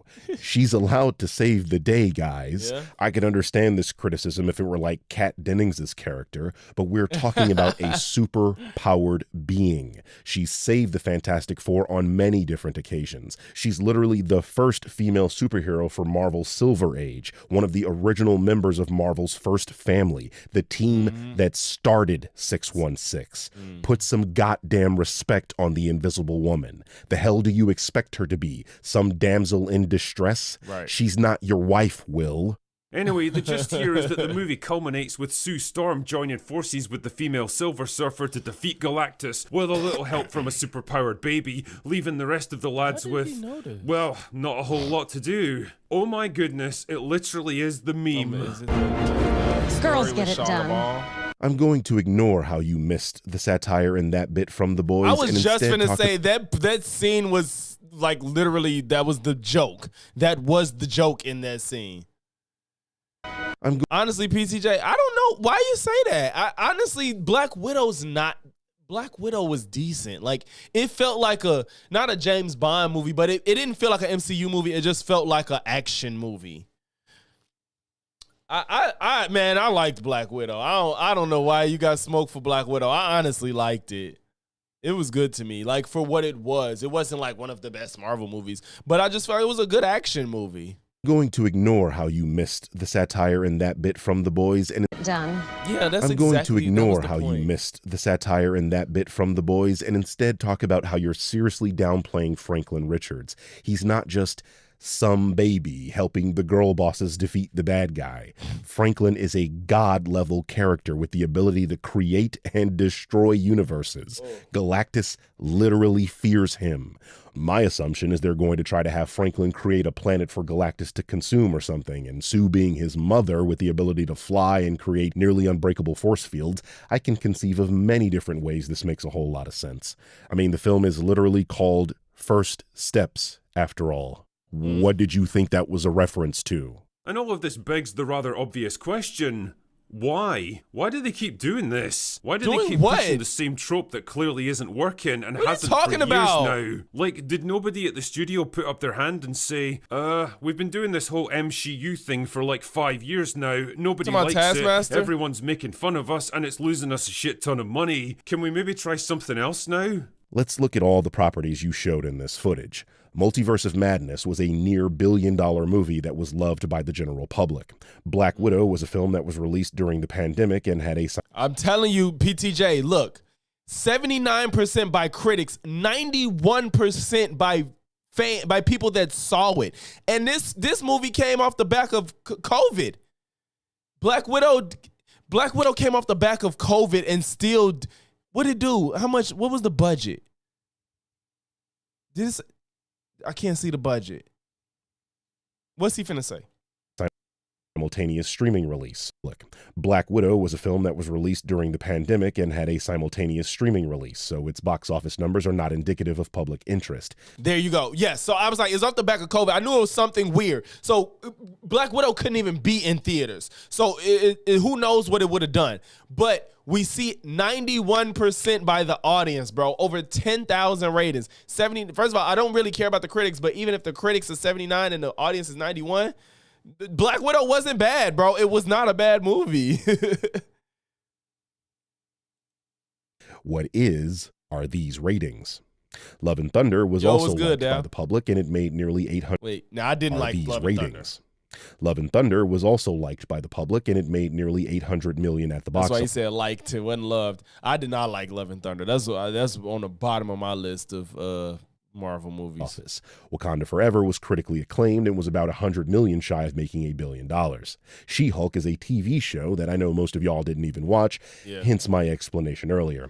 I mean, this People guy did not even watch tells you that he never finished it. But After first 3 episodes, I stopped watching the show. There's no reason for such a lackluster. But She-Hulk was okay. It wasn't bad. It was okay. but somehow is still able to give a rating. Love and Thunder is not that What good. an amazing system we have.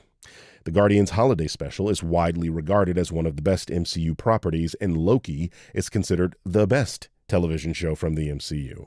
You showed nothing but profitable and highly rated properties, with the exception of She-Hulk, a show that got review bombed because of people like you lying and misrepresenting it. Yep. And like your terrible review of Thunderbolts, you're doing it again, trying to gaslight us right now on the quality of these properties. If anything, you're making a positive case for the so-called MCU, because the properties you showed made a collective $3 billion with numerous positive ratings from critics and the audience. Great going, dumbass. Anyway, that's all. PTJ, you can't come in here saying, you cannot. I refuse to let you say Black Widow should have died the first scene and Black Widow wasn't good.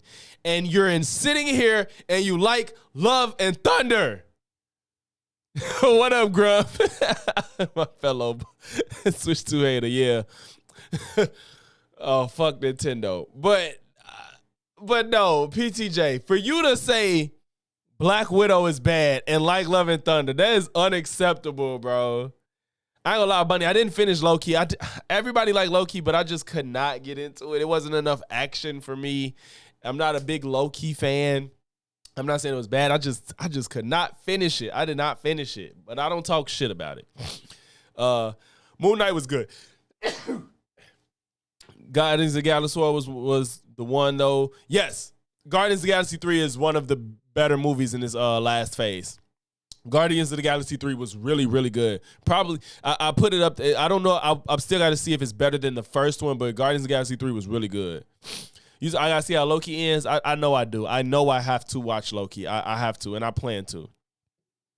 Black Widow fell 100 feet, hit her head on the steel beam, and then her back on the steel beam in the ground, and she got up and dusted herself off. I mean, she's like, I ain't gonna lie. When I saw Kingpin and Daredevil, was it Daredevil? No, yeah. Or Echo? Or no, when Kingpin and Hawkeye got hit with a fucking grenade or something and lived, I was like, bro, like, I know he has a peak human physical capabilities, like Bruce, not Bruce, like Batman. I was like, all right, a fucking a grenade though. He took a grenade to the body and lived. Natasha is also probably a peak human physical abilities. The Black Widows though are trained differently. That's the idea. The idea of the Black Widows is like their training is like nothing you've ever seen before. But I feel you getting hit on her head is different. I mean, but that still ain't got nothing to do with her movie, though. That's a gripe that has nothing to do with how good her movie was, to be honest, bro. You know what I'm saying? All he had for us today. All wine and no cheese. Yeah, Grump, that's what I'm saying. Like, I had to, like, let a lot of shit go when Kingpin took a grenade to the body. I was just like, all right. Like, is this what we doing? All right. I thought he was a human, but I guess. I fucking guess. I expect he and his ilk to get real fucking annoying about this movie up until its release, at which point they'll likely be bitching about Superman by then. Oh. Bad news for James Gunn's Superman. It never fails. It never fails. It never fails. Jesus, these people are so full of shit. Oh, man. But yeah, like the fact that dude made so many claims about the movie and didn't even fucking see it yet is so weird. That's so weird to me. I don't know why this ain't doing all my this stream elements ain't doing everything I need it to do, but it's doing what it's got to do for now. But all right, y'all, have fun today. Hope y'all enjoyed yourselves. Thank you for any and everybody that made it to this point of the stream. I'm trying to get to 5,000 subs by the 4th of July, and I can only do that with y'all help, man. So make sure y'all share the stream, leave likes, comments, share it with the people that you think will relate and like this stream too. If you like it, chances are your friends and family may too. So make sure y'all send them my videos, my lives, whatever you think pertains to them and be interested in them. If I do make it to 5,000 subs by the 4th of July, I plan to have a 24-hour stream sometime within that week, whatever day works, with work and stuff like that. But yeah, 5,000 by the 4th of July. And I can only do that with y'all help. But if you made it to this point, man, make sure you leave a like, comment, sub. If not one, then all three. And I'm going to catch y'all in the next one. Peace.